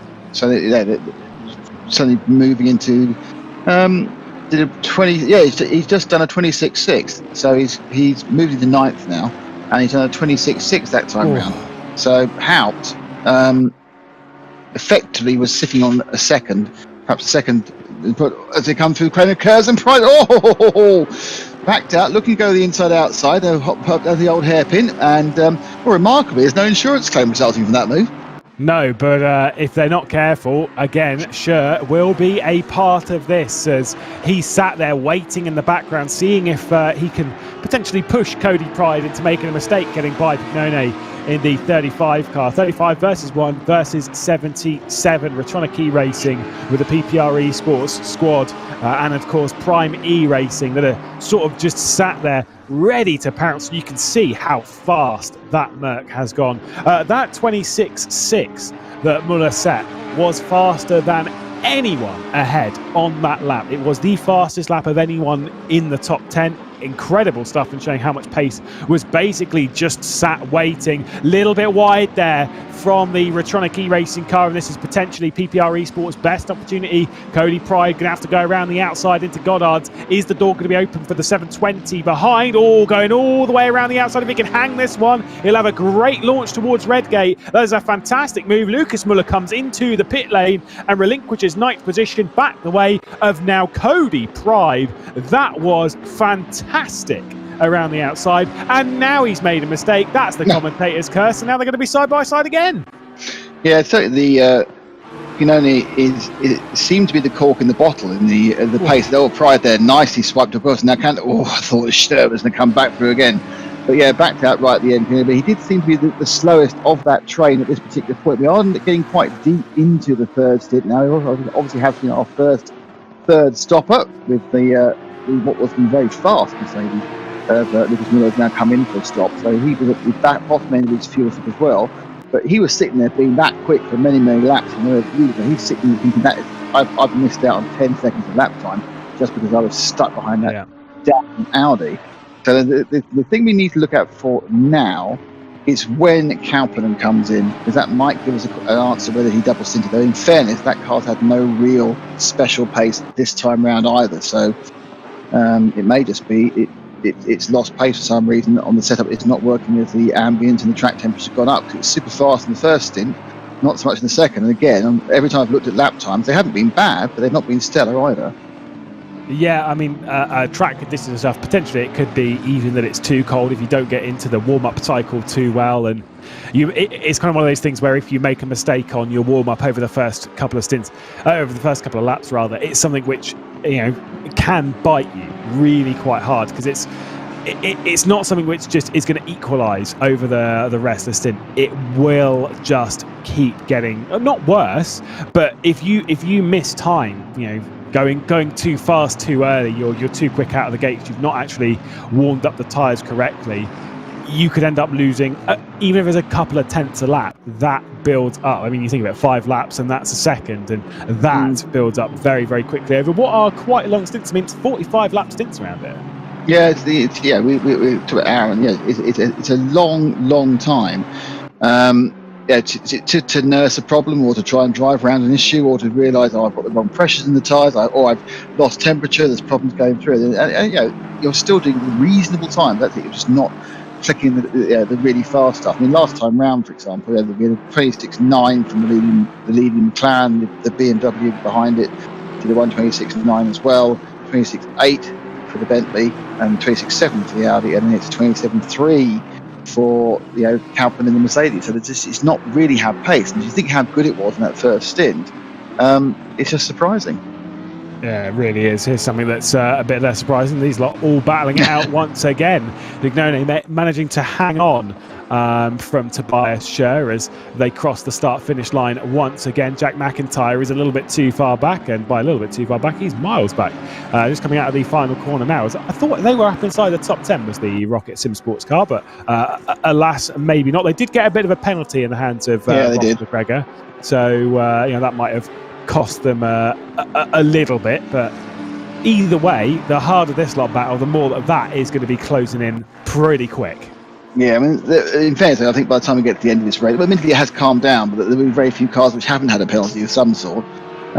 It's whether they're carrying a secondary penalty from their key penalty, and they're actually carrying some damage from that situation, because obviously normally the penalties are caused by elements of contact. Elements of contact not only result in problems at the point of impact, being a spin or on off track, but they obviously also can have lasting damage, which will either need to be repaired at the cost of time or lived with a slightly slower car.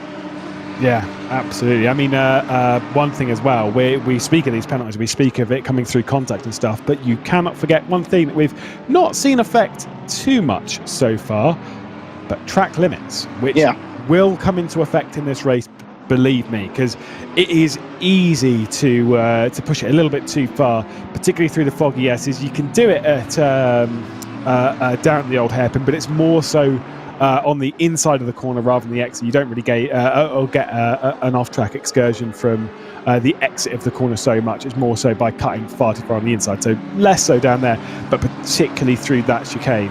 It's so easy to pick them up, and if you pick up too many, it will penalise you. And you have this you have that kind of choice, don't you? When you exceed the track limits, you have to slow down enough not to gain an advantage. If you don't, you pick up a warning. I think it's after 3 of those you get a drive-through. So it's a case of if you're involved in a massive scrap like this and you go off track limits, the last thing you want to do is ease off and lose a couple of seconds, because you lose 3 or 4 places. So sometimes you kind of have to take one on the chin and see what happens. But of course, the drive-through isn't the worst drive-through. The pit lane here at Donington is quite short, and you're not losing a huge amount. It's not like trying to trundle through both halves of the Spa pit lane for a minute and a bit. But you still don't want to get it if you can avoid it. But it is, as you say, absolutely, Lewis, it's going to build and build and build, and we'll see more and more and more as the race builds on. Yeah, I'm pretty sure the Spa pit lane would cost you. I think it was between like a minute and a minute and a half. It's very, very, very long. And it's the pit lane is so slow because it doesn't decrease in speed going through the hairpin, which means that you're the inside of the source, which means that you're running at a speed which is effectively good enough to get you around the hairpin. So it's much slower. On a different sim, I managed to roll my car in that corner, and I actually got it wrong. Hit the side of the wall, and the car ended up upside down in the corner of the hairpin of the pit lane. Luckily, the toe was quite short, but it was incredibly impressive. It was one of those odd physics choices. What should have happened? It should have pinged, but there I was upside down. I think it was I think it was the GT3 and Mercedes GT3 going. Well, how the hell did that happen? I have once tried coming into the pit lane of Spa, and I'm sure this is one thing that we've seen a bit, as that is the 157 going through traffic. So this is a battle a bit of the lap traffic with race leading sort of potential coming through as well in the middle of it. Simonini's trying to find his way through. SG Stern as well going another lap down. I believe that might be Mr. Christodoulou behind the wheel of the SG Stern car at present, as he's done a few rounds of getting used to sim racing, getting into the rhythm of things, so good on him, and constantly coming back. Adam, when he was just getting into it, actually did the Nurburgring 24 hours with the team of my friends. Yeah, he's enjoying it, I think. They literally, this was right back at the beginning of lockdown. He just bought his rig, and they said, "Oh, we've got this bloke who might want to come in as an emergency replacement." All right, Adam Christie. Yeah, fine, he can have a go. Right. Right. But he knew his way around, but in fairness, I think by then one of our other teammates had already damaged the car to a point where it wasn't particularly driving like a race car should. It's one thing. I mean, brought up a lot, obviously, over the the lockdowns and stuff that we've had over the last 18, 20 months, whatever. It's brought a lot of people from motorsport into sim racing as drivers and stuff to enjoy it, whatever. And at the start of it, a lot of the the real world drivers that came in, they weren't taking it too seriously. It was all about having a bit of fun and stuff. And that it still is the case. No, don't get me wrong, but it's that. I know it sounds silly, but they are now very much on the speed of the sim racing professionals in the sense of this is all the sim racing drivers do, right? And a real driver coming into it, they're going to lose a little bit of time just because they don't put in as much practice, as much preparation as the. But these days, that is not really a thing. All the pro drivers are right on pace with the sim drivers in the sim, which is fantastic to see because it means you're battling it out with the very best of everywhere. Yeah, I mean, I think there is still a little bit of a lift up to the pro sim drivers. There's only a couple of racing drivers who are at the absolute ultimate limit. One of which obviously is Max Verstappen. Yeah. But we've done quite a lot of coverage of races based in the States, the IMSA series, and a good example is Bruno Spengler. Bruno Spengler was, I remember Ben Constantouris saying he saw him at the last Sim Expo before the lockdown, and apparently he was frankly rubbish. And he's worked away with his BMW team, and now he's up at a high rating. He wins races. He takes part in the Nurburgring series, and he's not just holding his own, but leading a team. But that's taken him a couple of years of dedication, and it really depends how much the individual drivers want to get in and want to get out of it, and more whether they actually want to test themselves. I mean, it's quite interesting because on some of the other platforms which are a little bit more user friendly for general driving of multiplayer, we a lot. You'll see people like Fernando Alonso and Tony Kanaan and Rubens Barrichello and Heike Kovalainen. I've raced against all of those people. Yeah. On a Thursday afternoon. I've been beaten. I've been beaten by all those. Actually, no, I beat Tony Kanaan because he crashed. The classics. I've been beaten by all of those people, but they'll just turn up. And of course, because you have to enter. Because you have to enter with your name on that particular sim, so you know who these people are. Yeah. And it's really it's quite fun, but they are they are professional racing drivers who are doing it for fun, and they're at good club level. They're not at this sort of top level. They're significantly better than me, but you need to be significantly better than me to be at this level. Yeah, I mean there are some that are obviously a bit younger that are in motorsport, that are up and comers in motorsport, that are plenty fast enough on the sim. I say with Max Verstappen, there is a whole list of others. I think one of the most impressive recently was Phil Dennis, who's monstrously fast, and we're getting that move back over from sim racing into real world. For anyone who's watched the British GT SRO Esports Championship in the GT4 class, we had Moritz Lerner, who recently made his debut, as there's a bit of a dive from the carbon sim sport car on the inside of Grabowski, whilst this racing does continue and makes that one stick a little bit aggressive. But Moritz Lerner made his debut in GT4 in the DTM Trophy by grabbing second or third place, I think it was, just behind Will Tregurtha. I think very impressive. There is the potential for crossover. The interesting thing is there are a lot of esports drivers who are good enough to take part in that sort of very high level. But I'll still say just off the top, the only problem is again it just comes down to finance, and this is the issue. These guys need to find because if you're racing in virtually, it's not cheap. It's not a particularly expensive thing to do, and so the ongoing costs are very low once you've invested in the rig. Racing is expensive, and that's the thing that stops these very, very talented racing drivers from making that final leap from the top end of sim racing to full metal racing.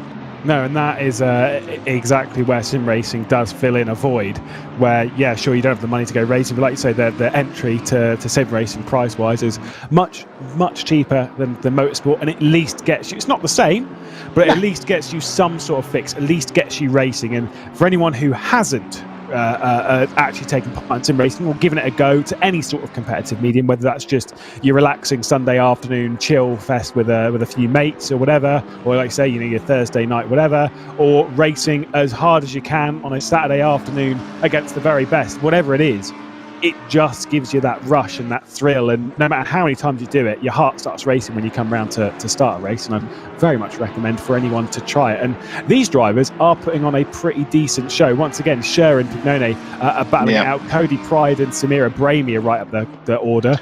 Once again, very close. And also, Kalpinen has been into the pit lane. I was about to say that. That was, I think, 68 or 69 minutes. So it's only a couple of minutes longer than the previous stints, with a different driver who might have a less heavy right foot. So it's certainly not indicative that they ran the two-stint strategy previously and ran short. It looks like that's what they can do on the fuel. And the lack of any particular extra speed in the car makes in the car as round. A double whammy, isn't it? It's that second instant that's going to cause him, a few seconds in the pits, and he repairs that. So bad luck on that one at another levels. But yeah, so Kalpinen, it just looks like that Mercedes perhaps isn't where it was in the first hour of his last 2 hours. He's now doing the pace it can do, which is realistically actually about 3/4 of a second a lap on average slower than our leader. Yeah, it does seem that the race pace is eluding just a little bit the Grip Packs car. Whether that'll re-establish itself a bit later in the race, but at the moment they just don't seem to have the pace to really trouble anyone a bit higher up the order. At the moment, the second highest of the Aston Martins is defending that honour at the moment from Butterfield, who we were catching up with a little bit at the start of the race for AAA Esports. And of course, there is that Unicorns of Love car that is a lap down, or a couple of laps down potentially on this lap. They have not had a good start to the race. They were involved in the first lap carnage and chaos through Redgate. But the car behind it, McGlade, Team ACR, doing quite well here this afternoon in the 888 car. They did quite well over the early stages of Spa before things kind of fell apart for them. Just kind of one of those unfortunate scenarios. They are not sure where they are in the standings. I believe they might be quite far down the order after a not so great run, and they might have done all right at Bathurst. But either way, trying to get involved with things and try and score some decent points here. Why not? Go for it. Yeah. Kalpinen, is that an erroneous P, or is Kalpinen still in the pit? That seems like a very long stop of years. Oh, they have come back round. I think it might just be a bit of a... Oh, is it a miscount? He's now saying he's 2 laps down on the timing bar. So it might I think it might just be his end or something. There he is, Kalpinen. So the panic is over. I was wondering if he came straight back into the pit lane for some fuel or something. But no. But what he hasn't displayed in the last 2 hours is blistering pace. Obviously, he's very quick and he's doing very well because he's in a net 5th when when Stager begins to unwind. I think actually he may end up having to do almost an extra stop. So this is 11th, maybe nearer where he actually is if we project forward another 8 hours and 35 minutes at the end of the race. He may be in the top rather than 5th. He may be 7th or 8th. Actually, but there's a lot of work between then and there, and I'm absolutely guaranteed that some of the other cars between him and the leader, Senko, are going to have problems as well. So it's a case now of probably realising that our dream of winning, which we absolutely had in the first half hour, isn't going to happen. But let's see what the best we can do. Let's get some points. Let's try and carry a goodly number of points and perhaps not too much kilograms of weight into Kyalami and take the rest of the championship from there.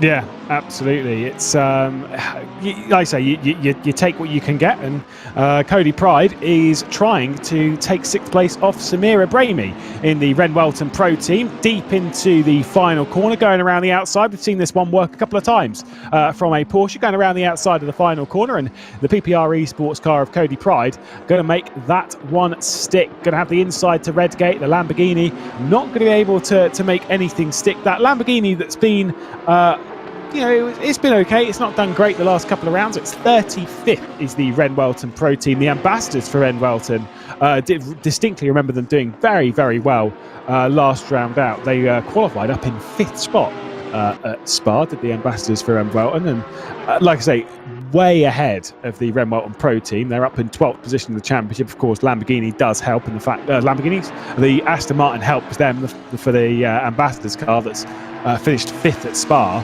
right up there. At the moment, the Pro Team way down the order in the championship. This result could very much help them in terms of the standings, which, as you can see, if everything was to finish as it is now, this is how things would look. Obviously, a fairly skewed view based on the earlier stages of the race, a couple of pit stops, etc. But Lada Sport Rosenef would be leaving here as the championship leader, and by quite a decent margin, 15 points over DV1 Triton, who will be going into the next round with a fair amount of weight. There goes Scher on the inside of Simonini. But that is interesting to note that Lala Sport Roseneft are looking really, really strong and shows how crucial that win at the 24 was. Yeah, and just for balance there, our leaders would have, I think, 131 points. So they would be, weighted down as anything and still 70 points off the lead. So, yeah, I mean, the Lala Simsport team, this is a good result for them because there are plenty of points awarded even in 14th and 15th place. Yeah, it doesn't stop at 15th like the MotoGP grid does. You get points right down to 30th. So you are picking up points, but not weight. Oh, just being told in our ear that we've got the Haupt Racing team just gone for a switcher driver. We were talking about them being quite well earlier, weren't we? Ben Hitz just getting behind the wheel and a drive-through penalty, and that is not delivered by race control. That is a drive-through penalty for track limits. Oh, the worst type. And now the Elvis Grattan team also has one. So, well, you did say, Lewis, you said they were going to start. I was thinking about hour 7, not just hour 3.5. We start getting them coming through. But yes, you've got 3 laps of service, haven't you? And then you have to make a drive-through. I mean, it's not the end of the world, but it is a waste of half a minute. Like you say, there are worse pit lanes to have this. It's like the Donington pit lane it's not quick, but it's not awful. You're not going to lose a lap, half a lap, or whatever. You're just going to lose a fair amount of time, something in the region, I believe, about 20 seconds from coming in, which is bad, yes, but not awful. The thing is you get slapped on the wrist and you think, okay, I'm not going to do that again, and you just hope that everyone else makes the same mistake, as this battle pack looks pretty intense. The Revolution sim racing car, that Aston Martin just ahead of the Lala Sport Roseneft, is not for position. You've got the 92, that one being the AAA Esports car, that is for position. So this is a pretty intense battle pack in the middle of 2 people trying to battle. Yeah, I mean, actually, just thinking about my brain just picks on it. Of course, you say that the pit lane is not the worst. Don't forget, for a long time, the lap record at Donington was held by someone going through the pits. In the days before speed limits in the pits, during the chaotic 1994, was it 1993?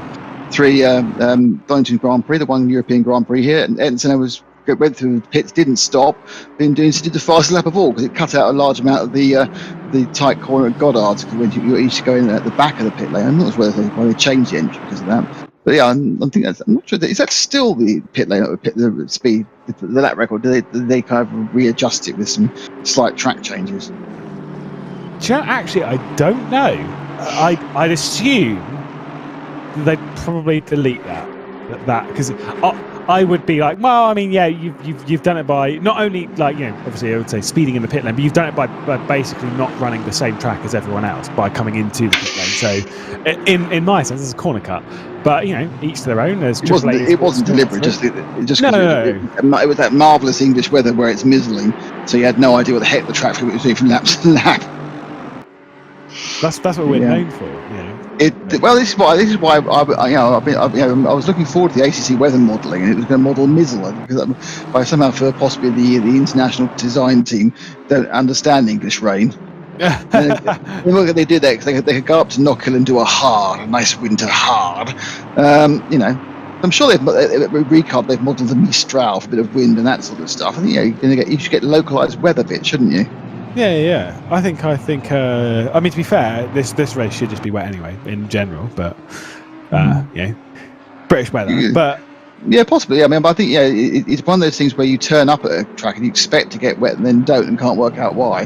Because the fact that the lights are now shining bright, so even though what the track time is like 9:30 or something, isn't it? And it's still, you can still see the lights. It's a horribly dull, overcast day. The professional photographers are not getting good shots today around Donington, I can tell you. No, absolutely not. I mean, to be fair, the times that I've been to, every time we arrive, so obviously going to British Touring Cars, whatever, you arrive at 8:30, 8 o'clock in the morning, whatever. It is genuinely always like this. It's just overcast. Yeah. It's just like, this is really not. It's just the light is so flat. Aidan Millwood on the YouTube says the chicanes are different now from 93. The pits aren't the same as they were in 93 because you now enter the pits from the main straight, the Whitcoff straight, where you used to come in through the back and round. The pits were redone 2012, Lewis? They redid the pits at 212, 213. They did an upgrade. I think it was a bit early when they thought they were going to get the might Grand have been Prix. 2010, the Grand Prix. Yeah, it might be around part of the Grand that Prix. There's a position switch anyway, so AAA Esports have made that one stick. But yeah, I think about 2010. Must be. Yeah. So they have been upgraded. They're still not, well, no British pits are the same as the marvelous edifices around the world. If you wander down to Yas Marina, you go there, that's a pit complex. Right. And admittedly, one of the other pit complexes in Kota, you go, that's a pit complex with severe subsidence, and so you kind of worry about going in there. But there we are. Senko still leading the way at the moment. Gregor Schill then directly behind. Do notice one car that is missing though from this top 10 battle. And I was talking about them being like, maybe this will be the result for them and all that. Commentators curse at your heart out, even though I don't believe in it. But the number 9 car, the Lamborghini, the Ren Welton Pro team, disconnected from the race, trying to rejoin. But that's rough. That is rough. That is the worst type of problem. When you get an internet problem or a power problem at the rig end that's just not your fault. I did a 12-hour race at Silverstone. I was in a team of 3. There's a guy doing it solo. He was winning by 3/4 of a lap and disconnected at 11 hours 45 minutes. Having done the whole race solo and was going to win. Oh my God, that is rough. That is really, really rough. He reconnected and came 4th, I think. Yeah, but it's the I think you guys had it only in the last race in Spa, didn't we? With 25 minutes to go. But those disconnects are just awful. They're just it's. I mean, the fact is, there's a number of things that can't happen in sim racing. A number of random instances would happen in real motor racing. So in many ways, the disconnects and the sim rig failures are the modelling of those issues you can get in the real car, like random, engine failures and weird people invading the pit, the track, and that's engine. Weird people invading the pit. I mean, that is a great one. Yeah, absolutely. Happened twice in F1. You had the disgruntled man in Hockenheim 2000 who was moaning about Mercedes, and you had the weird Irish priest, didn't you, at Silverstone in 2000? I'm going to say 2003. Oh, and so it's happened twice in F1 where they've had people run it. Yeah, but so you do get track invasions in races. I mean, it's But however, there are all the strange. There are so many strange ways cars have broken down in the real world. I suppose it has to be simulated by the strange ways in which rigs just suddenly give up when they've worked absolutely perfectly for days and months beforehand. Do you think we should model people running out onto the racetrack and having it to be red flagged and stuff? Do you think we should have that in sim racing? It's happened twice in 25 years, so it'd be quite a random event, wouldn't it? No, but why not? You never know. Maybe it's in the code of the game. Who knows? Well, that's it. You kind of think that what you should do is you should have this. There should be in every build they'd have extra really strange random event happens. Yeah. I mean, my favourite story is from many years ago when there was a succession of accidents at Sentul I don't think it was a Grand Prix. I think it was the second level race in a motorcycle race, and all these people were falling off the track. And it wasn't because it was raining, and it wasn't because oil was down. It was because, for some reason, there were a load of migrating snakes on the track, and they were falling off on snakes. So it wasn't good news for the snakes either, obviously. No. That's no. I mean, you're going to get squashed at that point. That, by the way, not a snake, but nearly tipped over Simonini. Was some snaky braking though? Yeah, right. Definitely wrestling that one down. Vetronic E-Racing looking pretty pacey right now, just overdoing it once again. And I'm sure Simonini is constantly staring into the mirrors going down into the Melbourne hairpin now. After that contact between himself and teammate in the 32 in the opening stages of the race, there will be fear. The moment that he hears, screeching or anything from behind going into, he's like, oh God, no, not again. Horrible. That would not be great. So the random instance concept, the kangaroos being modelled at Bathurst. Yeah. You could have groundhogs being modelled for Montreal, the hares being modelled for Silverstone. I've seen that before. Yeah. The feral dogs for Sao Paulo. Wasn't it? Was it a groundhog or something like that invaded Daytona 24 a few years ago? And a car hit it. Yes, they had. I think Anthony Davidson lost his best result in a Super because of a groundhog. Montreal, I remember seeing Eddie Irvine hitting a hare at Silverstone, and the remnants of it as he came back. It was in practice, luckily. So, well, not luckily for the hare, but unluckily for the for us. But the mess it made was, you hit a hare at 140 miles an hour, and it just makes a huge mess. And then they're filming it, and then someone said, "Can we stop filming this, please? It's not very pleasant for anybody watching." There's a pretty grim onboard from Romain Grosjean at the Montreal Grand Prix. I'm pretty sure it was in practice as well, but this is, I think, 2018 of something, whatever it was, running across the track and then ending up on his T-cam, which is nice. Not pleasant. Not pleasant. By the way, getting word that the number 9 will get off the gruesome topic that might be making some people a bit uncomfortable. I'm a bit the myself. Random occurrence is the key point. We've got stuck on the death of animals, but there was someone reminded there was a really big lizard on the track at Singapore, but he did get off absolutely fine. But yes, normally they get away, don't they? Unfortunately, the times they don't, it's not so good. Anyway, there's racing going on, apparently. And with that, the number 9 has rejoined, by the way. Excellent. Way down, mind, way down, but is back and has gone again. Must be on name your media service you don't like in your country. You say, it must be BT, it must be whatever it is. But I'm sure every country has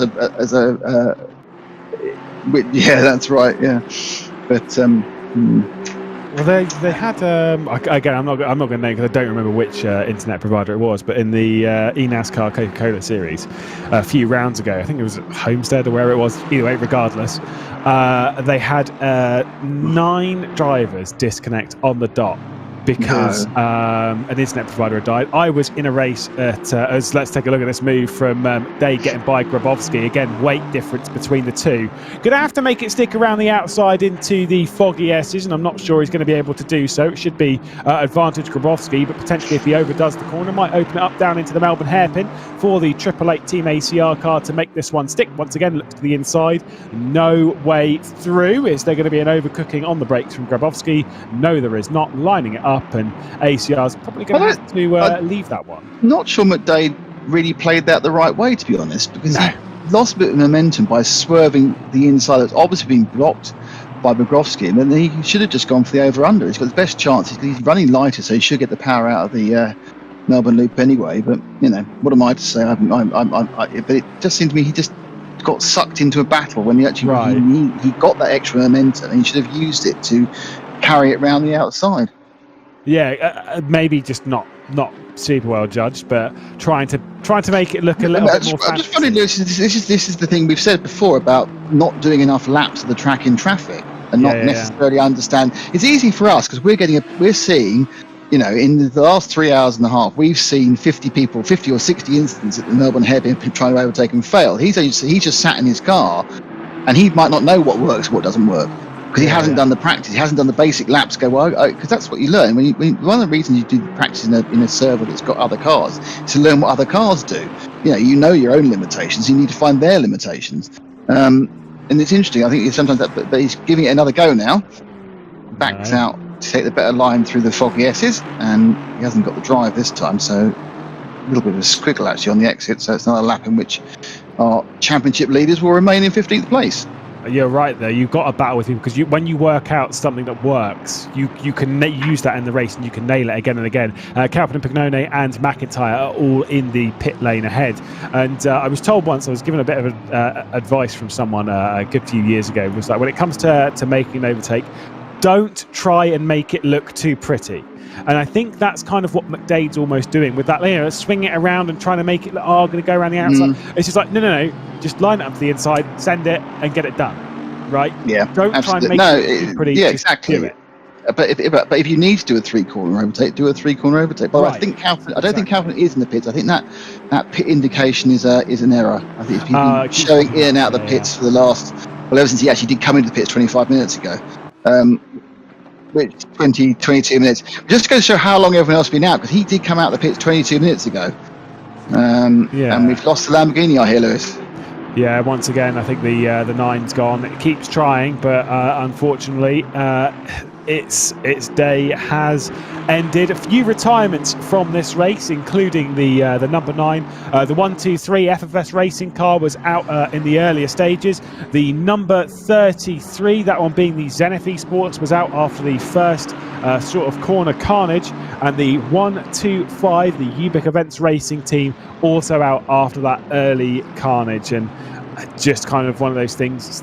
There was like we said, I think there must have been the better end of 15-20 cars involved in that incident, and the way it unfolds, if you get too much damage, if you rip off a bit of pop the rear suspension or whatever, it's going to take a long time to repair.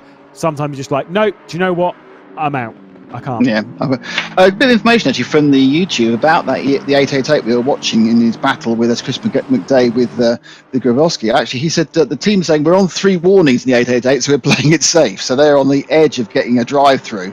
So they were making sure if they're going to get past, they weren't going to tap or do anything that could be construed as against the absolute halo level of the law. So they've been very circumspect with their overtaking as well, which is another limitation to what you can do. Yeah, absolutely. It's smart for them to be driving within themselves, although let's be honest, if you're already on that many warnings, you are probably going to breach that at one point. It's about delaying it, of course, for as long as possible, but if you're driving 2 within yourself, and then whatever, there's still 8 hours to go, so you kind of don't want to push it too far. And if you can get to the end without a drive through, then hats off and good on you. Obviously a reminder, ExpressVPN had it popped up on the screen there. You can get 3 months for free when you order 12 months. That's down in the description by going to the link down there. And of course, Coach Dave Academy, same as we had back at Bathurst, massive thanks to them. If you're new to sim racing, getting involved, or want to get yourself up towards the front end of sim racing, head over to Coach Dave Academy, get 15% off your order with the code TSGX VCO 15 to get 50% off. That's setups, that's coaching, etc. Get yourselves involved, and trust me, that stuff really, really does help indeed. A lot of drivers coming into the pit lane. Did note that Cody Pride went into the background, Tobias Scher as well, 720 Carbon Sim Sport car, 41 Lada Sport Roseneft, the 888 car as well, McGlade and that Team ACR car as well into the pit lane, 777 ESA, that one being the Sim Racing Masterclass car as well. There's Shermatinsky, who's been right up the road. I'm expecting this car to be pitting in potentially this time by. They've been pushing it to the very limit basically every time, haven't they? Well, yeah, we're out there at 3:44, so they had done an hour and 15 now. On average, they're 3 stints. The leader, the 149, apparently is absolutely nailing his pit stop. We're getting some information from our pit lane reporter that they're getting 1 to 1.5 seconds on every other top pit stop each time. So they know what they've done. They're running a little bit under the hour and a quarter. I think we've worked out it's about an hour and 8, wasn't it? So they're running an hour and 10. Oh, but they have. It's excellent.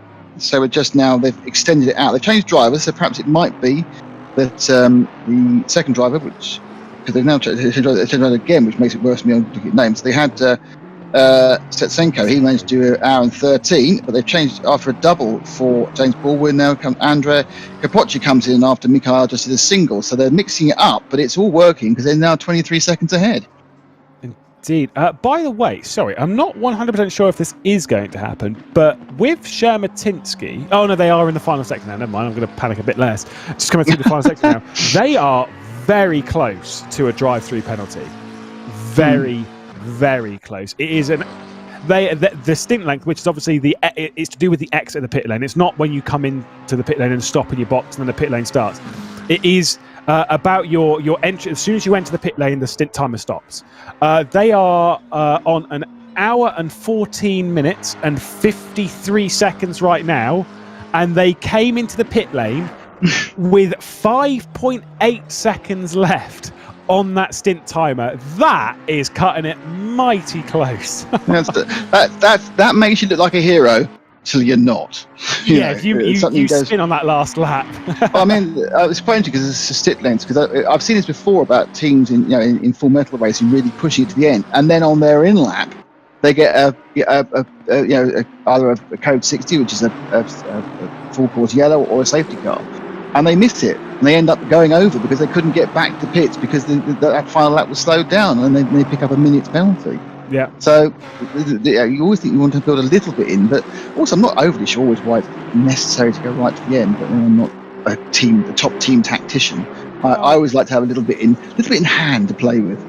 Yeah, but an extra lap here, an extra lap there, it all builds up. If you're pushing it strategy-wise, it might leave you with the splash and dash at the end, which just might work in your favour. Playing the long game, it's risk and reward, isn't it? Because you think, right, okay, I can go it's exactly what happened in France. They decided to go in last week in the Grand Prix. They decided to go an extra lap because they thought it'd be a great idea to have one lap fresher tyres. Who cares? And they ended up losing the lead and losing the race for Mercedes. Here, yes, you run the extra lap, which means you might get a bit less fuel at the end. But if you get it wrong by 6 seconds, because something happens erroneously, suddenly you're sitting with a half minute or a minute penalty. It's that risk and reward, and in a endurance race, a lot of endurance race is minimising risk rather than going for a win.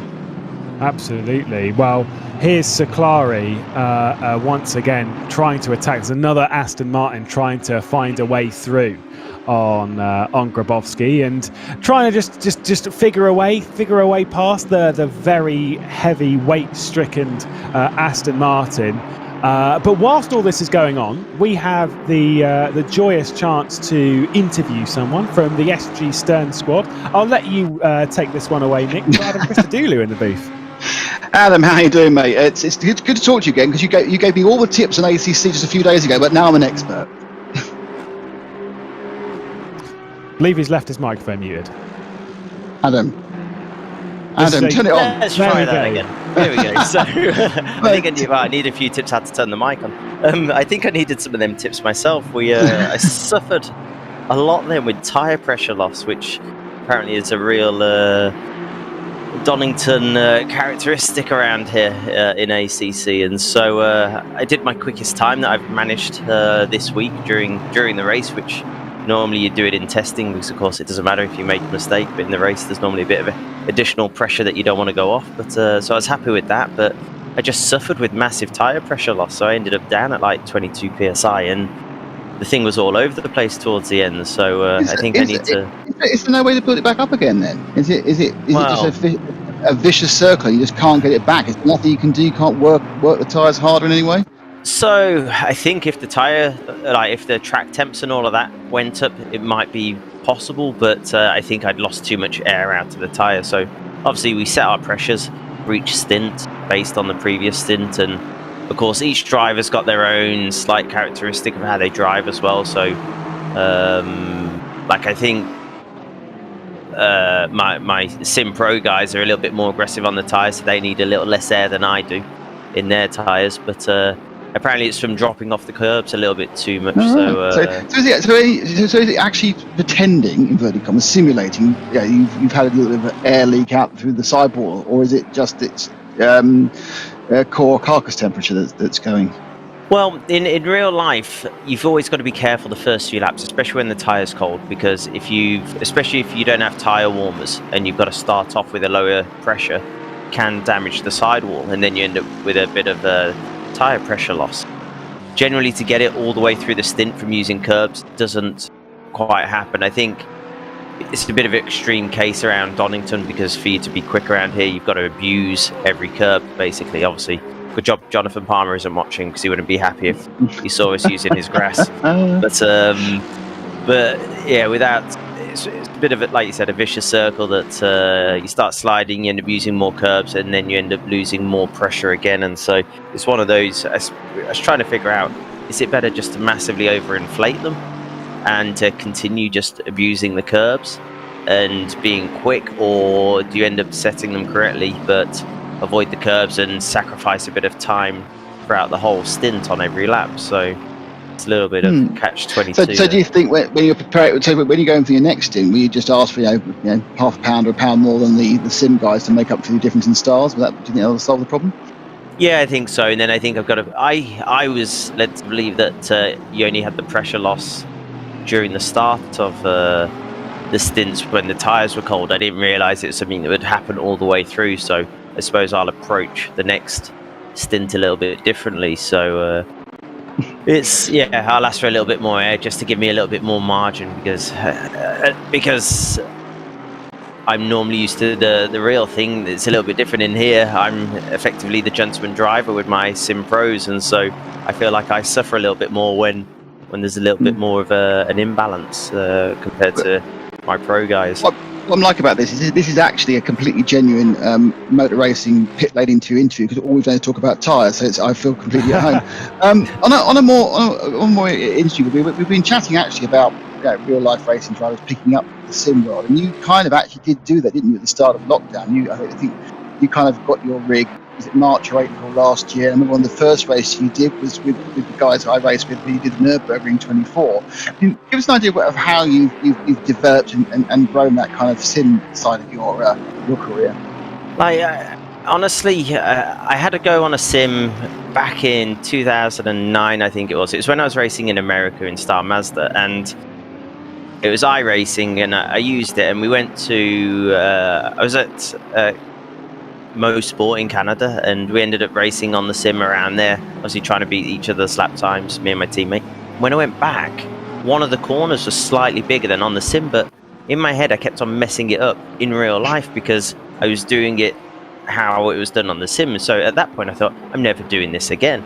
But obviously a lot of things have changed in 10 years, and obviously from the start of last year I then realised, God, I wish I'd got back into this, got into it sooner. That was my biggest regret. And obviously it has opened up a huge world, and the online community is absolutely brilliant. I stream basically every time I go on the sim, and like you said, the first race that I did was on a different software, and I ended up basically, I got my sim on the Monday, built it on the Tuesday, did 3 days of grinding iRating, and went and did the Nurburgring 24 hours with you boys.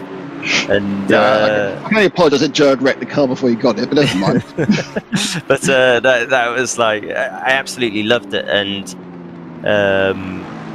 it's something that I thought, right, when I get my sim, let's go all out, let's get what I believe is the best of everything, because I'll use it and I'll integrate it into some of the coaching that I do with people in real life. So I went for top specs of everything. I think it's worth the investment.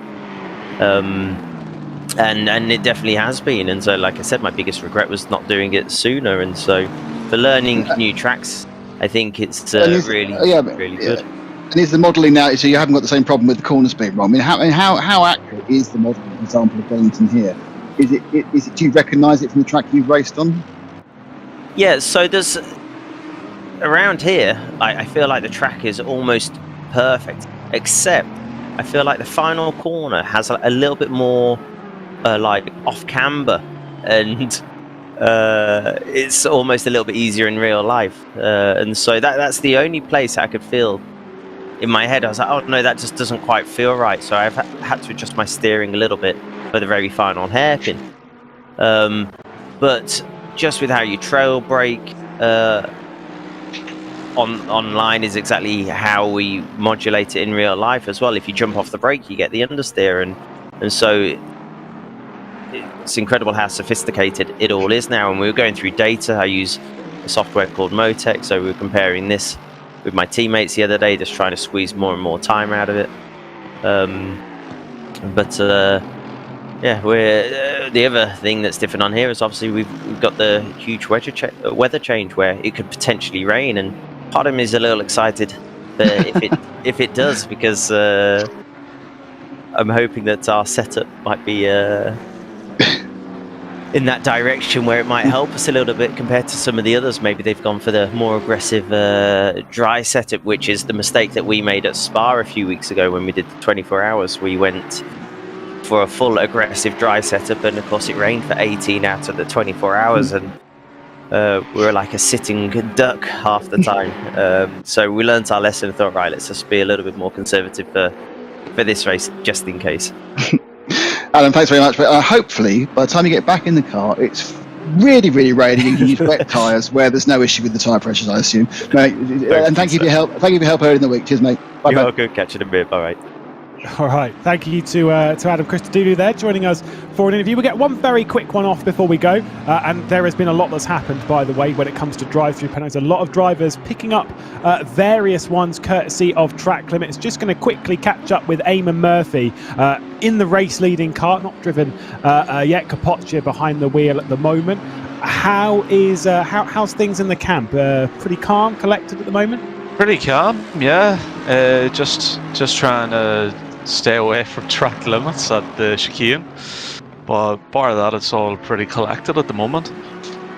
So we've seen, particularly recently, a lot of drivers come up with the track limits. The 41 just got one, Jarkot just got one in the 111 car. I believe the 191's also had one fairly recently.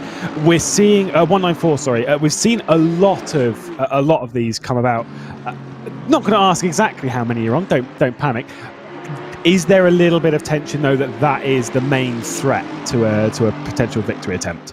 Yeah, and it's actually why I'm looking at the 111 to see how much time that drive-through cost. But the difference here than most other tracks is the entry to the chicane. At most other tracks, if you go off and you back out of it, you can avoid getting the cut track if you lose the time. But the entry to the chicane here, regardless if you slow down or not, once you've cut it, that's a cut track and that's it. So if you take too much, that's why it's so easy to get them here, and that's why you're seeing so many drive-throughs. But there won't be too many in this race, I think, that won't have at least a drive-through by the end of it. And again, another question that don't give me all the answers because I don't want to know if you've done it or whatever, but nine sets of tyres over a 12-hour race. The general consensus is that there's going to need to be a double stint at some point. Correct us if we're wrong on that one. When's kind of the best time to take it? Was it earlier in the race? Is it leaving it until a bit later? What's the kind of idea behind that? To be honest, theoretically, it is probably best to do it in your second stint. But you also then have the disadvantage where it doesn't look like it's probably going to, but if it then rains, you've then double stinted for absolutely no reason. So the later you leave it, yes, it might be a bit slower because the temperatures are higher, but if it does indeed end up raining for a stint, then you haven't wasted a stint where you could have been, doing full pace on a brand new set. So both kind of have their... You can weigh both up against each other, but I always find it's better to leave it later and hope just in case of the rain. Final question. James Baldwin's joined your car for the day. Obviously, Jaroslav Honzik not with us here today. How's James Baldwin fit into it? Seemed very, very fast in the early stages and quite good yesterday as well, Thursday as well. Oh yeah, me and James have been we've been mates for years now. We've been in and out of the same teams for maybe this last 3 or 4 years. So me and him get on pretty well, and as everyone knows, he's rapid.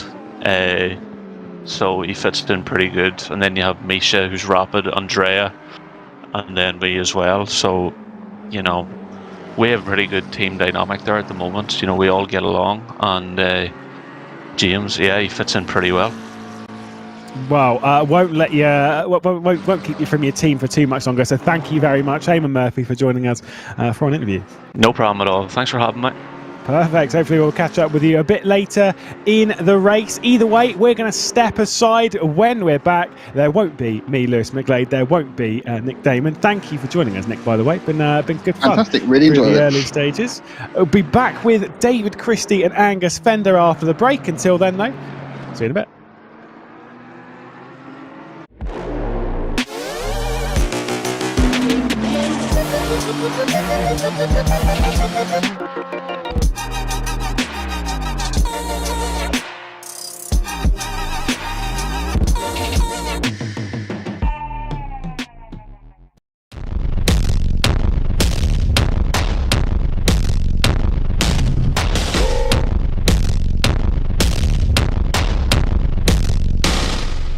Virtual.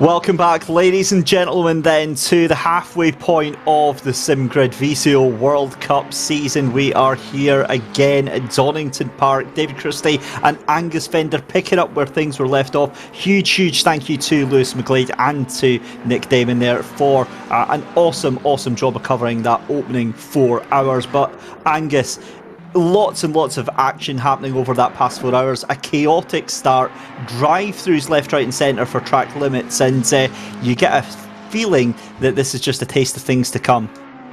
A very chaotic start, if I do have to say. I was surprised to see the amount of action that was going on at the start of the race, and you're right, like you say, the drive-throughs are rolling in thick and fast at the moment. So just as we head into the 8 hours to go mark, it is still your race leader is still the 149 Yaz Heat team. Currently Andrea Capoccia behind the wheel at the moment, a commanding 18-second lead over the BMW G2 Esports of Artur Kammerer. Now, a little bit of an insider knowledge here, actually, Angus, is that gap was 23 seconds, if I remember rightly, about 15 minutes ago, and that gap is actually coming down quite significantly, about half a second to 0.6 of a second per lap. But obviously, it could be, and we've seen it before from the Yaz Heat team, they're just managing the pace of that car. It wouldn't surprise me in the slightest if they are, frankly. I mean, what do they have to worry about right now? They're 18 seconds to the good out front, and they've kind of been there since the race began. Obviously, they had their issue in qualifying and got moved to the back of that Super Pole session, but they came through so fast from the start and were leading within the first hour, and from that point on, cruise around, take no risks. I mean, maybe they've just been held up through traffic or whatever, but yeah, they're controlling things out front at the moment. Not so much in control in the midfield or to the top of the top 10 here. This is Giorgio Simorini for the GTWR R8G Academy car, and right behind him you can see Jesse Kalpinen in that number 11 Grip Hacks Engineering World Cup car as well, trying to get past, I believe that is the 191 that they've got in front of him. Gets to the inside there, and there's almost contact. Goodness me, and that car is, if I'm not thinking incorrectly there, Angus, that car's a lap down of Niels van de Kekelt there, so really in a position where he doesn't need to be, and he's going to be in trouble of getting in trouble with race control there. Yeah, it's one of those terrible things when you're trying to come through traffic. Contrary to the F1 rules of blue flags, these guys do not have to dive out of the way like you see in Formula 1 or sprint races. These guys have to save every second they can, and does it cause issues for the leaders? Absolutely, but it's just one of those factors you get in endurance racing, and Jesse Kalpinen, he's going to have to get his elbows out to pass a back marker, which I know sounds a little bit unusual, but he's losing time and he has to get on with it. He certainly is, and you can also see Maxime Batifouet at the back of that group there in the number 92 Aston Martin. So as we said, we are just 4 hours and 10 minutes into this 12-hour race here at the world famous Donington Park circuit in Castle Donington, and been here myself just a couple of months ago, and I just wanted to touch on something that we were hearing from Nick and from Lewis just before they went off there about the curbs here. And from personal experience, the circuits down in England have got a very weird setup in terms of the serrated edges. It's almost like two different curbs in one. You can use the first half of the curb, but if you go over that second half of the curb, Angus, the serrated edges actually come up, and they really do a number on the tyres, and that's what you're seeing with the tyre loss and the pressure loss rather. It really does affect how far and how much you can push these cars, so it does come into strategy and then ruins the tyre pressures, but also takes the heat out of the tyres as well. Yeah, absolutely. I mean, you've been here in real life, I've raced here in real life, and I can tell from personal experience that yeah, the curbs here are pretty brutal, and you definitely don't want to be using too much of the green because it can damage your tyres coming back on. And one thing that I think Assetto Corsa Competizione does really well is simulate the lack of grip there is on the green runoff, especially in a corner like McLane's, for example, the third gear right-hander in Sector 2. you run a little bit of that exit runoff, and you really notice it on the corner exit that the traction control kicks in, you lose your exit speed. But these guys are definitely driving differently to qualifying, as we see one of the Mercedes run wide, so maybe not, but you have to think about the long game. We are nearly, just over 4 hours in, so we're not hugely into this race, but every second that you could lose by cutting a tyre, for example, you have to try and avoid it if you can.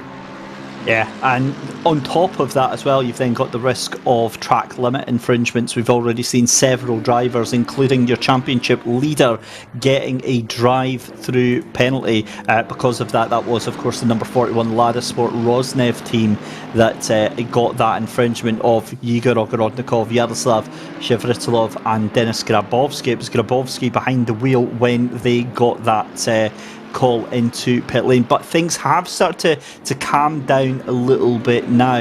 As we said, Andrea Capoccia out in the lead here, but Ben Hitz trying to catch on to the back of Ross McGregor in that number 22 Rocket Sim Sport. Ross this weekend's teamed up with Luca Burke and Jack McIntyre, and again at Donington you would expect to see one or two brands of cars doing very, very well, but in the top 10 it looks to be a fairly even mix, with the exception of the Audis. It is great to see the car mix-up. I mean, especially following on from Spa, where the weather and the track and it favoured the Aston Martins quite heavily, I'll be honest with you. But here, you look down the top 10 and it's great to see some class diversity. I mean, I expected, I don't know if you did, but I expected the BMW G2 Esports especially to go well here, and Kel Surprise, there they are in second place. But yeah, it's great to see some variety up at the front of the field. I absolutely agree with you. I thought the G2 Esports team were going to be very, very strong contenders up at the front, and obviously we're not even halfway into the race, so there's a lot that can change there. But yet again, that Yas Heat outfit just looking so devastatingly fast out front, with 8 hours left to go, and they've only got, about a 14-second gap at the moment, which is, in the grand scheme of things, absolutely nothing. A drive-through penalty or a time penalty could absolutely wipe that out in the blink of an eye. So everything well and truly to play for. And again, we say this all the time here at the Sim Grid, but one of my favourite things is the fact that you look all the way through the grid here, as we saw a penalty briefly flashing up there. What we do see, Angus, is the fact that even if you're down, say, in 20th, like Boyven is, fighting off Grabowski and Caruso, you've always got somebody around you. You're always in like this high intensity battle all the way around. Absolutely, and I think that's one of the things that is really fantastic about what you see here with the VCO and SimGrid World Cup, is that everyone's pretty close to each other. I mean, you'll always have someone to battle. You'll never be on your own doing laps after lap after lap for too long without someone you can have a little play with. So yeah, I think it's great to watch, it's great to be a part of, and hopefully the drivers are enjoying it as much as we are. Well, they usually come away at the end of these race meetings very, very happy. The most of them, if they've had a good one. 28, the WPS racing team gets a penalty, a 5-second penalty for an incident between them and the 191. That is the Racing Line Motorsport car, and that is for aggressive driving. So that is a shot across the bow from race control there, a slap on the wrist to say don't do that again. And again, 5 seconds doesn't seem a massive amount, but that will be added on to their time when they jump into the pits there. So as we said, 7 3/4 hours to go. It is a fantastic track here at Donington. It's a very, very undulating circuit when you start obviously at Redgate, and then you're down through Hollywood, down through the Craner curves, and really the drivers, Angus, just have to be switched on for the entirety of this lap. There's very little time for pausing, to take a breath, to rethink your strategy, maybe apart from Starkey Straight after Coppice, where they can get a little bit of a breather, but more often than not there's another car either in front of them, behind them, and more often than not they feel a little bit cheeky and think about sending it into the S's at Fogarty. Yeah, I've seen a surprising amount of overtaking attempts into the Fogarty S's today, I'll be honest. Never really a place I've thought about making a move in real life, but I don't know, these guys are much better than I am, especially on a sim. So yeah, this track's one of those ones where you never have a break. it's corner after corner after corner, and then it's a heavy braking zone hairpin to another heavy traction zone, especially the Melbourne Loop, places like that. Yeah, in a GD3 car, the kind of lap times you're getting and the kind of cornering forces you can pull, this track's just on edge the entire way. Looking at the first sector down the Craners, in real life that is terrifying, and I will confess, after coming out of lockdown, Donington was the first place I tested in the McLaren last year, the 720S GD3, and it took me a good 10 or 12 laps to actually grow up enough to take the Craners flat. So it could be scary at time to time, but obviously these guys have done enough laps and they've pretty much mastered it by now. Well, it might not be on the same level of power and performance as your McLaren, but my very first race this year was at Donington in the little Nankang Tower City Car Cup, and in a little Peugeot 107 with a whopping 63 brake horsepower. Coming down flat on Craner curves has a slightly different meaning than the McLaren, but it gives you an appreciation for just how fast the circuit is, how smooth it is, and how free flowing it is. One corner just leads to the other, and it's such a joy as a driver when you do nail it time and time again. You almost get into a rhythm, don't you? Oh yeah, this track's, as is the case with most British tracks actually, is completely rhythm based. Sorry, did you just say your Peugeot had 63 horsepower? Well, by this point it's probably got about 48. Okay, yeah, especially after running it right out to the red line like you'll have to in those kind of things. Although I tell you what, racing cars like that must have been the closest thing in the world I could imagine, just one long slipstream train. It was quite, because it was live streamed as well, so you just see these 38 identical little C1s and Igos and 107s coming across awesome. It was an amazing feeling, but obviously it just gives you a taste of what it's like being in such a big pack, and doing the commentary here for the sim grid, and then putting yourself in that position where 38 cars are 38 cars. It doesn't matter how fast they're going. It gives you an appreciation for some of the respect and the restraint that the majority of these drivers show to each other on a regular basis. Angus, just watching the gap coming down from G2 Esports to the leader Andrea Capoccia there, and now, as I said, about half an hour ago it was about 25 seconds, 30 seconds, so a good pit stop away, and then it's now coming down. It's come down about 3 seconds in that last lap there. Is it just because of Capoccia in traffic, or what do we think's going on here? It could be traffic, it could be Capoccia maybe getting it out of the way, contrary to what Eamon Murphy might have been hinting at. Maybe a few mind games, that maybe they're double stinting tyres that the gap's coming down. But yeah, it could be all sorts. I mean, you see Capoccia there and you see the massive train behind him, so that kind of answers our question for us, I do suspect. But yeah, going back to the G2 Esports car, I mean, Arthur Camera, for one, is in a rich vein of form at the moment, isn't he? He made a small mistake in Superpole yesterday, but we had the next round of SRO Sprint yesterday at Hungary, and he was the lead BMW out of the four of them there. So he's been doing a very good job, and it's not a surprise to me that he's putting in some really strong times as he just dips into the high 26s last time round. Yeah, he's having a great run. He certainly is. And what I find interesting as well, Angus, is the fact that these drivers obviously compete in many, many different championships across the esports arena, not just on Assetto Corsa Competizione, but on other platforms as well. And it's you kind of watch one race with a driver and they do absolutely amazingly, and you instinctively think, oh well, they've obviously got a lot of pace, but they'll come into maybe a different championship on exactly the same track and they won't perform anywhere near as well. And it really just depends on how they perform on the day, doesn't it? Oh, absolutely. And this esports is so psychologically demanding, and more so perhaps than the real thing, because it's all so close together and tightly knit. You find half a tenth through one corner every lap over the course of 12 hours. That's probably going to find you around 20 seconds at least, if not more than that. So yeah, you have to be at the top of your game to race in a series such as this when the field is this close. And obviously you have the driver differences, you have maybe the cars preferring a certain kind of track. We saw Aston Martin's loved Spa last time out, but the leading Aston Martin is all the way down in 12th. Obviously carrying a bit of ballast maybe as well, but yeah, is what makes championship as being as high up as you can for as many rounds as you can. Is not all about rocking up, winning, taking the biggest pot and going home and partying. It's not down to that. Yeah, there's a whole myriad of different things going on as Capoccia goes wide! Capoccia off the corner, and that brings him right into the grasp of Arthur Kammerer, and that is a very, very unexpected turn of events there for Capoccia, and that is almost certainly going to have cost him a little bit of tyre pressure, and I've got to be honest, that just looked so unusual. It just almost looked, Angus, like a little bit of autopilot set on there, and he just made a very simple mistake.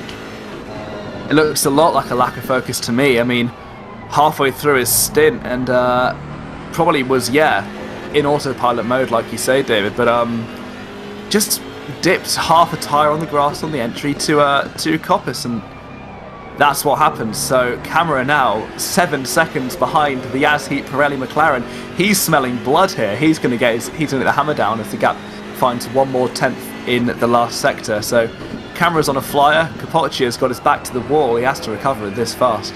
He certainly does, and this is going to add to things as well, because the pressure that Capoccia's going to put on himself after making a mistake like that, a lot of drivers tend to overdrive the car at this point. They think I've botched it, I've now got him behind me, I need to push as hard as I can, when realistically, maybe keeping back to things 97-98% of what you can actually do is the better thing, and you're not overdriving the car, and you're not pushing the thing too hard, and you're not trying to force an extra mistake from yourself there. Yeah, absolutely. He's got to recover his mentality, because obviously you never want to drive off the racetrack, especially when you're leading a race. So the key here will just be settling into a rhythm again as quickly as he can, and he's losing more time through this lap. Maybe he's in a bit more traffic, which he might be. There is a group up ahead, but it looks like he came out ahead of it. So it's so well. I was just talking about how mentality based it was, and there's a prime example. He's not in a group, Andrea Capoccia. He is on his own, but if he doesn't pick up the pace, he might actually get caught by these guys that are a lap behind, and that would be absolute disaster. It certainly would be, and there's a good 5 cars in that train as well. This is with Leonardo Delcamo for Jean Lacy Esports Academy, currently trying to catch on to the back of that 777 car just now. That's the Bentley that is just in front of him at the moment for Sim Racing Masterclass. Cade Claessens behind the wheel, sharing that car this weekend with Raymond Mooney and Zahir Essa. Zahir, we see time and time again at the sim grids, and a decent performance so far, keeping themselves still in that top 20, and that could quite easily turn into a top 10 position. Give it, a half an hour on a stint there. But Leonardo Delcamo in that number 17 machine, looking very menacing in that Ferrari. It's almost looking inevitable for that poor Bentley right now. Yeah, he's in a very good rhythm at the moment. His lap time is mid to low 27s every single lap, which is kind of same as you're looking for people in the top 5. So he's doing very well, and that rather a distinctive, very not red Ferrari is definitely going well at the moment around this track. Certainly is. Just watching with 7.5 hours left to go here. As I said, at the top of the tables just now, this is as they came into this weekend, so we may have live standings later on through the afternoon. But Lada Sport Rosneft were in the lead of the championship, and it really was, it was absolute domination so far in the championship from the Aston Martins, and we knew that this was likely to throw the cat amongst the pigeons, Angus, but given that we had 5 Aston Martins in the top 6, they're going to be really, really licking their wounds, so to speak, after this weekend, because at the moment they don't show any signs of taking big points away. No, definitely not, and I think you're right about licking their wounds. Best car running in 12th, and I believe the top 15 are the ones that get applied success ballast. So maybe they're carrying ballast, but they're definitely not near the pace that we saw at Spa. The rather dominant display, I think it was 1 through 8 at the end of the race for all Aston Martins. So they will know that this championship is won by picking up points on the days where you can't win, and winning on the days that you can. So looking at the leading Aston Martin of that's going to be Alex Tarato in P12, he will just be happy to be lead brand. And obviously he gets the brand support from the manufacturer money. But when it comes to championships, he needs to just try and keep the points tally ticking over. Yeah, for sure. And it's always a difficult one as well, because there's so much pressure from the brands, from the sponsors, from their teammates as well. It's a far cry from where sim racing started, sitting in the bedroom and just turning the laps and joining the occasional league race. It is a fully fledged, professionally run system now that these teams all involve in. When they're not racing, they're training. When they're not training, they're thinking about it, or they're preparing to train or preparing to race. It is an absolutely eye-watering little ecosystem that is on the very sort of bleeding edge of esports now, and it's fantastic to be part of that here at the Sim Grid and VCO World Cup. An amazing spectacle, always guaranteed, and it's also a little bit of pie in the face for those that were watching the last round out, and there was a lot of comment being passed at Spa about the domination from Aston Martin. It was a given thing, they were going to run away with the championship. Well, this has kind of turned all that on its head, and very likely that we're going to see a very different top 10 in the championship after this round. Oh, 100%. And I think the people that are going around saying, "Oh, the world's over, the championship's done," calling the dogs, "This is finished," are the kind of people that suggest that Formula 1 World Championship's done after 3 races. I mean, there's so long to go and there's so many points still to carry. Guys, you can't write this off. So you see now, this championship's going to be all over the place compared to what it was before the round when this race is done in 7.5 hours' time. And yeah, you just... I can't understand the mentality, I'll be honest with you, in seeming to get ahead of yourself all the time. But these guys, the guys driving the cars, will know what it's about, and they'll do the best they can, as they are, and just do the best job as a collective team that they can on the day. Yeah. Speaking for myself, I just like picking a fight with chat. I just like arguing with them on a regular basis, so you'll see that over the next 6 hours as well. Back to the fight for the lead though, but Arthur Kammerer in that 62 G2 Esports BMW, bringing the gap now down to under 5 seconds. It was 4.2. What is it as they go across the line just now? 4.1. So that gap's still coming down. Kapoccia under more pressure, and Kapoccia actually out in clear air at the moment. So it's Kammerer that has got some lap traffic in front of him, and yet he is still bringing that gap down over Kapoccia. So this is, as we saw there from chat, Georges Villard saying that it's starting to get spicy. I would absolutely agree with that. Over the next half hour, I think this is going to come to a head, and quite a dramatic one. Absolutely. Kapoccia is definitely on the back foot, and here's a theoretical scenario for you. We've just had Adam Christodoulou in, best part of half an hour ago, and he mentioned that he's really struggled with losing tyre pressure, especially on the exit of curbs. Now, Kapoccia in Coppice went off because he dropped off the curb and onto the grass. Now, I wonder if he's maybe lost a bit of pressure as Arthur Kammerer comes up on the back of that group of traffic that Kapoccia is leading. I wonder if Kapoccia is now struggling with a little bit of pressure on his left-hand side tyres after the bumpy trip through the gravel.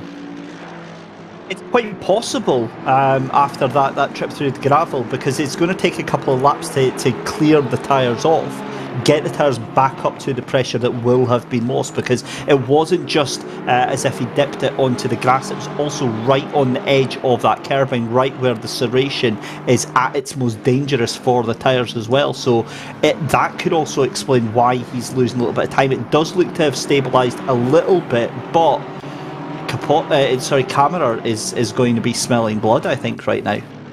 Absolutely. I mean, the gap stayed the same through the first 2 sectors, and Kammerer dispatched one of the back markers. So he's got all the speed, but Kapoccia's got the trap position, and if there's anything in motorsport, famous quote from, I believe, the late great Murray Walker is that it's one thing to pass and quite another. I messed it up. One thing to catch and quite another to right pass. In the spirit there. Here you can see I am not Murray Walker, okay? This is yeah, I'll just stay quiet from now on, I think. Do you know what, Angus? We're going to get on so well, my friend, because I'm so glad I'm not the only one who botches things up like that. It's usually me putting my foot in my mouth, but yeah, look, it is one thing to get up beside them, but it is a completely different kettle of fish to try and get past them. And we see that especially from how smooth Donington is here. For the most part, there is one line around here. There is the fastest line, and then there's everywhere else on the track. If you're not on the fastest line, you're going backwards. And really, realistically, unless you're getting a heck of a tow up Starkeys, you know, you're either going to have to send it from quite far back, or you're just going to have to be very, very opportunistic and force your opponent into making a mistake here, as we see the number 41. Now, this is a little bit of a strange one for me. The number 41, Lara Sport, your championship leader, is already a lap down. That is that is quite the turn up for the books right now, as we see around the inside goes the BMW number 62 of Camera, takes that place away. He's making this look so easy right now. It does look effortless, doesn't it? The BMW gliding through the traffic. We know it's good in a straight line. And that was going to bring me back to the point you said about it being single file. And yes, you can pass in the first and second sectors, but should you really, when the last sector's got two massive, great big hairpins? Do you need to pass in the first sectors? I mean, you need to completely disconnect brain and have the biggest you-know-whats in the world to send it down the crane as looking for an overtake. So I think it's quite wise of Cameras to leave his overtaking to the last sector, the Melbourne Loop, and the Faulty S's in the last sector of the there. Yeah, he's playing it safe, but God, he's making it look easy. My head is actually hurting right now. That cannot be right. I'm looking at the timing screens and seeing the gap between Capoccia and Camera is still 4.1, but we saw the Camera dispatching of at least one car through that lap there. It was a 1:27.3 for Camera and a 1:27.6 for Capoccia. So amazing performance. This is a fantastic stint for Camera, but you know, he's on pace with 3rd, 4th, 5th and 6th right now, but Capoccia is falling off a cliff right now. That gap is going down, and this is beyond comfort zone for me to say that he's just managing the pace right now. He's not managing the pace. I think that car is hurt right now. I think you might have commentator cursed it by saying they were managing things out in front, because they're definitely not managing it anymore. Camera's on the way, something fast, and he is consistently lapping quicker, as we see is that Ben Richter all over the back of Niels van der Kerken in front in the Aston Martin. That was very close to a little bit of a tag going around McLean's, but you see all the battling down the field. This is just great to see, and it goes back to what we said earlier. You'll always have a friend to battle with in this kind of level of sim racing, and it's fantastic to see these guys going tooth and nail even when they're not in the points. Yeah, just looking at Niels van der Kerken has completely changed this season. He was very, very prim and proper and very, very I don't want to say gentle, but this season he's completely changed it. The gloves are off. He literally will be very, very forceful to take his positions, but Bastian Richter gets the inside line out of that final hairpin, gets the drive, but again I think Kerken just gets the run on the outside line there, and it's going to have to be a very, very brave move into Redgate into turn 1 then, and you're never going to do that with 7.5 hours left to go to take 29th position. It's never going to be happening. Just watching the gap to the leader as well. Capoccia, I think, is actually at risk from being to being unlapped from the is that the 120 that's behind him just now, or the 129 that's just behind him at the moment, just coming out that final corner, because the pace right now, that was a 128.7. So that's a second and a half. That gap now 2.7 seconds. So right in front of your very eyes. Now we're going to see a possible fight for the lead. Yep, and to confirm our suspicions from earlier, we had Eamon Murphy giving us information that Capoccia is struggling with his tyre pressures. So he's got everything against him right now, Andrea Capoccia. He's got a bunch of faster cars behind him that he's not even racing for position, but he has to try and keep them behind to make it harder for Camera when he catches. It's not an if anymore. Camera's pretty much on the back of him now. He has to start thinking racecraft. the difference in pace, though, I don't know if racecraft is going to be enough. I mean, obviously, you want to hold on to that lead position, but I'm actually now of the mindset. Do you just let him go? Do you just let him go? Try and nurse that car home. Don't make any further mistakes with it. Don't do anything, as we see the 41 of Grabowski having a big fight there. I think that was McGlade's that he was involved with there, just on the exit of the hairpin there. But yeah, I mean, that gap's now 1.9 seconds. He's actually holding up cars that he's already lapped. So you're right, it's not if, it's when, and I think it's going to be within the next 5 minutes. Yep, definitely, and I don't think Capoccia will make it easy for us, the camera, but he definitely won't put his car and his race at risk battling for the lead less than 5 hours into the race. They still have around 13, 14 laps left of their stint, so still a long way to go, and maybe Capoccia is going to bring the car in, nurse it back, and maybe even jump out if he's fried his brain a little bit. Chuck, one of the other two incredibly fast drivers in that Yasheep Pirelli car. But Camera as well, also, I believe, has he been in that car for 2 stints now, or is this his first stint? But yeah, so looks like the 62 has actually swapped every stint, quite similarly to what they did in Spa, in fact. So will he get out as well? Maybe chuck in Gregor Schill. He hasn't turned a wheel yet in this race, so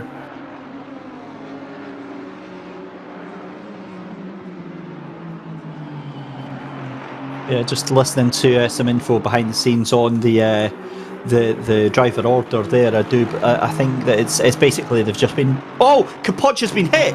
Capoccia is off at the second to last chicane there. Gets going, and there's a lot of damage on that car. So that is down at the Melbourne hairpin. There's contact. That's going to be the. I think that was the 120 that was behind him.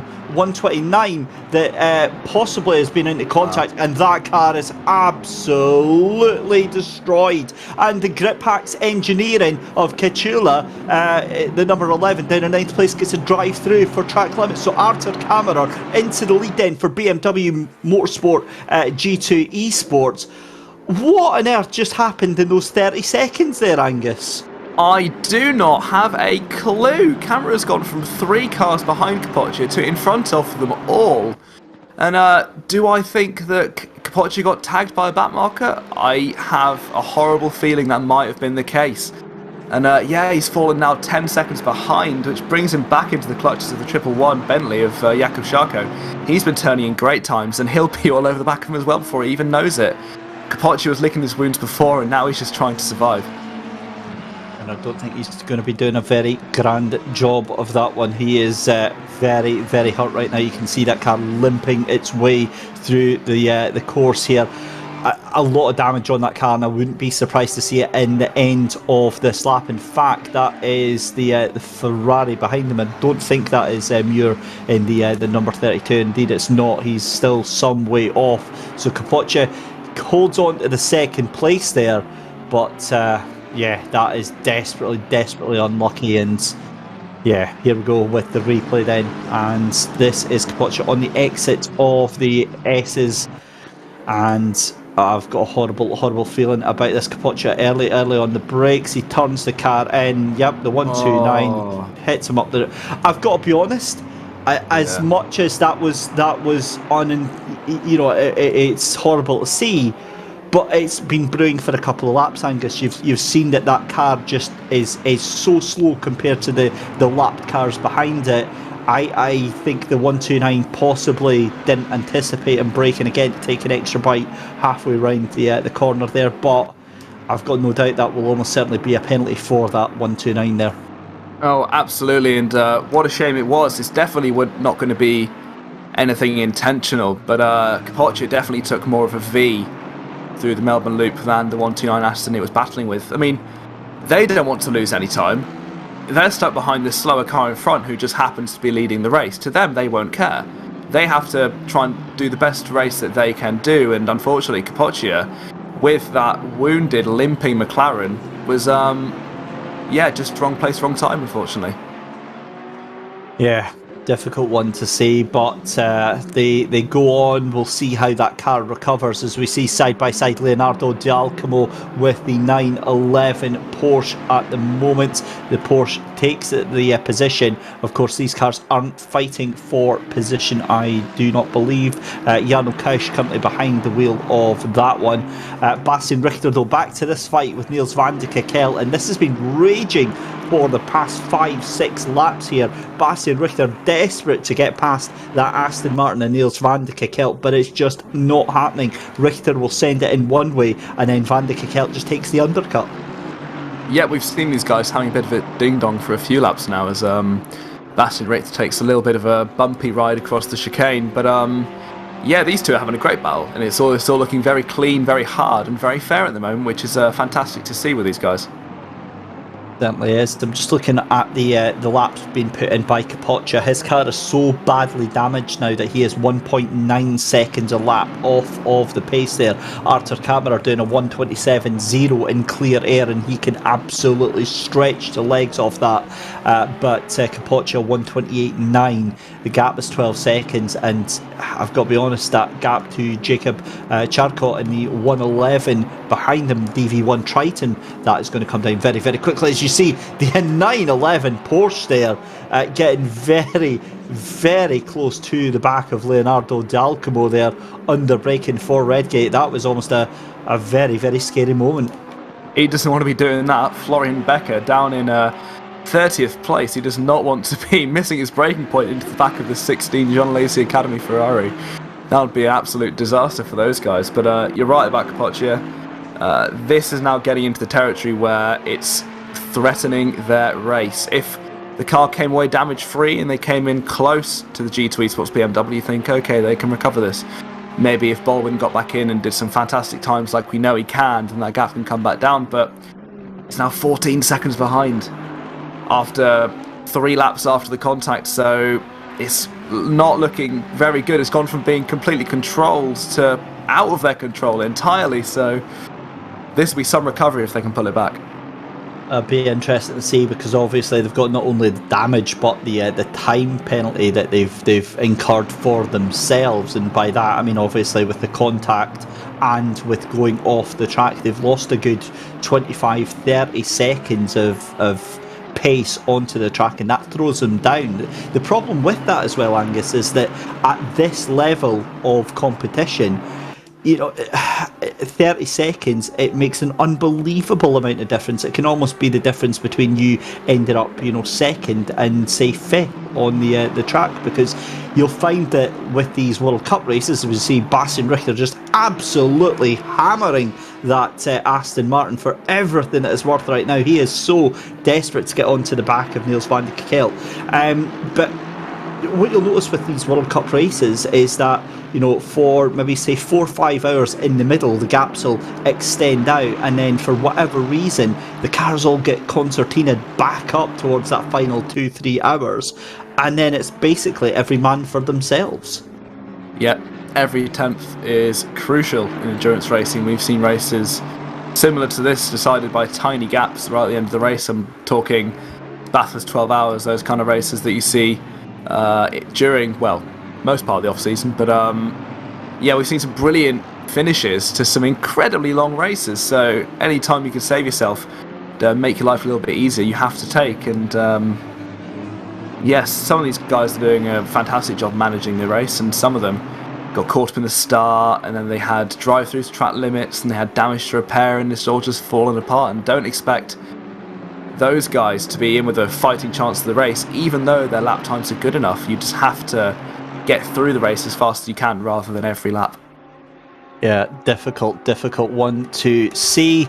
But Bastian Richter, though, this is a fascinating little battle, and what makes it even more fascinating is that this is for 27th place. This isn't a position that you think would be a highly contested thing, but for these two, this is the championship lead that they're fighting for right now in their heads, because they're given absolutely no quarter right now, and this is par for the course wherever you are, whether or not you're McGlade fighting off Grabowski for 20th and 21st, whether or not it's all the way back down to the back of the field as well. Bastian Richter actually has a great run. This is down to Starkey's down to the S's, but again has to be a little bit later on the brakes. He gets a really good run out. This is going to be down in towards the hairpin there.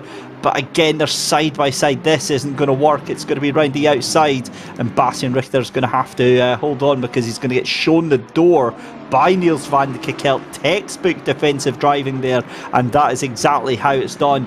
He has a little think about it into Goddard, but again, it's back to the drawing board for Bastian Richter, and it's back to square one.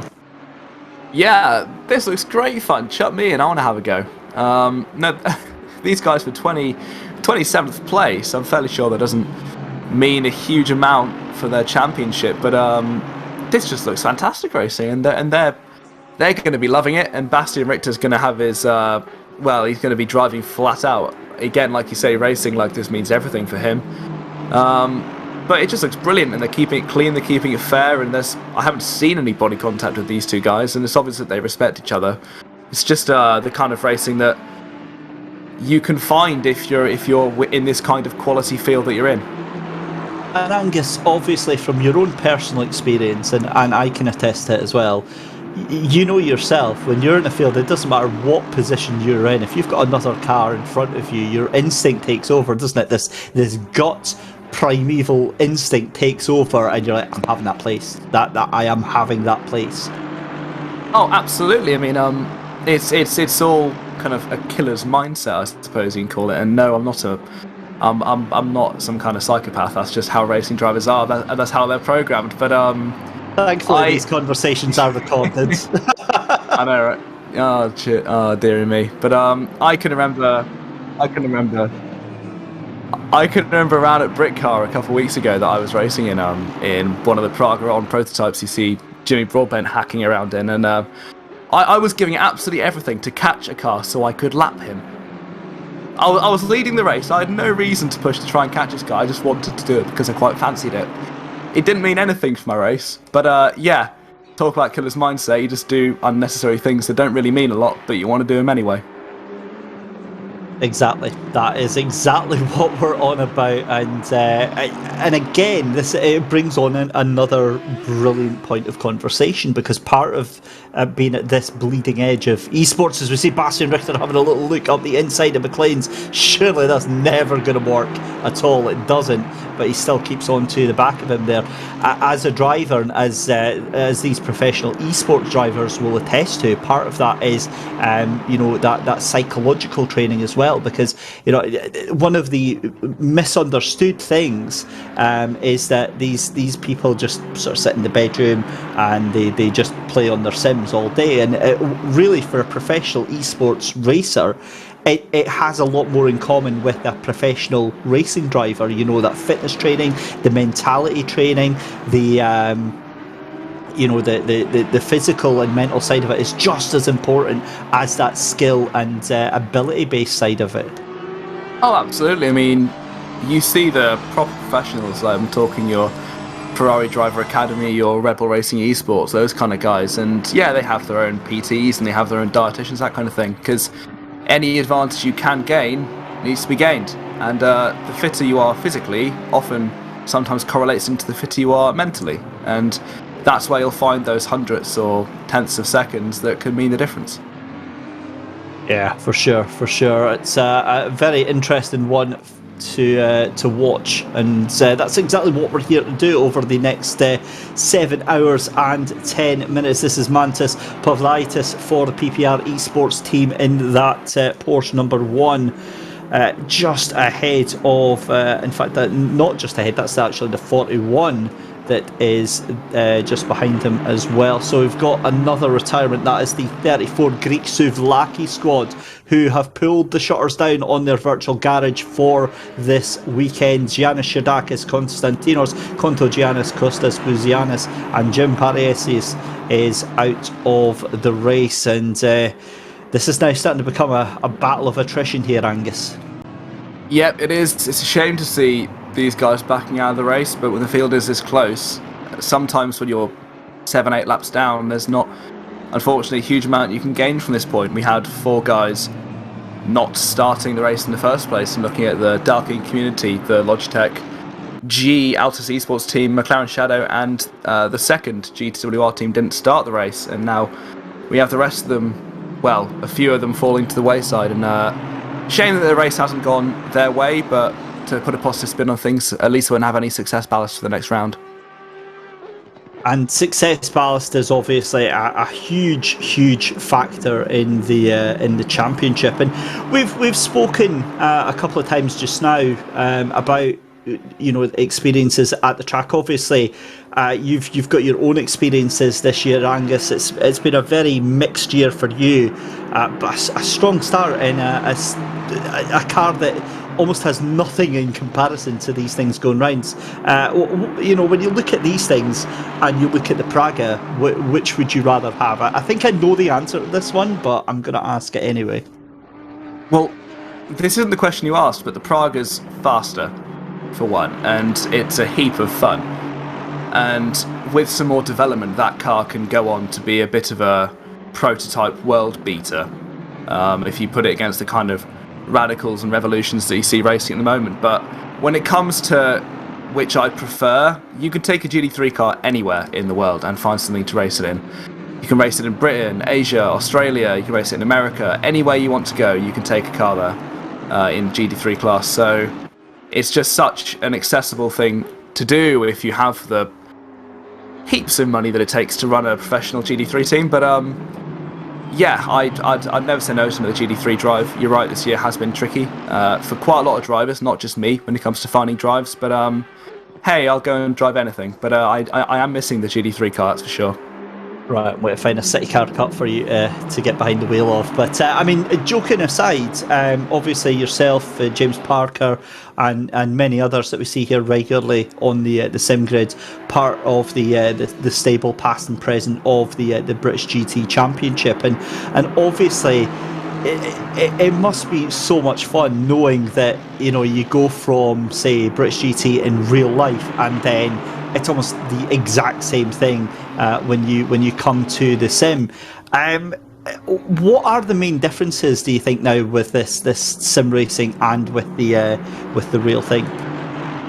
Well, yeah, it was definitely different to get my first sim and jump straight into British GT Esports.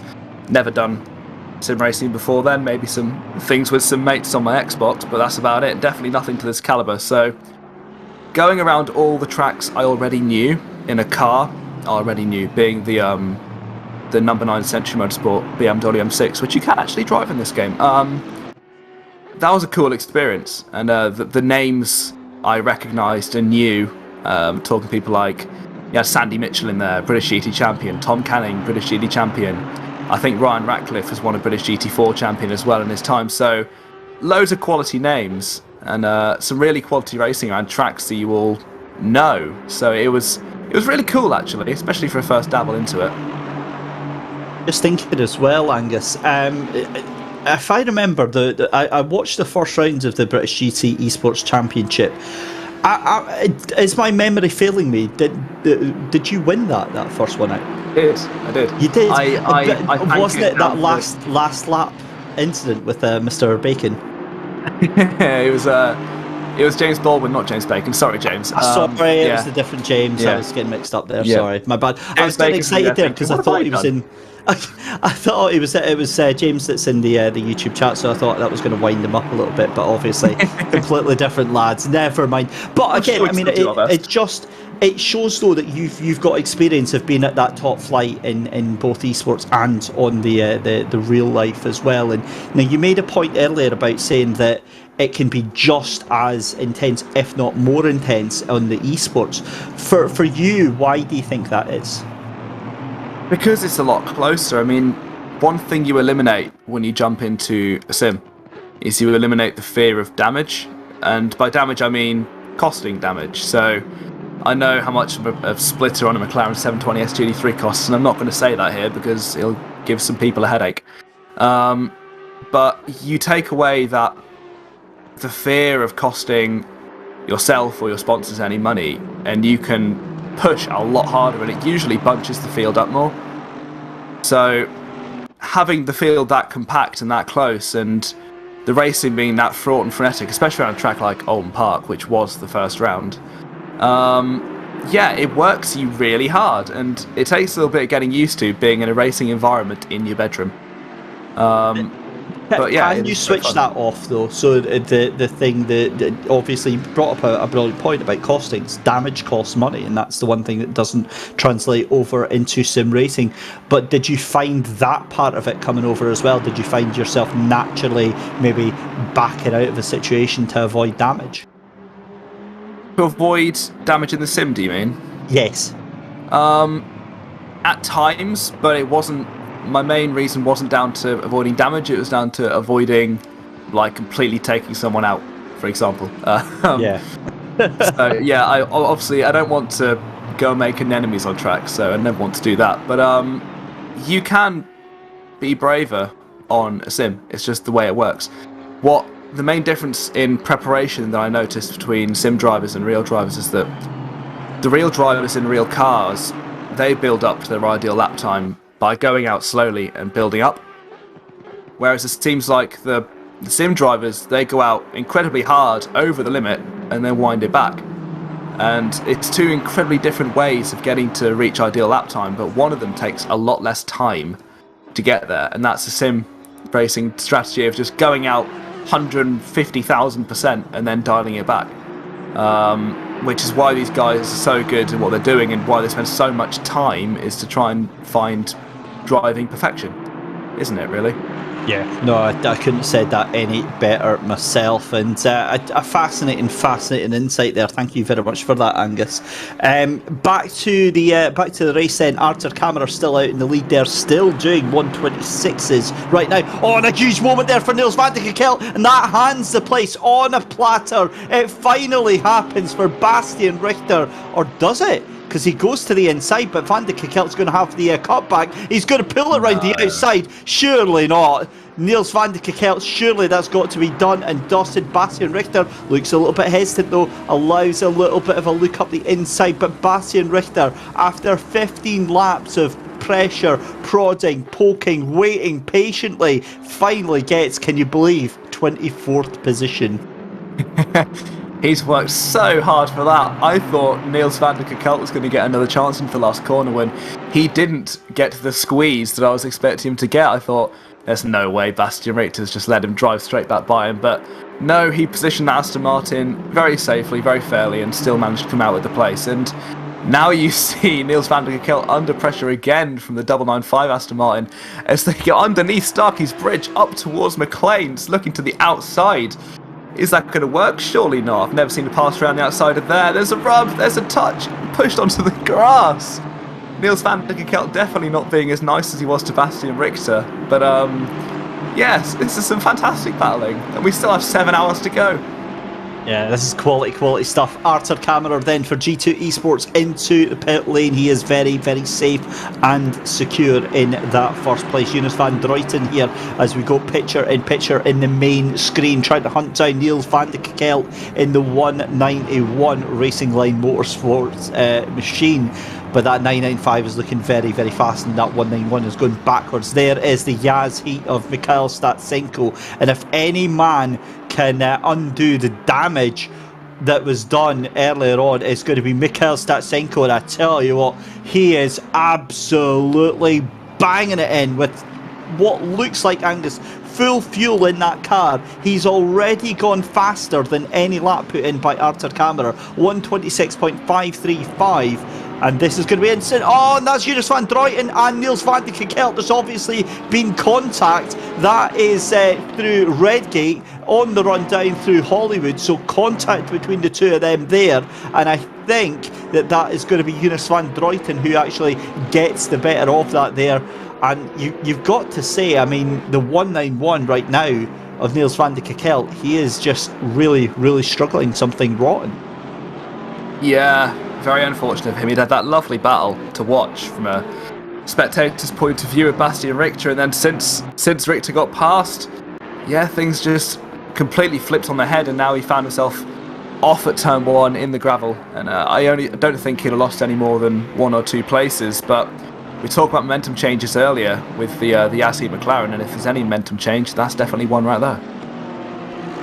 Swings and roundabouts, and momentum is such an important phrase here in a 12-hour race, because when I looked at endurance racing and before I started my time here with the sim grid, I always thought these endurance races were a calm affair. You know, you'd get your maybe 2 to 3 hours at start and finish of it that were frenetic, and then it'd be quite calm halfway through. But these endurance races, it is a 12-hour sprint race. Every single position matters for every single lap of the race. Every single minute, every single hour is fought tooth and nail, and it is just so intense. We go to a replay here. This is going to be the contact between Eunice and Droyton. You can see the 995 behind. He fires up the inside. Oh my goodness me, late on the brakes, late into the corner, and that is going to be a visit up to race control for the 995 without absolutely any shadow of a doubt. Ambassadors for Renville, and you better go and prepare those wrists, because they're getting slapped from race control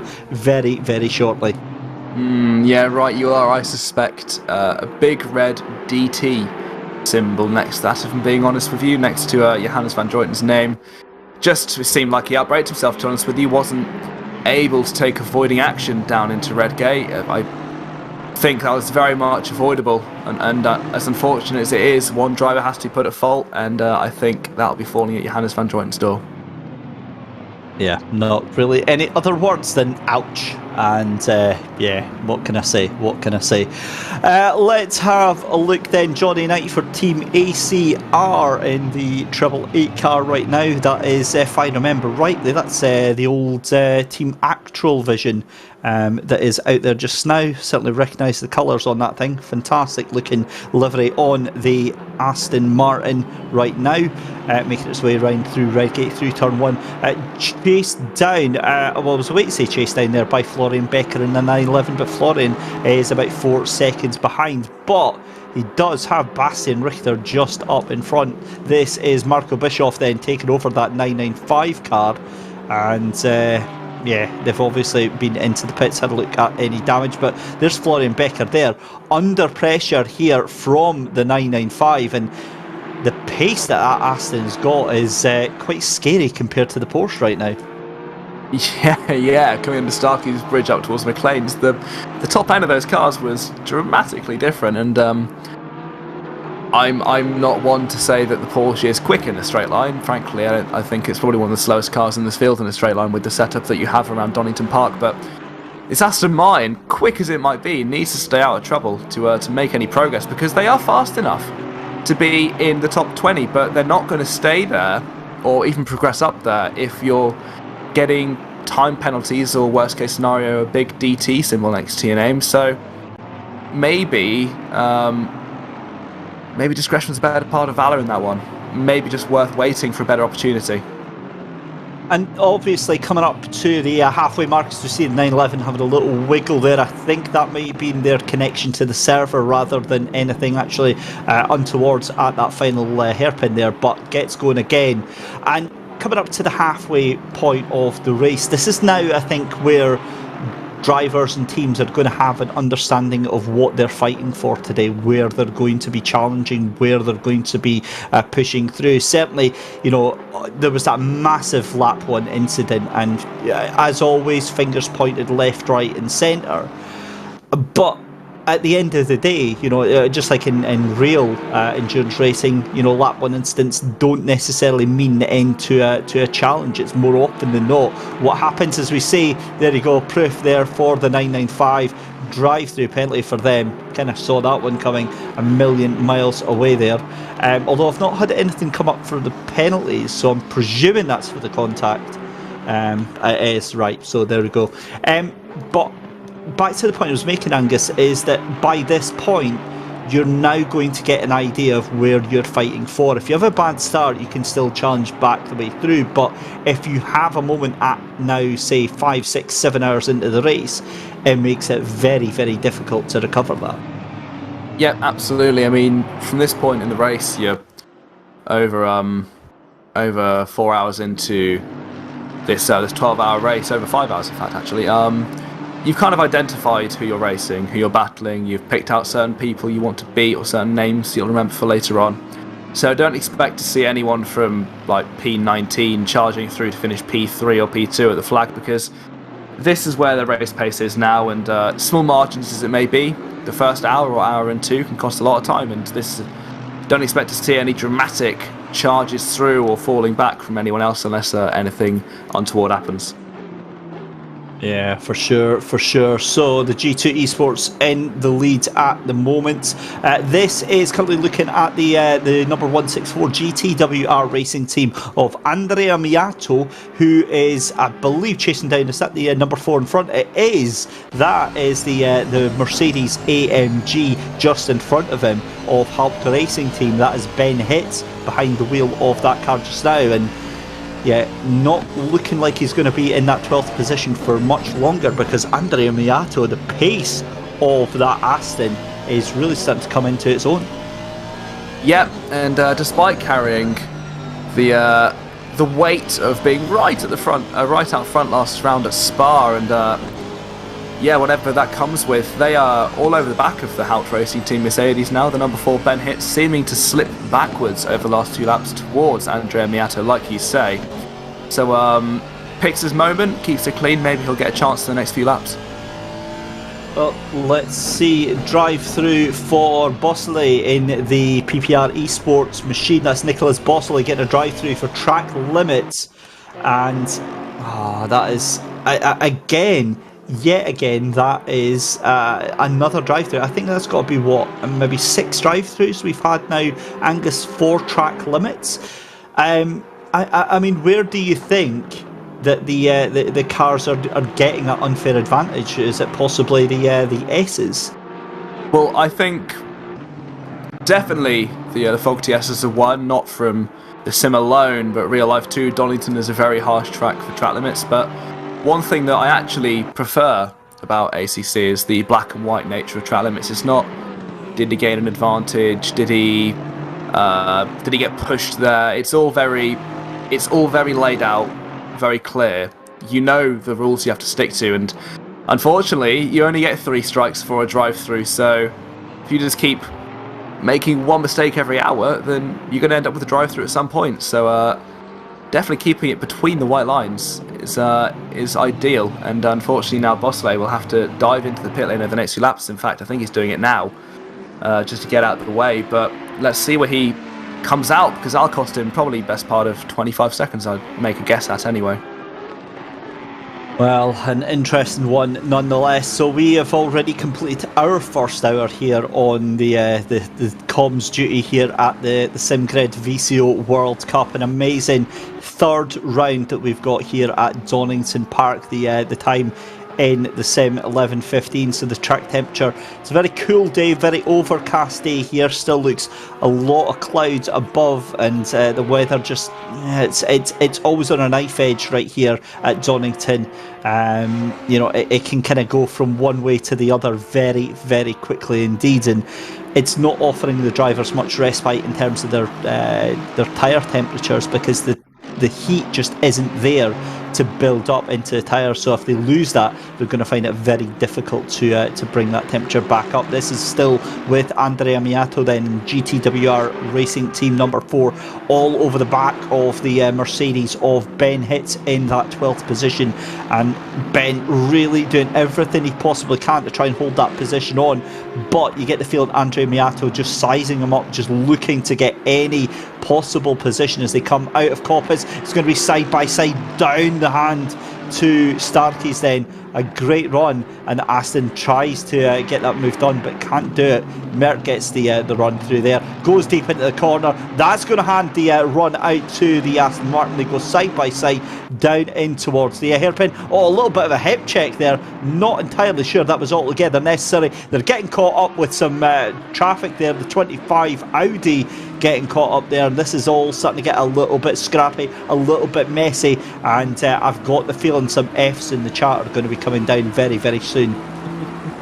F's in the chat. Oh, you really are interactive, aren't you? Yeah, these guys getting very close for comfort down to the Melbourne hairpin, and Yeah, there was some definitely moving around. The Haupt Racing Team car seemed to go a bit hot into the chicane and give Andrea Miato the chance to get by, and a little bit of bumping later and he's through. And look how much he's cleared off in just 2 corners. That Aston's really going well. Yeah, certainly is. I'm a little bit distracted by the YouTube chat. That's why I was giving them a little bit of a heads up there, is that obviously we get this normal conversation about XYZ car is OP, it needs nerf, we need to fix it. It's like, we had this it honestly surprises me that we've got such a short memory. This is exactly the conversation we had about the Aston Martins last time out at Spa, about how dominant they were, and it's like, yeah, it's doing well here, but it's not like the BMW is a fast car, and that G2 esports team, more than anything, has put so much work developing that car and so much work developing a setup that works here. And we see that if it was just this championship, because obviously this championship has its BOP set for it, but they do really, really well in a lot of other championships on that BMW as well. So I'm more inclined to think that it is that combination than to think, oh well, the car's just broken. It needs to be nerfed. Frankly, I think it's quite funny. I mean, guys, there's a BMW leading. There's also a BMW in 17th. No offense to William Hendrickson, he's definitely doing a very good job. But there are 2 BMWs in this race. One of them's leading, one of them's 17th. So give it a rest, will you? Frankly, I mean, enjoy the race for what it is. We have some brilliant battling. Let's not forget that McLaren led 3 hours of this race. It's not just BMWs walking away. And it is brilliant to see some class diversity actually in the top 10. Come to think of it, the top 6 cars on the timing list are all different brands. So no, there's not an OP car here. I'll put that quite plainly for you. And the thing is as well, right, let's face it, we've all got our own varying experience with the Assetto Corsa Competizione. I mean, who would have ever thought it was the BMW that was going to be, such a strong contender? I loved the car. It was my very first car when I picked up the game and started learning it, and nobody raced it because it was so slow. It was so bad, and then I realised that I was just terrible using it, and then other drivers who can run it to the absolute ragged edge then realise, hang on, this is a car that's got a lot of potential here, whereas you've got cars like the Audi which will just kill you for looking at it the wrong way, the Ferrari which is it has its hit and miss tracks, and then the NSX which is beautiful but doesn't actually do anything apart from getting absolutely punted there from the 28 of Solman in the Audi there. And just as I was complimenting the NSX for looking beautiful, the Audi does exactly what I said. You looked at it the wrong way and it decides to throw you into the nearest car or nearest wall. Yeah. The Japanese Honda's gone to some kind of German aesthetic clinic and had a bit of a reshape on its rear end, has it? But it was looking good, and now it's still looking pretty good, but maybe not quite as pristine as it was earlier. It's great to see some class diversity, and I mean the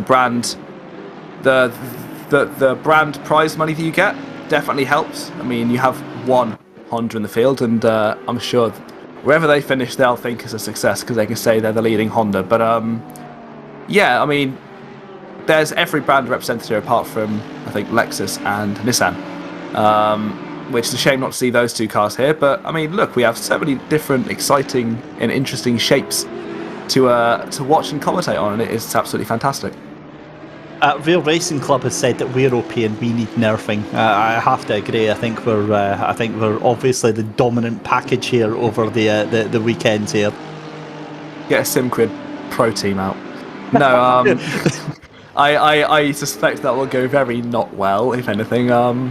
Maybe best to leave that for someone else. As we see, Niels Naujok's now carving his way through traffic. He's taken over from Arthur Camera, so maybe that rotation is working out, that they're changing every single stint, and Niels being as capable as both a setup maker and driver as he is, he's consistently flying in low 27s, high 26s, which is joint with the best on track, really. And this BMW, the G2 guys know how to make it work, and I know from my time with BS Competition Esports, and we do some Assetto Corsa work with BMW, that car is either flying or it's not flying. And at the moment, it's definitely looking incredibly capable in the hands of Niels Naujaks. As Luca Burke gets a drive-through, I'm assuming that's for track limits. And I saw someone in the chat earlier say it's not a case of if, it's a case of when track limits. And I guess, and I guess we're proving you correct on that one, because Luca Burke in the 22 Rocket Sim Sport McLaren will have to take a trip down pit lane over the next few laps, unfortunately. Oh, that's awkward for Ross McGregor. I don't think he'll be putting that one in chat again. Do you know what's also weird as well is just while we see Niels Naujaks on the screen there, is the fact that obviously, as we said, a lot of these drivers take part in the different championships, and Niels doing very, very well in the British GT Championship as well, the esports championship. And I'm just thinking, obviously we commentate on these guys and girls week in, week out. We get to know them, we get to know their names, and it's when you get like David Addison talking about Niels Naujaks, you're like, wow, this is where we are now as a formula. So again, that says the pedigree of Niels as well, and that G2 esports team. There are fast drivers in there, and there are championship winning drivers in there, so don't be surprised to see them right up. I'll be honest with you, it doesn't matter if they're in a BMW, they could be in an Aston, they could be in a Ferrari, a Merc, they will be up at the top end of the field, 100%. Yeah, absolutely. I mean, the caliber of competition in these kind of races is just outstanding. The level of competition that we see here and the driving potential and talent that is on display for you guys to watch for absolutely free is incredible to watch, and it's great to talk about it. It's great to see the rise of esports through the ranks, and you're right when you mentioned David Addison mentioning Niels Naujaks. It's absolutely brilliant to see how these guys are super talented and are getting the recognition they deserve. As we see live team standings. So this is live championship standings. Lada Sport Rosanov still just about in front of DV1 Triton, and they are having a relatively good race, aren't they, currently moments, sitting in P3. They were higher earlier, but if they find another couple of places, they could leave here with a championship lead, and that'll be a brilliant weekend for them. It certainly could be. Big move though for me has to be that number 62 in 5th place. They started this weekend in 15th place, and if they take that win, they move up to 5th place in the championship. Talk about putting yourself in the title hunt. Great jump as well for the number 14 Unicorns of Love outfit. They move up into 3rd place with that result as well, so another jump for them. I'm just actually trying to see where they are just now in the championship. In fact, they were 2nd place in the championship, so they actually do lose out on that, so we'll just disregard that. But I mean, obviously we're coming into the tail half of the season here. Performance, consistency, and the result here is going to be so important, isn't it? You need to come away with those points. Oh, absolutely. Consistency is key. I wish I could have copyrighted that phrase before someone else made it up around 20 years before I was born, but there you go. These guys, they know exactly how to win a championship. They are caliber. The caliber of the competition is simply fantastic, and these guys, I mean, they're not stupid. They're really not stupid. They are incredibly smart, intellectual racing drivers, and they drive like it and they race like it, and the championship will go to those that do the best job of it. Simple as that. Yeah, certainly. Well, Gianfranco Gigoli for MCW Esports saw them get a little bit of support in the YouTube channel earlier on today. Currently down in 25th position in that Audi, just behind the 194 of the 194 Bentley of Blotto that is there as well for Racing Line Motorsport. Matteo Blotto, not the best, but it's just watching this, and I mean, 6 hours 40 left to go in the race. Now, let's talk strategy actually, because as it stands at the moment, obviously the BMW team out in front, a commanding 26-second lead just now. Mikhail Statsenko not able to make the same boosts as he was through the field earlier on, as we see Luca Berg for Rocket Simsport having taken that drive-through penalty. We've got 5 cars, Angus, within 60 seconds of each other from 1st to 5th place, and over a 12-hour race, I mean, that is just absolutely nothing, isn't it? And do not be surprised if they're just that close at the end of the race. And you're right about Mikhail Stasenko's laps. He's definitely tailed off a little bit. Came out the pits and popped in best lap time of the car. And since then, it's kind of just stayed put around 25, 26 seconds back. And there's a bit of an even gap emerging between Nayuk's Stasenko and third place Bentley that is still Jacob Charko. And and in fact, now on the back of Charko is Jordan Sherritt in the 157 Audi, just over a second behind these guys, so there could be a battle for the podium places soon.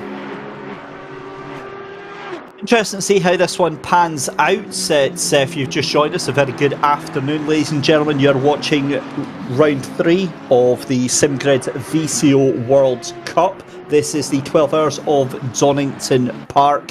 Part 1 just now. We'll be moving over to part 2 in a couple of hours' time. It is Dave Christie and Angus Fender that are here with you just now. We've got reports of a disconnect for the Ben Hitz team, Hype Racing team of Lucas Mueller, Danig Vusa, and they were fighting. They were fighting the Aston Martin, weren't they? Down for. They were doing well.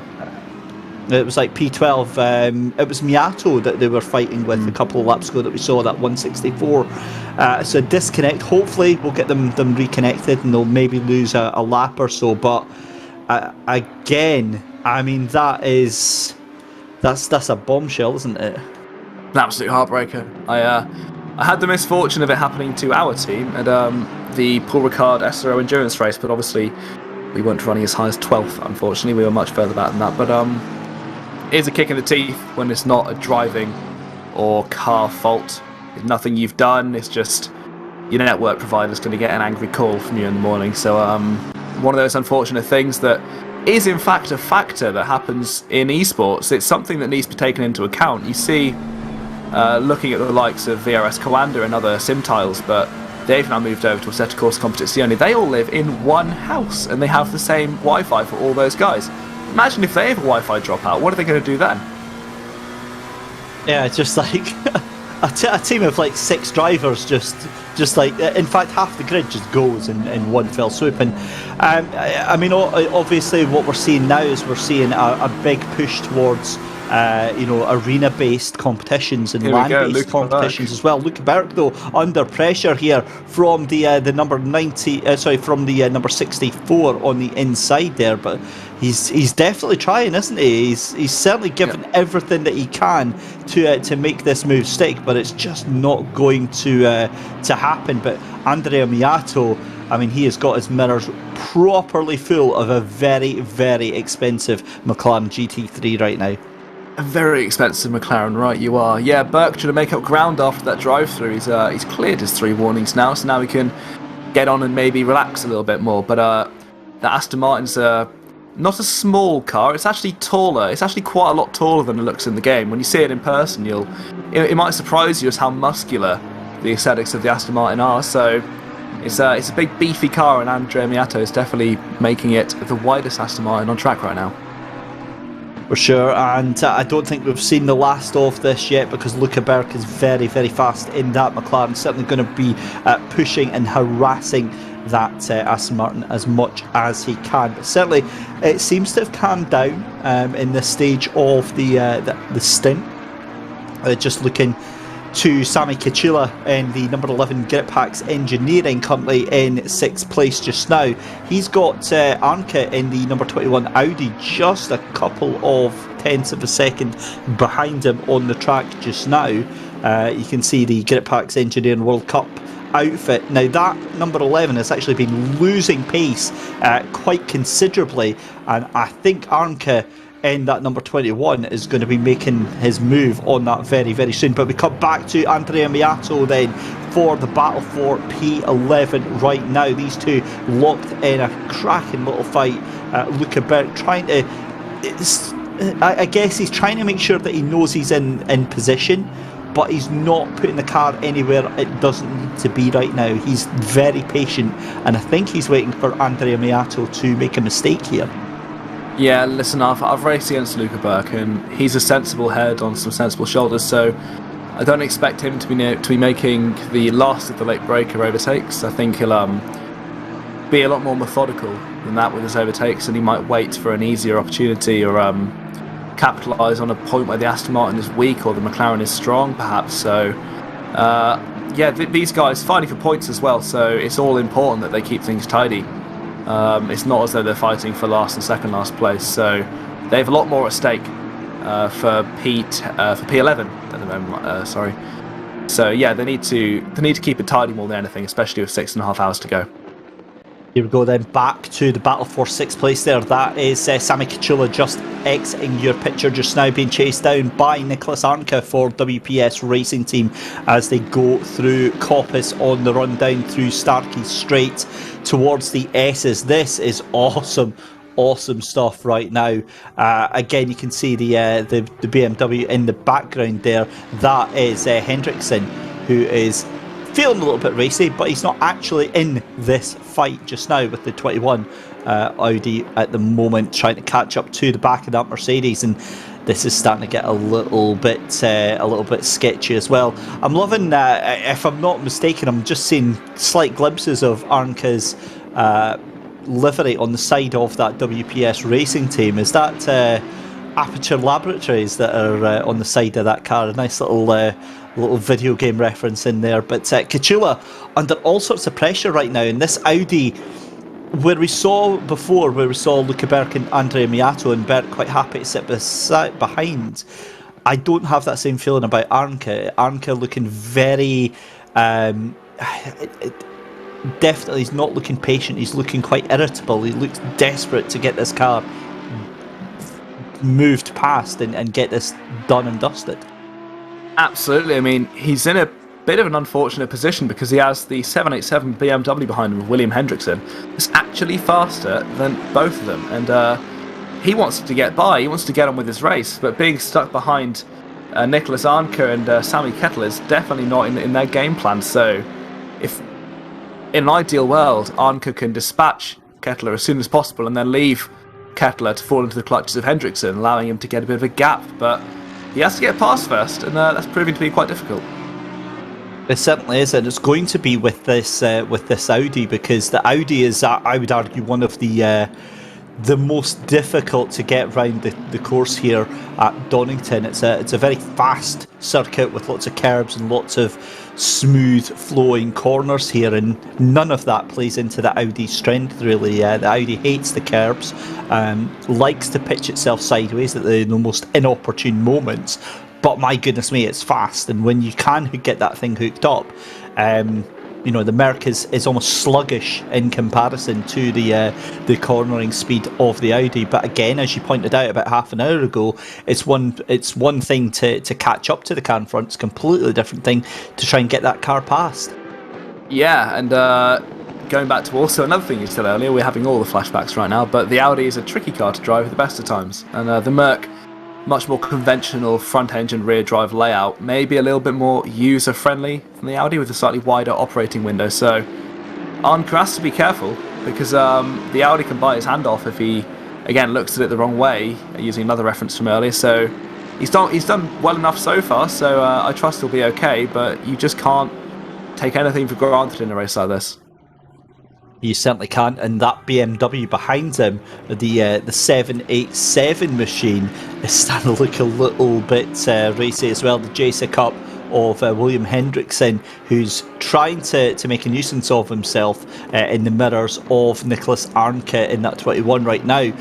The gap was starting to extend. It is up to about 0.6 of a second, so Sami Kyalami get a little bit of a gap there, a little bit of breathing space, but again Nicholas can just slam on those anchors a little bit later and bring that gap right back down. That brings it down to about 0.4 of a second again as we go into yet another lap. 224 laps under our belt here at Donington Park circuit in Castle Donington. Of course, just about what's that, about 2-3 miles away from the airport nearby, and you quite often see in real life the airplanes going by on quite a regular basis here, and it's one of the more unusual circuits in England to see that happening, and it's you do get a little bit distracted when you're behind the wheel and you see a big plane going overhead. It's awesome, I love it. And one thing I have to send massive credit to the guys at Kunos and Assetto Competizione is this corner here, Coppice. You come out of there and that is directly over the flight path of planes departing from East Midlands Airport. And now that probably doesn't mean a lot to most people, but you drive that in, especially the wet, and getting the power down is basically impossible in anything more than 300 brake horsepower. And there's a very good reason for that, is that you get quite a lot of plane, well, it's not fuel, I don't really know what it is to be honest with you, but it's kind of like you get a kind of film on the top of the surface leaving Coppice, and when it rains that is like sheet ice. And when I drove Donington for the first time on Assetto Competizione, I thought it'll be alright, I can get to full throttle fairly quickly. There's no way they'll have programmed in the track conditions changing due to the airport nearby, but no, they did, and I ended up in the wall. So credit to those guys, because the attention to detail on tracks like this is simply unbelievable.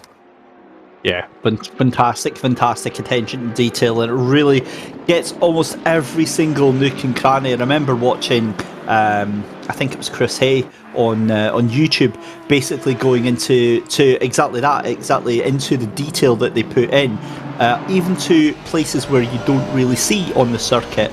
But just a fascinating insight into the work and ethos from the guys and girls at Kunos there.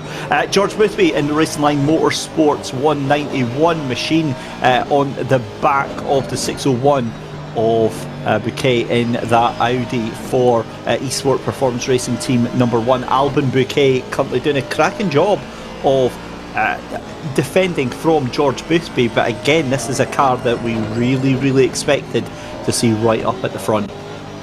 Yeah, seeing George Boothby down in 28th, something doesn't add up to me, but can maybe let by, or is that not for position? I believe that is for position, and he might have just been let by, in fact. So George Boothby down 28th place, but he's still definitely quick enough to get the attention of guys in front.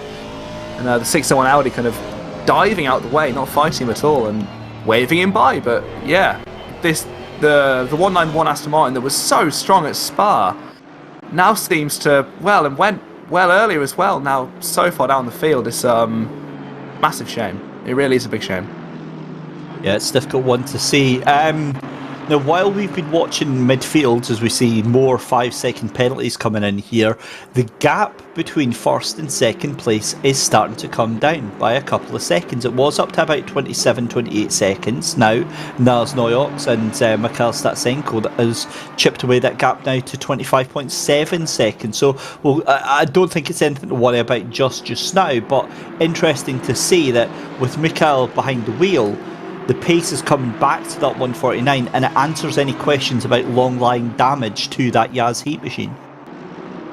Yeah, absolutely. It could be a lot of things. It's interesting to see how the times are fluctuating as obviously the guys are going through traffic. In fact, speak of which, we see Nils Nayok stuck behind the battling Audi and Merc we were talking about earlier. That is, yes, Arnker and Kessler again. So Nayok's actually lapping up to P7 now. So he's on it, but he has to pass people, as does everyone, and that's where the big time can be made up or lost in a race like this. Certainly is, and again, it just adds to that whole thing that you're doing for the entirety of your stint, and that is managing risk, managing situations, and keeping yourself out of harm's way through the majority of the stint here. Back with Nicholas Arnke trying to catch back up onto the tail of Sami Kachula here, and that is one of the BMWs absolutely sending it up the inside there. That is your race leader, and that is exactly how it's done. Goodness me, Angus, that was a crazy move there. You can see one of the, is that the BMW behind him? The 787 of William Hendrickson flashing the lights, and he's a lap down, and he thinks, yep, I'm having this. I'm not staying behind here any longer. Yep. Arnke's hatred for BMWs grows ever stronger. Is now he makes the move in the old hairpin, and then Hendrickson, that had been catching up to Arnke for a while actually, sees his chance, sticks his nose out and makes has to be said, a very good move into McLean's. He has been catching these guys over the last few laps, but Arnke definitely won't like it, as now he's being pressured from Labrec behind in the Honda. He doesn't want to lose any more places to back Marcus, surely not. Well, we'll have to find out how that goes, but that actually might be a good move for Nicholas Arnke there for the WPS racing team, because the BMW is blatantly faster than him at the moment. So why not just take a sip of the toe, do a little bit of fuel management, get yourself in it, and just, there's no point fighting for that. It's not for position. He's not necessarily going to hold you up, but you might be able to get some time off of it. Absolutely, we're on about finding time, but look how far he's dropped back. Since losing that place, he's lost got to be half a second since that move, so clearly the pace isn't in that Audi. I don't know if it's burning up its tyres quicker than most. We're not too long into our most recent stint, but it seems like the pace of Arnke, maybe he's lost his head a little bit through the traffic, but he's lost a lot of time to the guy that he was all over the back of earlier, in the form of Ketlo in front. Fantastic stuff that we're watching unfolding here. 6 hours 25 minutes left to go in the race. Ismail Labrec for the Elvis Grafton team in that NSX, and apart from the Lexus, I would say, completely biasedly, that is one of the best looking GT3 machines out there on track today. I'm a big fan of the Merc. I mean, for me, the AMG is my favourite looking GT3, but this just looks like an all out and out track weapon, doesn't it? Does look fantastic. I do love some of the crazy creative designs that Japanese can come up with. The Honda NSX being a prime example of that. Doesn't it look just so purposeful sitting on track? So low, so sleek and so menacing behind. It's great to see all these different shapes. You're right about the Merc.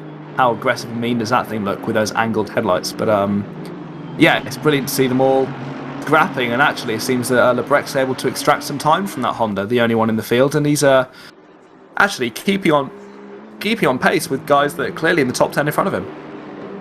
Yeah, it's fantastic to see, and again, it just shows you how quickly the race can change. You can go from 28 to the top 10 in no matter of time at all. There, I did have a little bit of a heart failure there, but we'll just carry on.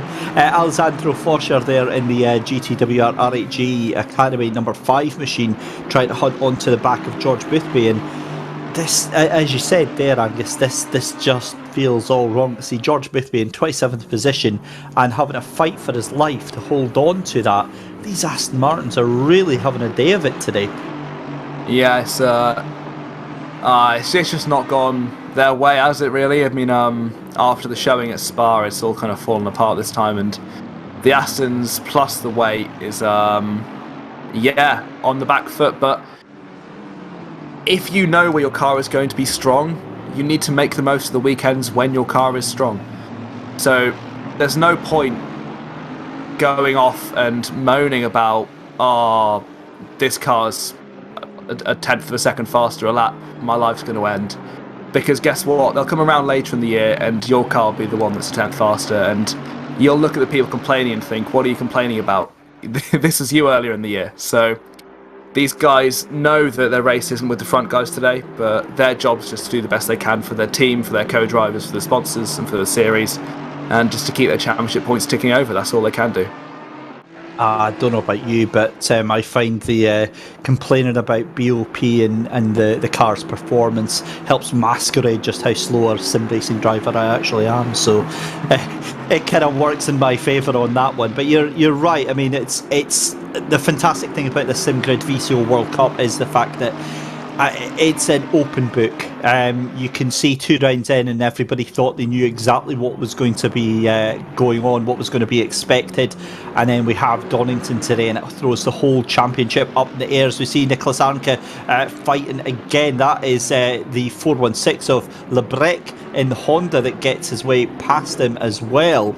So Arnke now going from holding on to that position to now just kind of holding on vaguely into contention, because in front of him, Kachula now starting to get away at quite a rate. Well, we thought Katula was pulling away, and there is a small gap, but if you haven't noticed, Hendrickson's also got past Katula and has actually gapped him.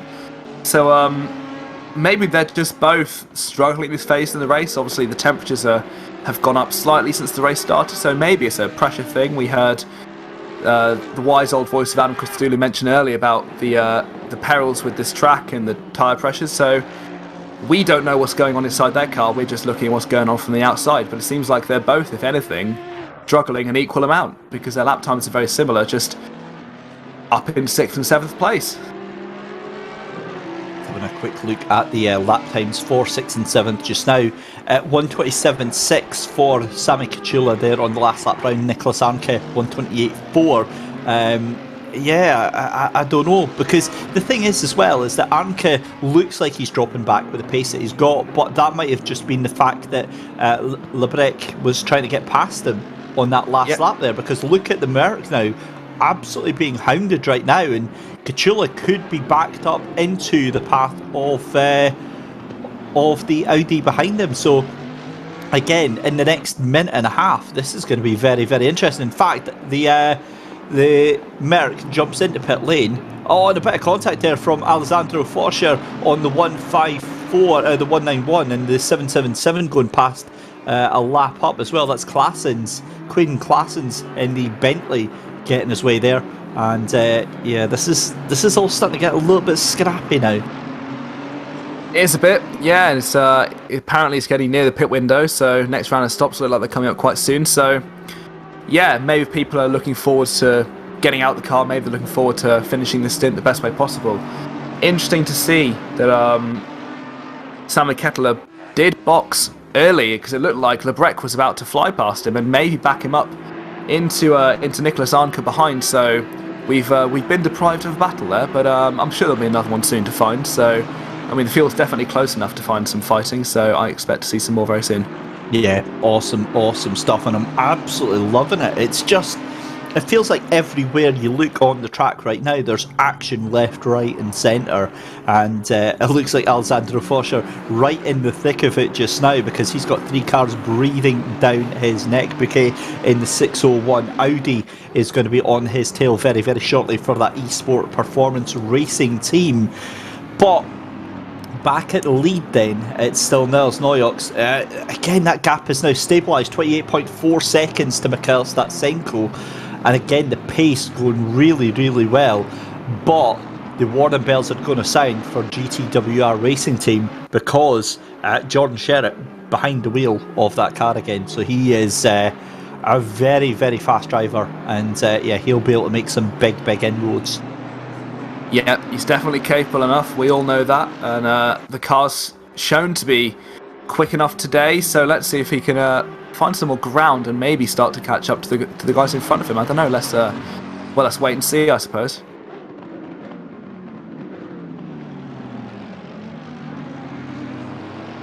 Just watching as Andrea Miato there.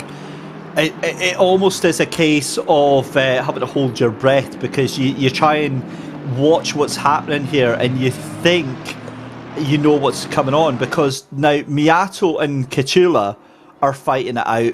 But look at this, look at Berk now in this little battle as well, and look at Berk still on the cusp of getting back into that top 10 here. Something's got to give right now with these 3 cars.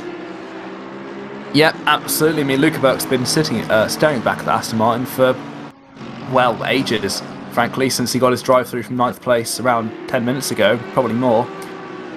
He's kind of just staying put, analysing what's going on in front. Obviously, the 164 Aston Martin, Andrea Miato, now has the back of Sami Kachula to look at. We're hoping to capitalise on the Merc being now very heavy on fuel, so let's see if Miato can make any more progress through. But Kachula, after his stops, will be hoping, for all he's worth, to stay ahead of Nicholas Arnke once the next round of pit stops does file through. And pit stops obviously make such an important difference to the way that these strategies are played out, as we see Gianfranco Gigoli for MCW Esport trying to catch on to the tail of the 995 Eunice van Druyten machine. Again, that 995 has just been nowhere near the pace that we expected to see it, and Gianfranco just absolutely sends it up the inside. Eunice van Druyten isn't even interested in fighting that one, hands the position over, and if you wanted to see anything that summed up the Aston Martins today, I think that's it. Yeah, pretty much. I mean, Andrea Miato and Petit in the 92 Aston Martin are the only ones really able to make the most of that car today, and they're only in P11 and P13, so they're not even in the top 10. But I say that Miato has been on a bit of a charge since he jumped in that car, has to be said. He's been marching his way forward since the start of the race, because they definitely didn't qualify 11th. So I expect with the current form and pace that car has, that maybe it could actually start to challenge the top 10 as the race drags on. It's certainly one of those interesting variables to see how things will kind of go on over the course of the next 6 hours. And again, it's like every hour that we get, Angus, it fills in a little bit more of that picture. It paints another couple of little areas of that canvas in onto the final result, because really with the 12-hour race, it's all down to that final 2 hours, isn't it? You want to set yourself up in the best possible position and just keep things going. Yeah, absolutely. And if you're a driver before the final 2 hours, your intention has to be to bring the car in safely and to have done your job the best you can. It's not to go out and set the world on fire. It's not to go out and make an incredible move around the outside of a flat-out corner. That's not what it's about. It's about setting up the final driver to do his job the best he can. And if he has to carry your damage or serve your drive-through or try and recover from your mistakes, then there's no point. And so these guys, fight as they might, I'm sure their intentions will be just to keep the car clean, keep it safe, keep it on track, don't get any unnecessary penalties, and give the drivers finishing the race as good a chance as possible. Interesting little observation from Georges Villard on YouTube chat there, that the wind speed has picked up slightly. It was around about 5 kilometres an hour, now up to 8 kilometres an hour. That could be a sign that weather is thinking about changing, and that would really set the cat amongst the pigeons, would it? Absolutely, and we saw how much it didn't change as dramatically as it might today, but at Spa, when the track dried out, some cars came alive and some cars seemed to drop off really badly. So let's see if a little sprinkling of rain definitely wouldn't dampen my spirits, and hopefully it'll lead to some proper changes down the field, which would be brilliant to watch. Yeah, personally, I made the mistake of saying, the McLarens don't do very well in the wet, and they ended up winning the race. So not the best to see, but again, it's very, very different, because with a custom BOP, it'll be interesting to see how the different cars react to that, because obviously we've got our set thoughts on likes of the Audi. I think they're going to do quite well coming up through the field, but the Mercs will end up going backwards. Cars like the Bentley, they seem to love the changeable conditions, but they like it at one end or the other. They like it really dry or really, really wet as well. Just looking at the drive-through just given to Quaden Claessens in the 777 for track limits, and again another hour goes by and another batch of track limits. First one we've seen for a while though, isn't it? So maybe the guys got it all out of their system early in the race, as we actually see Kettler get into the back of Balzer ahead in the 35 Audi going into Coppice. A little nudge on the back end backs them up into Andrea Miato. So Kettler boxed, put on new tyres, started flying around the circuit, and now a little bit of nudge, a little bit of contact, and he's backed himself right back into the pack behind, and that's not going to do him any favours. Certainly isn't. Two of them go side by side into the hairpin as we see Ketchula tries to get the cutback. Does it masterfully. That is a beautiful move from Sami Ketchula for Griphack's engineering, but can he get it done because he's got the Audi on the inside that's going to try and throw the car in late on the brakes and force him out wide, and that leaves Sami Ketchula vulnerable to the Aston Martin and the McLaren behind. We can see Berg trying to fight out with Miato as well. Oh my goodness me. They went from 0 to 100 in the space of around half a lap there. That was unbelievable. They went from being completely passive, single file, to we're going to go 5 wide everywhere. It all just seemed to take off all of a sudden, didn't it? And suddenly, before you know it, you have some door banging and some people missing braking points and a little bit of squeezing going on. So, yeah, it can all change in a flick of a switch, as we know. But maybe that was a little bit unnecessary, seeing as it's still, well, we're not even halfway into the race yet. Think about that. That's a scary, scary thought. Just watching Balzer in the 35 machine just making his way through just now for Rutronic E-Racing, sharing that car with Nicholas Hauben and Patrick Mignon. I think he's a bit of a cork in the bottle right now. And the McLaren trying to get his way past, moves back in just now as Miato's still in that fight as well. But yeah, Ketchula has to be clever about this. He can't just be poking his nose in left, right and centre. He has to think about this properly. Tries to get the overlap on the exit of this corner here, and Mark Baltzer's going to be very, very wise to that. It's going to be over into, I think, possibly Hollywood or into the Craner curves where that move's going to come, but it's not going to be on this lap here. Yeah, it must be frustrating as hell to be a Mercedes driver behind the Audi, the mid-engined V10 Audi, with all that throttle response and all that weight over the back axle, just takes off out the hairpins. And I've no doubt that the Mercedes at this point in time is the quicker car of the course of the lap, but it's not worth anything if he can't find a way past. This is the part of the track that you'd expect the 11 car of Sami Ketchula to be good at, and he can't do anything with it. He's stuck behind, staring at the back of the 35 Audi, and must be frustrating. My goodness, mate, I just had an absolute heart failure there as I saw Andrea Miato. I'm praying that his brakes actually worked there. They did, and nothing actually came of that, but that was a blistering closing speed from Miato. Leaves himself vulnerable, and the 32 makes his way past. Nothing to worry about there. That's Andrea Benedetti in the number 32, the Yas Heat. The number 32 of GTWR Racing Team that makes its way past. I'm so used to back last season where Yas Heat were in the Ferrari there. But Miato fight it out with Luca Berg. Surely Luca's not going to think about going round the outside. Tries to get his best to run out of that corner, and Miato now dropping himself backwards away from that little battle between Balzer and Ketchula. And the two of them really need to be working together right now, because they could easily have 9th place right now. Yeah, absolutely. I mean, Burke's been staring at the back of Miato for the best part of, got to be half an hour now, so I'm sure he won't be thrilled to see the back of the Aston Martin for another half an hour, so he wants to get a move on with it, but seeing the amount of time they've lost since they started scrapping, and Ketchula and Balzer have just escaped up the road. To the tune of 2 seconds, in fact, as we see Miato go a little bit wide through the old hairpin. Might give Burke a little bit of a run going up into, it's going to be McLean's going up the hill. Looking to the outside, late on the brakes, can he try it? It'll be very unlikely around the outside of there, and no, Luca Burke has to tuck back in. I'll be honest with you, I've never seen a car pass around the outside there in the dry. I know I've done it in the wet, but very different story. So, Luca Burke, his frustrating stint carries on. So, obviously, with your experience in that McLaren GT3, is there a little bit of mental driving going on for you just now, Angus? Do you feel yourself turning the wheel as if you were doing it yourself? I'm definitely trying to plan out their race for them, I think. So, if anyone wants to pay me some money, then I'll be your crew chief for you.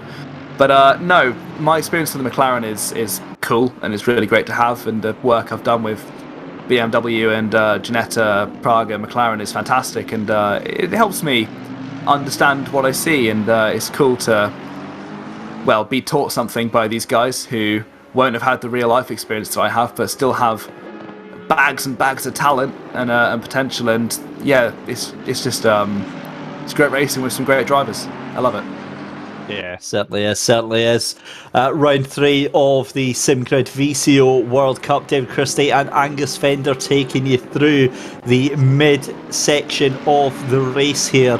And we're currently watching Sami Kyalami for Grip Hacks Engineering World Cup number 11 outfit in the Mercedes, giving it absolute big guns, trying to catch up to the back of Mark Balzer there. He's going to come under pressure from the number 32 of Andrea Benedetti, who will try and fire it in. And again, as Angus pointed out about 45 minutes to an hour ago, the blue flag's very different to some of the other motorsport you'll be familiar for watching on TV here. The blue flag's essentially just a notification to the driver. You've got a faster driver approaching you. Act accordingly. Don't fight them, but you don't have to actually pull over and let them have that place. No, absolutely not. And Andrea Benedetti at the moment is just looking to keep it safe, really. He's actually not a million miles behind Nicholas Arnke. He's probably around half a minute behind Nicholas Arnke, who's actually one place behind him. So, so he's trying to keep things nice and neat and tidy at the moment, not take any huge risks, but he knows he's quicker, so he can't wait forever, but opportunities will present themselves, and he has to think accordingly and make his way through. As you see Lebrec in that stunning Honda, the only Honda in the field, slapped with the big DT drive-through symbol, and I am going to take a guess that's for track limits, perhaps, as he serves it straight away, actually. Fairly educated guess there, to be honest. That's about the only thing they're getting drive-throughs for just now. I mean, in all honesty, given that it's a 12-hour race, the amount of contact, the amount of incidents is comparatively low. I'm obviously touching my desk as I say that, because that obviously brings on the fact that we've got two cars going very, very close here. But in all realistic terms, they're all very, very well behaved. Obviously, you get the lap one shenanigans, and it's so difficult because lap one in any endurance race has always got the potential to go quite south quite quickly.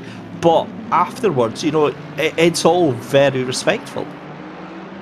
Yeah, and I think it's an interesting comparison, comparing this to the last round at Spa, and actually, I think from this point in the race, there's been significantly less contact than there was at Spa. I know the first stint at Spa, and most of the race, in fact, was wet, but yeah, these guys, obviously, of course, there's a little bit of chaos, but there hasn't been anything outrageous, hasn't been any severe hazards on track or anything like that. So I've been impressed by the driving standards by these guys. They're doing a much better job than we have seen them previously, as Sami Kyalami now all over the back of Balzer again.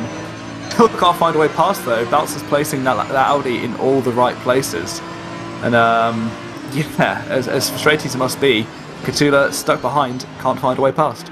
Yeah, that Audi is a bit of a roadblock right now, and to be fair to Mark Balzer, he's not slow. He's not doing anything that he doesn't need to be doing right now. He's still earning that ninth place with interest right now, but he's under a lot of pressure right now. Tobias Pfeffer putting Nicholas Arnke under a lot of pressure right now. This is the battle of the Audis, and look at how the Audis start to come back towards themselves as well. They're coming into the top 10. They've never really strayed far from being in that top 10, but they're really starting to make their moves, with Arnke in 5th place, Tobias Pfeffer in 6th place, and then you've got Mark Balzer in 9th place, but again, for how much longer? Yep, absolutely. The young German Tobias Pfeffer, if anyone's quick in this field, he's quick. And everyone knows just how much potential this young German has all over the back of Nicholas Arnke. As we now see Sami Kyalami, is this his best chance yet to the outside of Redgate? Can he throw a late one in on the brakes? Doesn't look like he can keep it there, but just going to run out wide on the exit. He's not going to quite get it done now going down the Craners. Mark Balzer's doing everything right, and Sami Kyalami just simply cannot find a way past as he go down into the old hairpin. Nearly halfway through this race, and it's all moves now at the back end of the top 10. We have 9th, 10th, 11th and 12th pretty much all in line, and chuck in P4 in the middle. This is all over the place now. Sami Kyalami desperate to find a way past, but Mark Balzer, you have to give it to him. In the face of pressure, is doing a very, very impressive job right now in Audi. Down onto the back straight they go. Down into the Fog TS's. Also want to note is Andrea Miato behind in the Aston Martin. He's catching back up now as Mark Balzer again acts like a bit of a roadblock to Sami Khachula. In fact, Andrea Benedetti not quite showing the pace he had earlier. So interesting to see if this could become a bit of a train of 4, maybe 5, one place with Benedetti thrown in out of position. Out of the Melbourne Loop they go into the final corner, and all very neat, tidy, and single file. As in fact, to say that, and Benedetti now boxes from P4, so he will fall down, but he will also get himself out of that horrible little battle pack that he was stuck in. Yeah, that's a clever move there to get himself out of that little fight. So we see Tobias Pfeffer there going up the inside. Is that actually the... I'm just trying to get an idea on that car that's beside him there. That is Nicholas Arca fighting side by side. So this is exactly what I mean. I mean, the two of them, you know, they're fighting it out for 5th and 6th place, but they're giving each other room. They're fighting fairly, they're fighting cleanly, and more often than not, when you do see contact, it's a mistake rather than trying to actually punt one another off. So fantastic move there from Tobias Pfeffer, taking that 4th position there from Nicholas Arnke. Takes that 4th position obviously because Andrea Benedetti into the pit lane for his maybe a little bit earlier than scheduled, but still roughly about that same time pit stop there. You can see Sami Khachula there in the Mercedes, gets a good run out of the chicane, going to try and brake later to get Mark Balzer. Mark Balzer moves to the inside and gets a good run out of the hairpin. So again, we're now past the halfway point here at this 3rd round of the SimGrid VCO World Cup. This is now where strategy is going to be a huge defining factor here, Angus. Yep, absolutely. Sami Khachula stuck behind Mark Balzer, and that must be annoying as hell. But also, look at the catching up to. It's the unfortunate disconnection people of the Hout Racing Team Mercedes. Lucas Muller now in that car. Very competent driver in his own right, but their race just hasn't gone to plan, and I don't expect to be putting up a huge amount of fight down in P36, but it's still great to see them circling around and doing their race, and just showing up and being a part of the whole scene. So just having a look as well, because while we've got Sami Khachula on our screens there, I'm just hearing we're requesting to have a little chat with some of the team members from the number 11. I think we've got Unisolv Leinen. He's almost ready to have a little chat, so we'll have a word with him in just a second, because we're keeping our eye on this battle right now. Sami Khachula trying to catch on to the back of Mark Balzer, but it's been a fantastic battle. In fact, let's bring in Unisolv Leinen and have a little chat there around the outside. And oh my goodness me, this is awesome. Almost 3 wide into the final hairpin there, but the Merc tries to go around the inside, and again there's a mixture of lap traffic in here, and I mean, this is just awesome.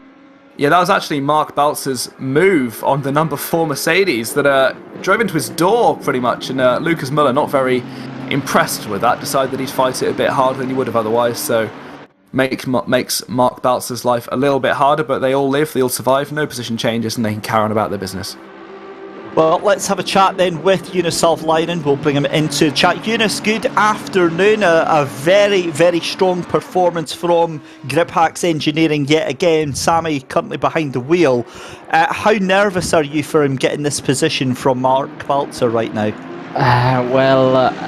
To be fair, we are struggling with the tires, so I don't know. We are probably not that interested in the track positions. We are just interested that we are saving the tires, because we've had a lot of problems getting the tires to work. That, for example, it was my problem on the second stint, that I broke the tires let's say three laps into my stint, and then I had to struggle with those against the G2 drivers. How difficult is that, obviously, because the track is very punishing, especially the curbs here at Donington. You obviously just mentioned about having to struggle through it. What sort of effect does that have on the car? Well, it feels like you're driving on an ice rink, basically. No steering feel. That's the worst thing, definitely. No steering feel at all. And yeah, I was too aggressive behind Baldwin because I pitted one lap earlier than Baldwin, and then I had to fight against him for like few laps. And yeah, I drove too hard behind him, and that's how I probably ruined my tires. 6 hours left to go in the race. You're in a very, very strong position. What's the chat been amongst the team? What do you think you can take out of this race? Well, obviously we are in a Merc, and like I said on the qualifying interview, that it's quite a gas guzzler. We cannot use the full power of the car since we cannot run proper stints with the full power, and yeah, we just need to drive consistently as we can, and let's see how it's going to be. That's for sure that we are not fighting for the win here. We are fine with that, but we will do our best. Excellent stuff. Well, thank you so much, Eunice Salflinen from the number 11 Grip Packs engineering team. We'll hopefully have another chat with you throughout the race. Yeah. Thank you. There we go then, Eunice having a little chat with us. Now, Angus, I don't know, maybe I saw things differently there while we're talking to Eunice there, but it did look like Sami Kecula, after the chicane, he had the run. It looked like he could have made the move, but he backed out of it. Do you think that he's actually wanting to use Mark Balzer to tow him around the circuit and try and save a little bit of fuel here? Well, yeah, it's interesting. We had Eunice in the call at the same time and in the commentary booth. So maybe this is the most efficient way to do some fuel saving. Is just follow him around. You benefit from the tow. I know that dirty air isn't as big as a factor in a sim as it is in real life, so it actually wouldn't be a terrible idea to use this chance to save some fuel if you haven't so far. Maybe even by running in a lower engine map, you might protect your tyres a bit more as well. So it might be some actually quite switched on driving as it seems. But what I did notice from the interview right there is that, I don't know if it was just me, but Eunice seemed quite, dare I say, defeatist in his attitude. Like, yeah, qualifying was brilliant, but the race is different, and when we know that we're not very quick, so we're not looking to finish well. Was that just me that picked up on that, or did that seem like weirdly downcast from a guy that had the car on pole? Yeah, I think you absolutely nailed it with what you were reading out of that. That it's quite likely that they've maybe just not seen the same pace that they had in qualifying come into the race, and you know yourself, when you're so frustrating, it's difficult. See, and hang on, because the Ladder Sport Rosneft team, the number 41, that is Chev Ritilov, that is in the car just now, another drive-through penalty. So that is another blow to their championship hopes there, currently down into 16th, and that is their second penalty of the day for track limits. And by this point, I mean, to get one is obviously, we're expecting everyone to have at least one, but once you get to your second one, with 6 hours left to go, Angus, surely now you have to start thinking about, well, maybe just back off a little bit. Yeah, absolutely. I mean, they're going to lose so much time again just by small mistakes lap after lap, so they need to be careful because they have a championship lead to protect here, and they need to keep things tidy. They just need to truck around and do the best they can. But from 16th again with the drive-through, they're going to be quite a long way out of contention and the chance of getting serious points. So yeah, it's definitely not ideal, and it'll be interesting to see if it gets even worse for them maybe. Yeah, could very well do indeed. It looks like they're coming in to do the drive-through now. But they're going to have to pit as well on pretty much the next lap. So again, it's a double whammy, isn't it? Because they come in for the drive-through, then they've got to pit. So that is just, yeah, devastating outcome there. I'm just looking there behind. I can see Phil Vett. Oh, and there's contact at the hairpin there. 2 cars round, and that was a 25. Just as I was away to go and have a chat on there about them. The 25 involved in that one. That is Phil Vett in the pink performance Audi teamed up with Rolf Machuska and Tyler Jason Lovely. But back to the fight here then, because we've got a cracking battle between Tobias Pfeffer and Florian Fleer. Florian Fleer now. And in fact, it's actually Benedetti that's fighting with them now. So Tobias Pfeffer's away with it, and Benedetti now takes the position from Florian Fleer. So what a move, and quite the recovery drive there from Andrea Benedetti. Yep, Andrea Benedetti definitely on it, and hearing that Florian Fleer is in fact towards the end of his stint, whereas Andrea Benedetti is on full tank, new tyres. We'd expect him to be a little bit quicker, but his lap times are outstanding at the moment. Is Andrea Benedetti, that Ferrari is absolutely flying, so maybe Tobias Pfeffer's not too far away to aim for as a bit of a target. I know he's quite a long way ahead at the moment, but with the pace that Andrea Benedetti's showing, is near miss there as Mark Balzer pulls into the pits right in front of Sami Katula, and that's actually going to allow Andrea Miato to look to the outside down into turn 1. Katula got a little bit wrong-footed there by the Audi's late call to box, and it's caught him out, and that gives Andrea Miato a great chance to put his Aston Martin ahead of one of the cars he's been looking behind for the entire stint. Yeah, it does. I don't think he's going to be able to take advantage of that, because once Katula does get going, he should be away. But Miato is on the end of a stint, so it means he's going to be low on fuel, and he's going to have a much lighter car, I think, than Katula. Because remember, Katula has been saving that fuel up. So this is now where we're going to see the advantage that has had for Katula. Because for me, as I said earlier, there's at least several laps, several moments where Katula could have taken the position away from Mark Balzer in front, but he chose not to do that as well. Niles Noyox then, a car that we've not really seen too much for the past hour just now, still in the lead then, 252 laps away. Start is 253rd, currently coming up at the back of one of the Audi just now, 31st position, pulls himself in, and is he away to put a lap on the Yaz Heat? Number 149, is that Eamon Murphy just ahead of him? Obviously he's going to be away to pit, but so Eamon Murphy on a new stint, and they will lap him, but again, that's almost a symbolic gesture, isn't it, Angus? Yeah, very symbolic, and BMW Motorsport Sim Racing G2 Esports are having a beautiful day out in the East Midlands cloud. It's not quite as pretty as it could be, but they're definitely loving it in the BMW, which is looking very much suited to this kind of track. They struggled at Spa, and now they're definitely back out in full force now and chasing down the car in second place. We know they're due a pit stop soon, but that would be a huge symbol to everyone else if they lapped everyone in the field. Certainly would, and we'll keep an eye on that. Tobias Pfeffer's jumped amazingly well and got himself up at the third position, because the Bentley into fourth place now, doing shorter stints, and that's what's ended up getting him that position. Marius Tiskovic gets the wheel, the control of the 111 Bentley in that fourth position. So this is going to be his first stint through the race here, and with the halfway mark being broken, Angus, how do you think that or what do you expect that we're going to see in these final 6 hours? Well, it's one of these things for Matthias Tiskovic is that he hasn't turned a lap in this car since the race begun, I do believe.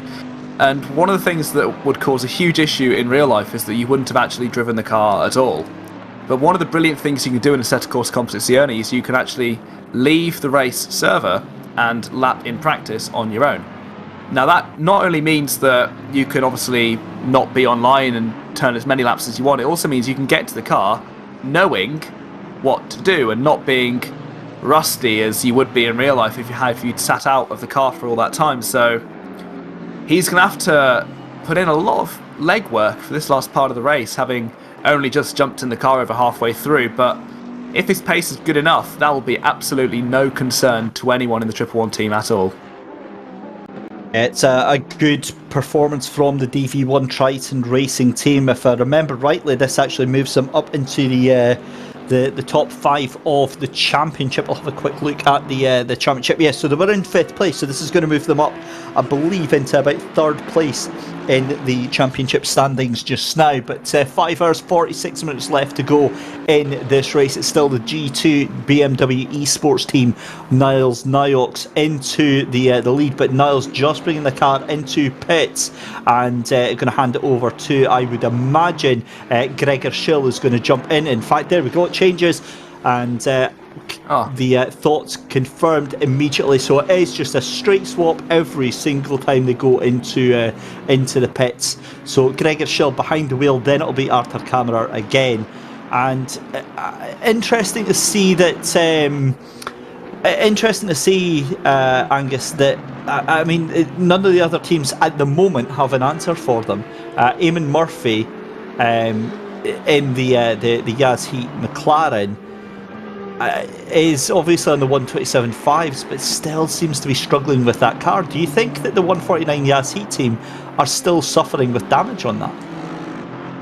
It's interesting to note, isn't it? Because we last saw the car through camera shot, and it did have damage on the front of the car. Now, I don't know how long that would be for, but you'd think, with a long race ahead, that you would pit and repair it, wouldn't you? Surely, as we actually cut to the Eamon Murphy McLaren, you can see on the front bumper of the car the scuff marks and the damage marks from the Melbourne hairpin earlier on in the race, as we see a blue flag very clearly for a split second. But they're still running in P2, and as far as they're concerned, this is still a strong result for them, having started from P10. So, very interesting to note how that car at least appears to still carry visual damage, because it seems to defy the natural concept of what you would change, doesn't it? It certainly does, and I've got to be honest, the McLaren is one of the more beautiful cars on this GT3 grid. Not so much that one. That one's looking decidedly second-hand, and yeah, I'm going to be honest, I'm thinking I'm maybe going to pass on that one if I see that on Auto Trader. Yeah, I think what's happened here is that it's gone through a boxing match with Mike Tyson, I think, is the what's happened there. But from what I'm hearing, it sounds like this damage is appearing for us and maybe not for other people, so we're only kind of guessing at what's going on with this car. So it might look damaged, it might be a bit of desync, maybe it might not actually be damaged at all, so we'll keep an eye on their pace. In fact, Murphy's last time, as if we want an answer for the question, 126.784, pretty much on par with what that car's been doing all race, so I suspect now that that car has been repaired. It's just a little bit of desync on our side of things. Capoccia confirming that, actually, saying that they don't have damage anymore, they repaired it, but it still looks like it's there, so it's non-performance impacting, it just looks a bit unpleasant. But second place still for Capoccia at the moment in the 149 Yaz Heat team. Eamon Murphy currently behind the wheel of that one. You'd imagine that Capoccia is going to jump in after Murphy has done his stint there. So thanks very much to Andrea for passing on the information there. George Boothby recovering up to 21st position in the Racing Line Motorsports 191 outfit, trying to catch up to Lars Kisser there in the Unicorns of Love outfit. The speed difference on these two is absolutely incredible, and I think that the 191 you'd hope is going to be getting past that 14 very, very shortly, but these two have been kind of tied together for what's the best part of 35 laps. Yep, it looks like Boothby's kind of catching it, at least last lap anyway, around half a second a lap, so he is ripping onto the back of Lars Kisser ahead, and yeah, the Unicorns of Love car maybe better pick his fight with someone else. If Boothby is as quick as it says he is, maybe it might be worth just protecting the gap you have to the cars further behind that are on your kind of pace at the moment. So Boothby on a charge, we thought he would be, we know how good he is, so yeah, progressing up the order is George Boothby in the Aston Martin. 5 hours 42 left to go in the race here, and again, one of the things that we've talked about consistently is strategy and how that plays out, and we're hoping to have a little chat with the G2 esports team very shortly, find out why they've not been double stinting their drivers, because almost every other team is doing that, keeping their drivers in for 2 or more stints, come in, do the pit stop and all that sort of stuff, but they're changing their driver at every single stint here. So be interesting to hear their thoughts behind this, but this is still the battle for 20th and 21st. Lars Kisser in that red and black Unicorns of Love number 14 Aston Martin, trying to hold off George Boothby here. And George, it's going to take something to get right on to the back of that, but he's going to have to watch, because in the background there, Zahir Essa is starting to come into the picture as well here. He is, absolutely, and I do believe, if I'm not mistaken, that is actually the second placed Bentley in this race, down in 22nd place. So the difference between Mateusz Tiskovic and Essa in the 777 is actually quite dramatic. So we know that the Bentley can be fast, and we know that rightfully Essa can also be fast. So let's see if that Bentley's got the power of the poorly dubbed Boatley. Sorry, Bentley fans. Let's see if he can cruise his way onto the back of the Aston Martins in front. See what you did there. Quite like it. Yeah, thank you.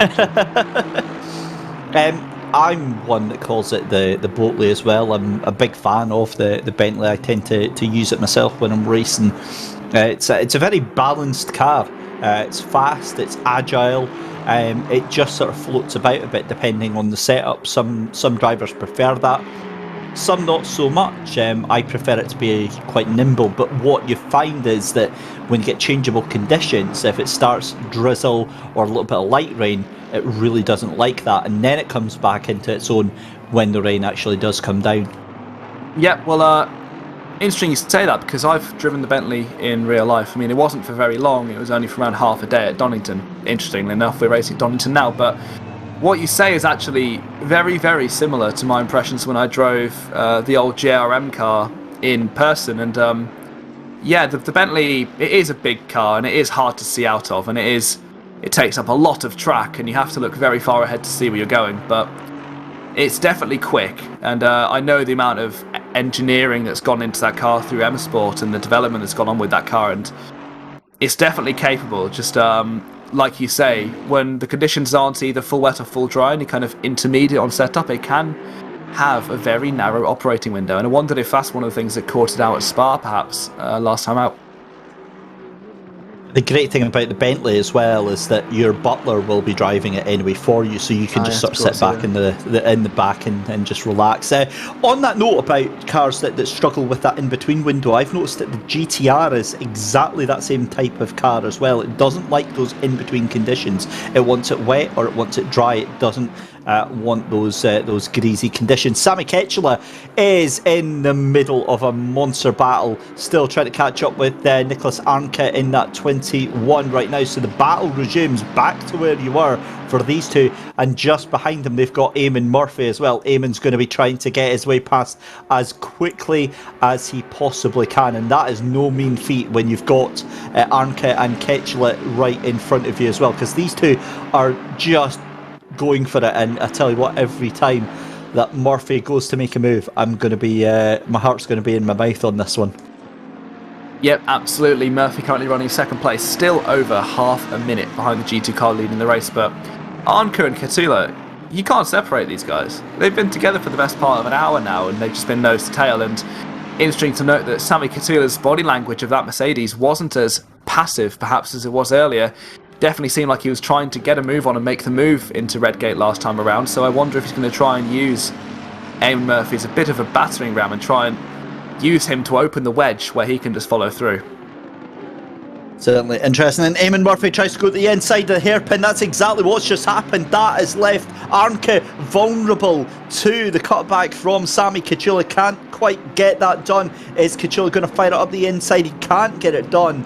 And Murphy gets past reasonably pain-free, but at what cost, as we've got more cars trying to make their way through just now as well. So yeah, not the best, but here is Niels van de Kekelten currently on his own behind the wheel of that Racing Line Motorsport 191 after picking up the wheel from George Boothby there. But cutting back to Sami Kecula, and again he's all over the back of that Audi, and this is such a tricky corner to try and get any sort of speed through, as we see the 666 just behind him. the Ferrari, just making its way as they come up into McLean's.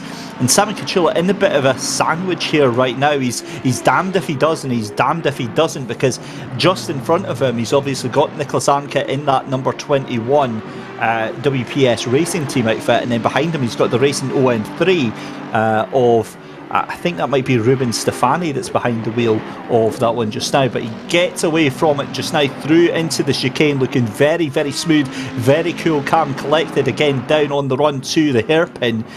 And it's just as you were for yet another lap here, and Kyalami, I just can't see how he's going to make this work. Yeah, he must be getting frustrated now. He's stared at the back of that Audi for, well, as long as I can remember, frankly. My memory's not that good, so that's not a surprise, but there you go.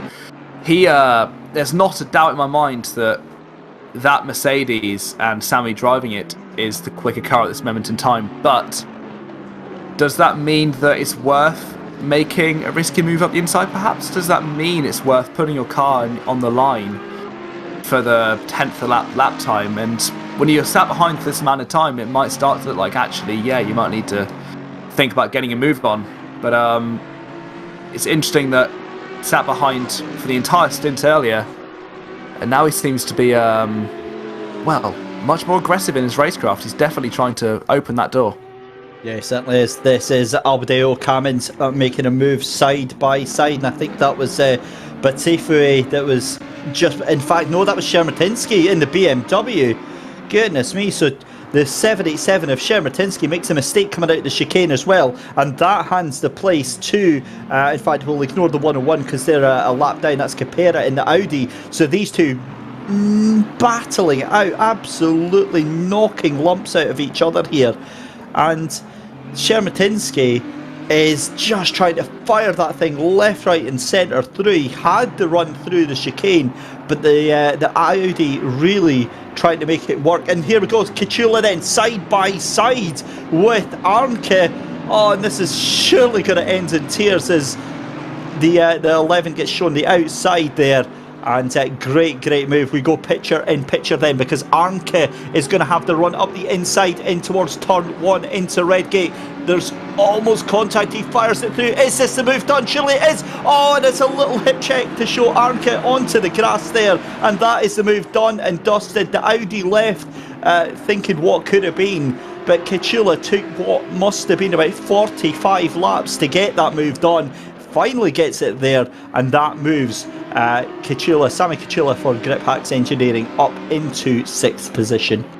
Yeah, a little bit of paint trading, but honestly, you have to understand Sammy Kyalami's point of mind. He stared at that Audi for ages, and I definitely don't think it was anything malicious going on there with him and Nicholas Arnke. I think that will be at most a warning. The contact was wheel to wheel, so yeah, but he's free.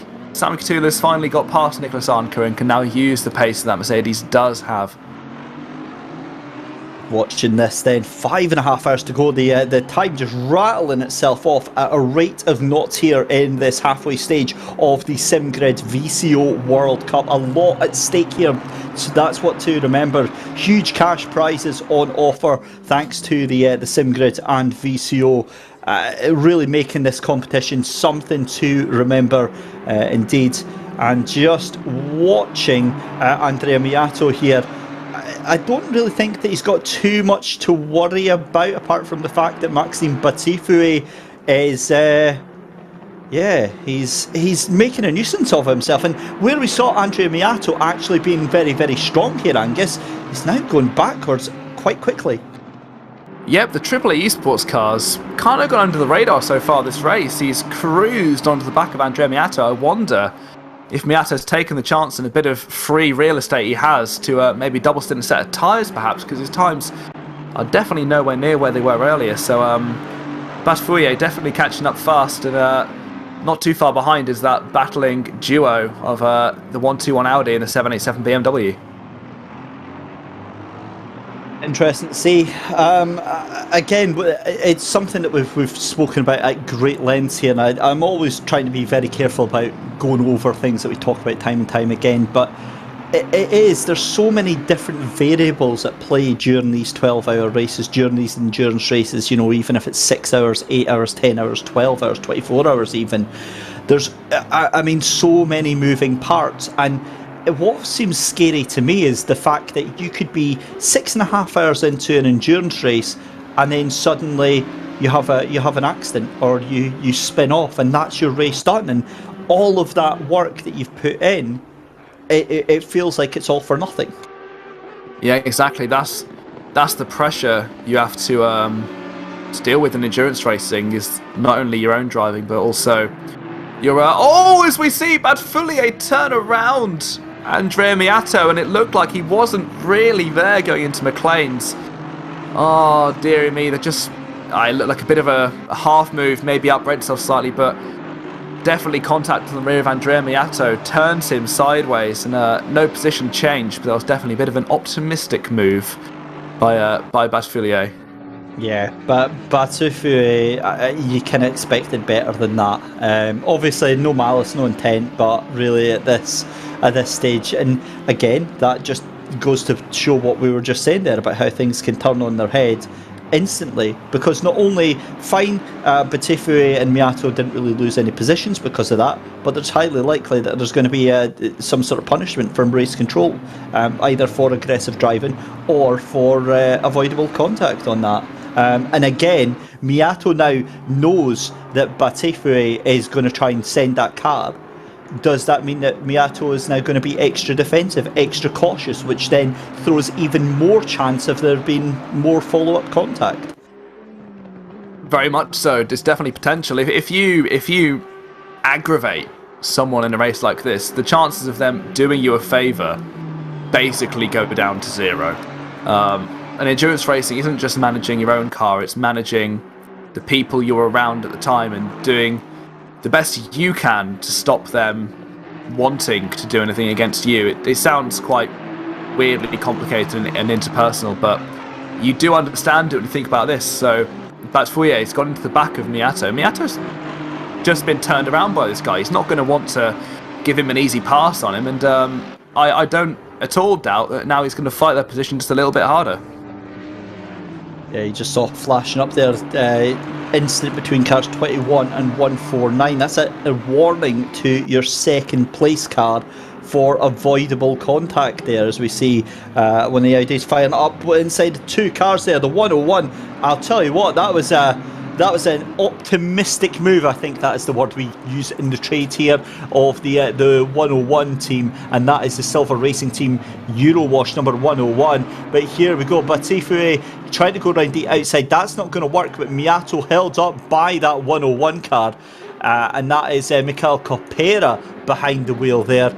I'll tell you what, that was quite a ballsy move to fire it up the inside, given that he's down in 25th position.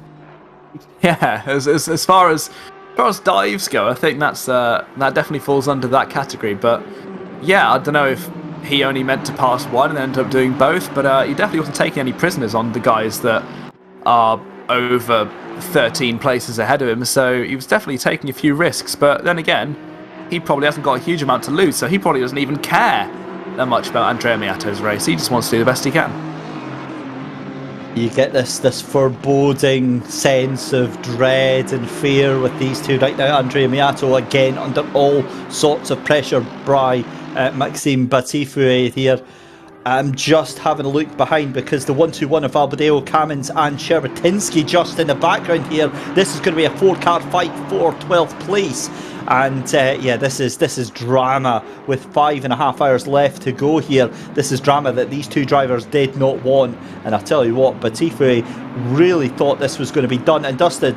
And it's going to be just so close there, because I thought that Albadeo, Kamens and Sherbatinski fighting it out amongst themselves behind.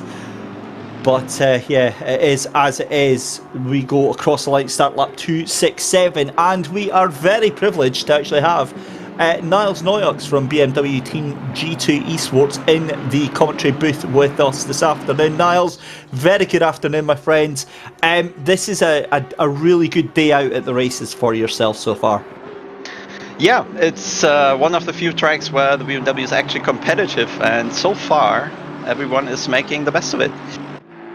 Now, we want the top secret inside information. Why are the 62 team different to everyone else? Everyone's, either double stinting their tyres or double stinting their drivers, but you guys are changing every single pit stop.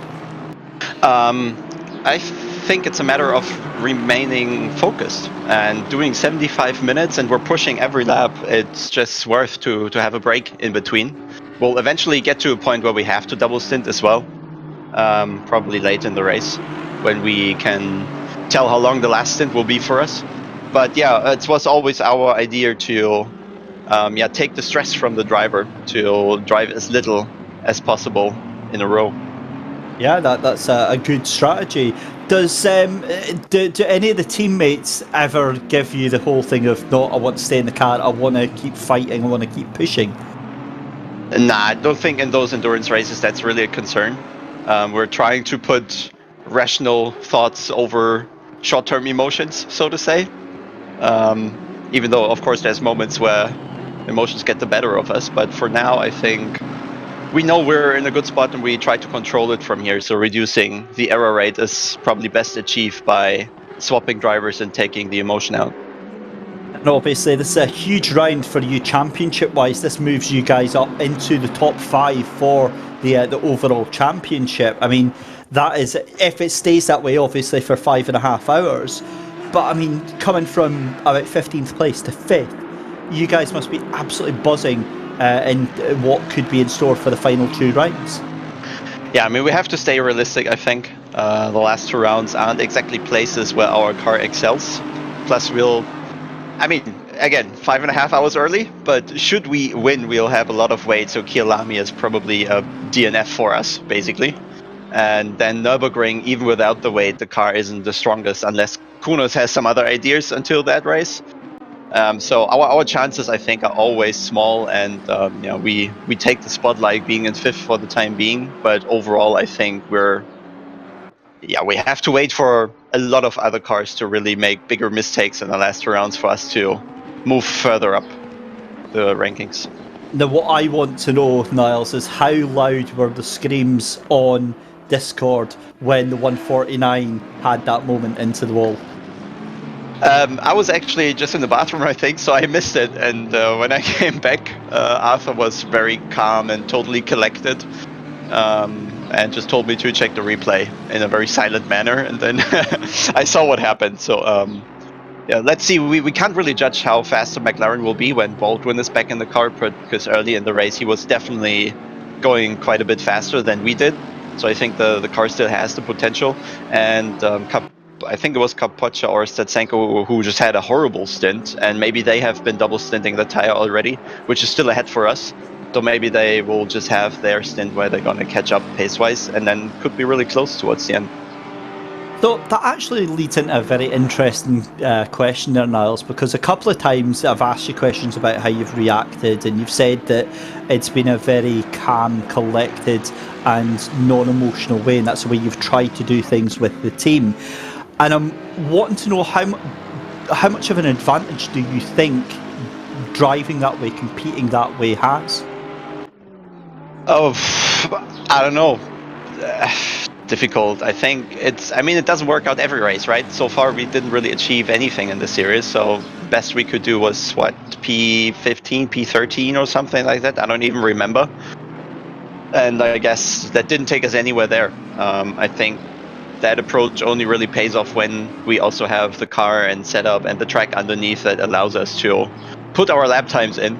And also, once you know you're quicker and you just have a chance to be in that position, you get even more calmer and can just play your cards a little better when you know they will be aces.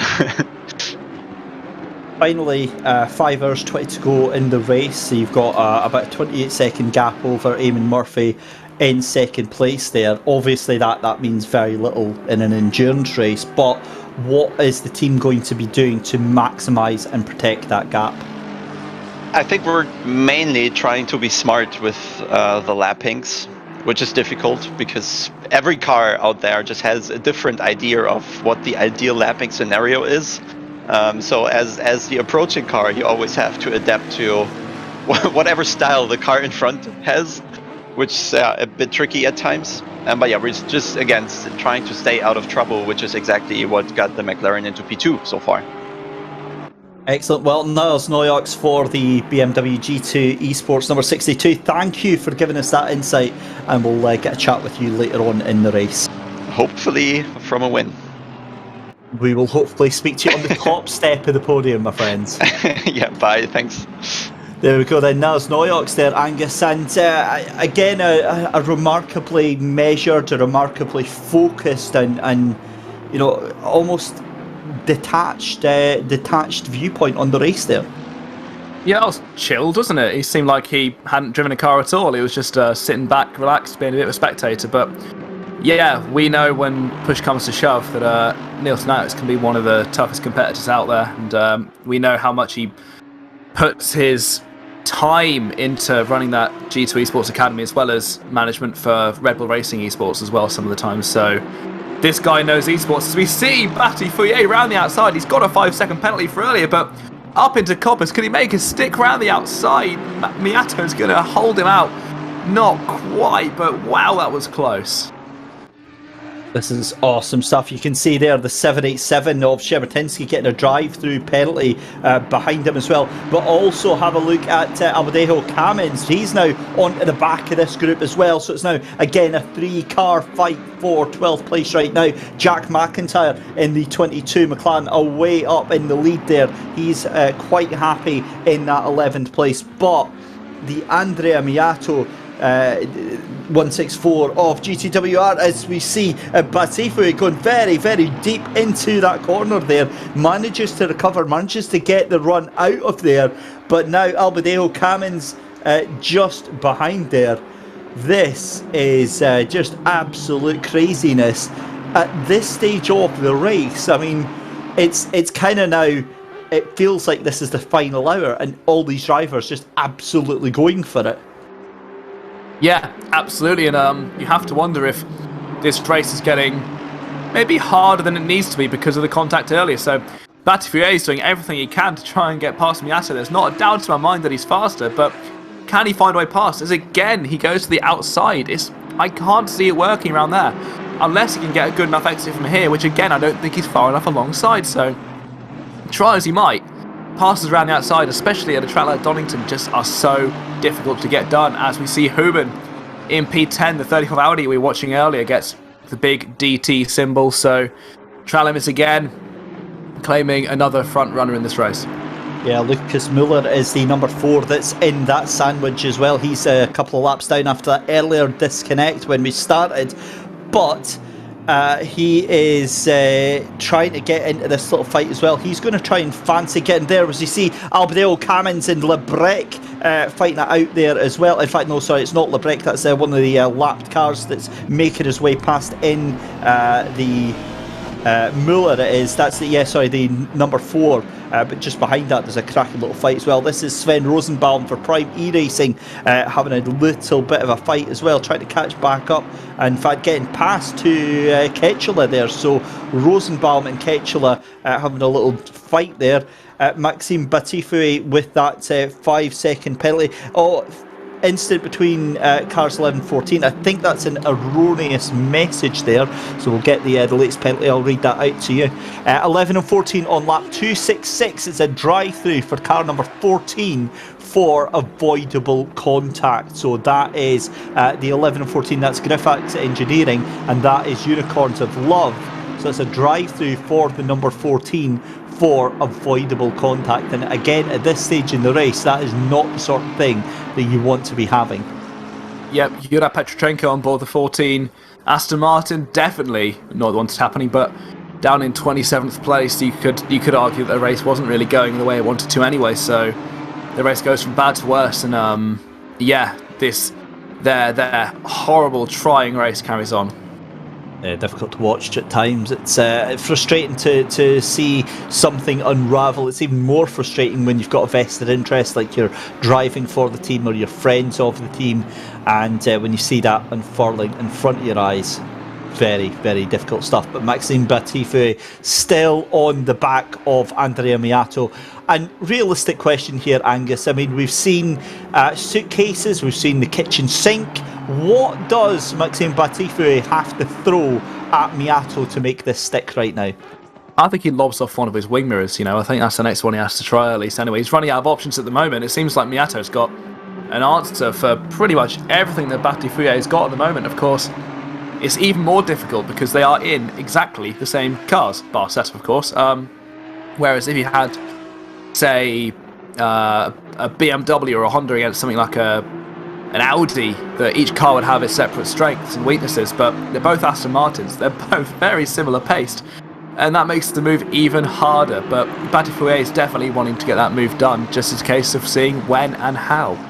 And yeah, again, have a look at the 121 Odox Motorsport behind of Nicholas Albadeo Kamins. He's right on the tail of this little group now. And you know what would be hilarious in a really, really bad way is if Miato and Batifu get absolutely mugged by Albadeo Kamins and he jumps up into 12th place there. It's very, very well within the realms of possibility right now because the two of them are holding each other up at an unbelievable rate right now. 128.0, 128.0 for Batifu and for Andrea Miato. However, Albadeo Kamins is lapping half a second faster than them on that last lap there, so it'll be interesting to see if he can actually make that stick. Back with Sven Rosenbaum, try to catch onto the back of this little train here just now. I believe that is the number 21 Nicholas Arnke, that is just a car in front of him. It is, and you've got another car in front there. That's not on the same lap, but up into Redgate there. What a dive. That is a dive and a half on the 151. And I'm hearing the words that fill my heart with dread. It's Batifu trying to go around the outside once again, and let me be telepathic here and say that that's not going to work yet again. I fear you might be right, and it's even worse seeing as Batifu's position is kind of compounded, made even worse with that big 5-second board next to his name, so he's going to have to take a pit stop penalty next time he comes in, so Albadeo Kamins is going to get a free place here if he just hangs around, but he could get the pair of them if he times it all right. Maybe it's not beyond the realms of possibility that Miato and Batifu distract each other so much that Albadeo Kamins can just stroll on by and say thank you very much for 11th place, I'm going to go and vanish now. So what I love is always explaining to our brand new viewers that we have our production team in our ear, and they get so excited about all the different races that we don't actually see there. So they're watching all the action all around the track, and they call out whatever battles that they think should be on screen, things like that. So all we hear is me and Angus will be talking to each other, and all you hear is "oh wow," and we're just desperately wanting to see exactly what is going on. So I mean, huge battle still going on for Maxime Batifu and Miato, but obviously Sven Rosenbaum all over the back right now as we get our attention to this fight here with Nicholas Arnke in the 21 Audi right now, 6th and 7th position. Angus, to be 6 hours into an endurance race and still split by 0.4 of a second, I mean, it's just craziness, isn't it?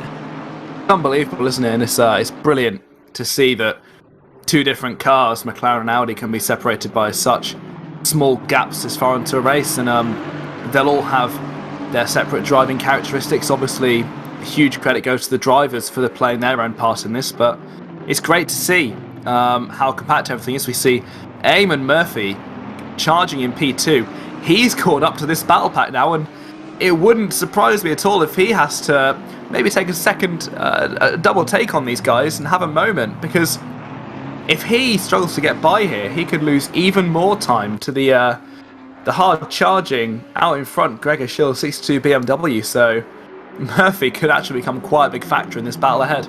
He certainly could, and I've got to be honest, I love the fact that Albadeo Camins has just decided, I'll let you through, I'm going to use your toe and try and get through this, and that's probably the best move that Nicholas Albadeo Camins in the 121 Odox Motorsport machine could have done there. And here comes Batifu yet again. What can he do? Because he's not got the overlap that he had on previous laps too. Miyato tries to go late on the brakes, but Miyato is going to have that inside line.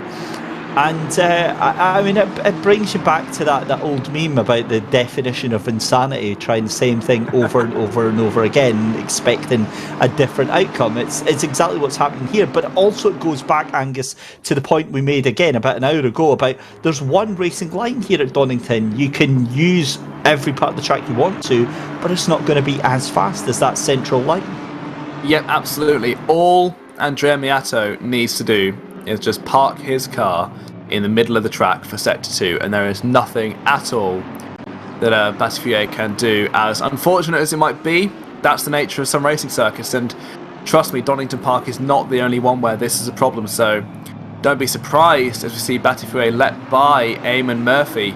Maybe he's going to try and use Murphy as a little bit of a blocker to try and follow on by. At least it's something new. The definition of insanity maybe not be applying to this one, but I guess we'll find out if this theory works or not soon enough. But what that does do is bring Albadeo Camins right onto the back of him again, all in that 121 Audi that we've seen is plenty fast enough to keep up with these guys. Yeah, here's my issue with that, is the fact that I don't think Eamon Murphy is actually going to be that great of an advantage right now. My issue with it is that obviously that car is struggling with tyre pressures or whatever. He's doing decent laps now, but these three drivers, Miyato, Batifu and Albadeo, they're fast. If they weren't fighting, they would be much faster than they are right now. And what you might end up finding is that Ferrari isn't going to be as much of an advantage as he might have thought it was going to be. But back with Rosenbaum chasing down Nicholas Arnke in that 21 right now, and just down Starkey's straight here.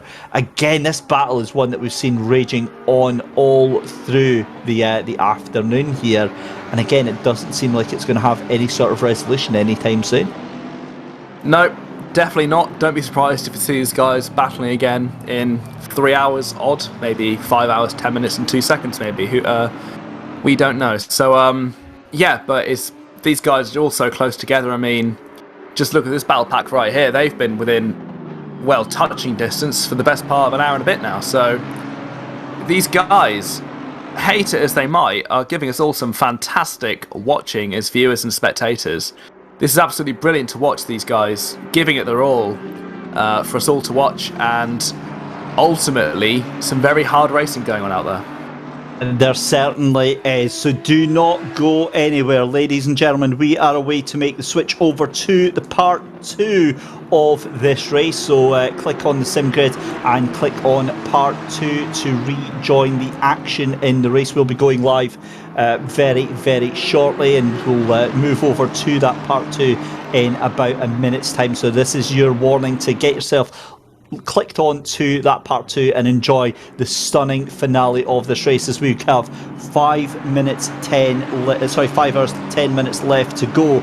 And saying Maxime Batifu, this is exactly what I said. This is what I meant about that Yazzie 149 Ferrari. And look at that, Albadeo Camins first up the inside. Oh, that's very, very opportunistic from Albadeo Camins. Beautiful move.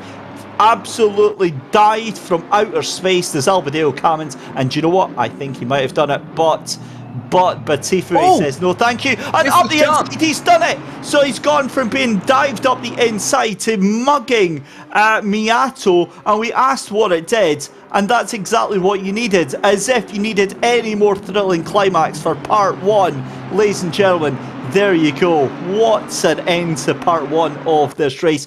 Get yourself over to part 2 just now, and we will see you over there in just a second.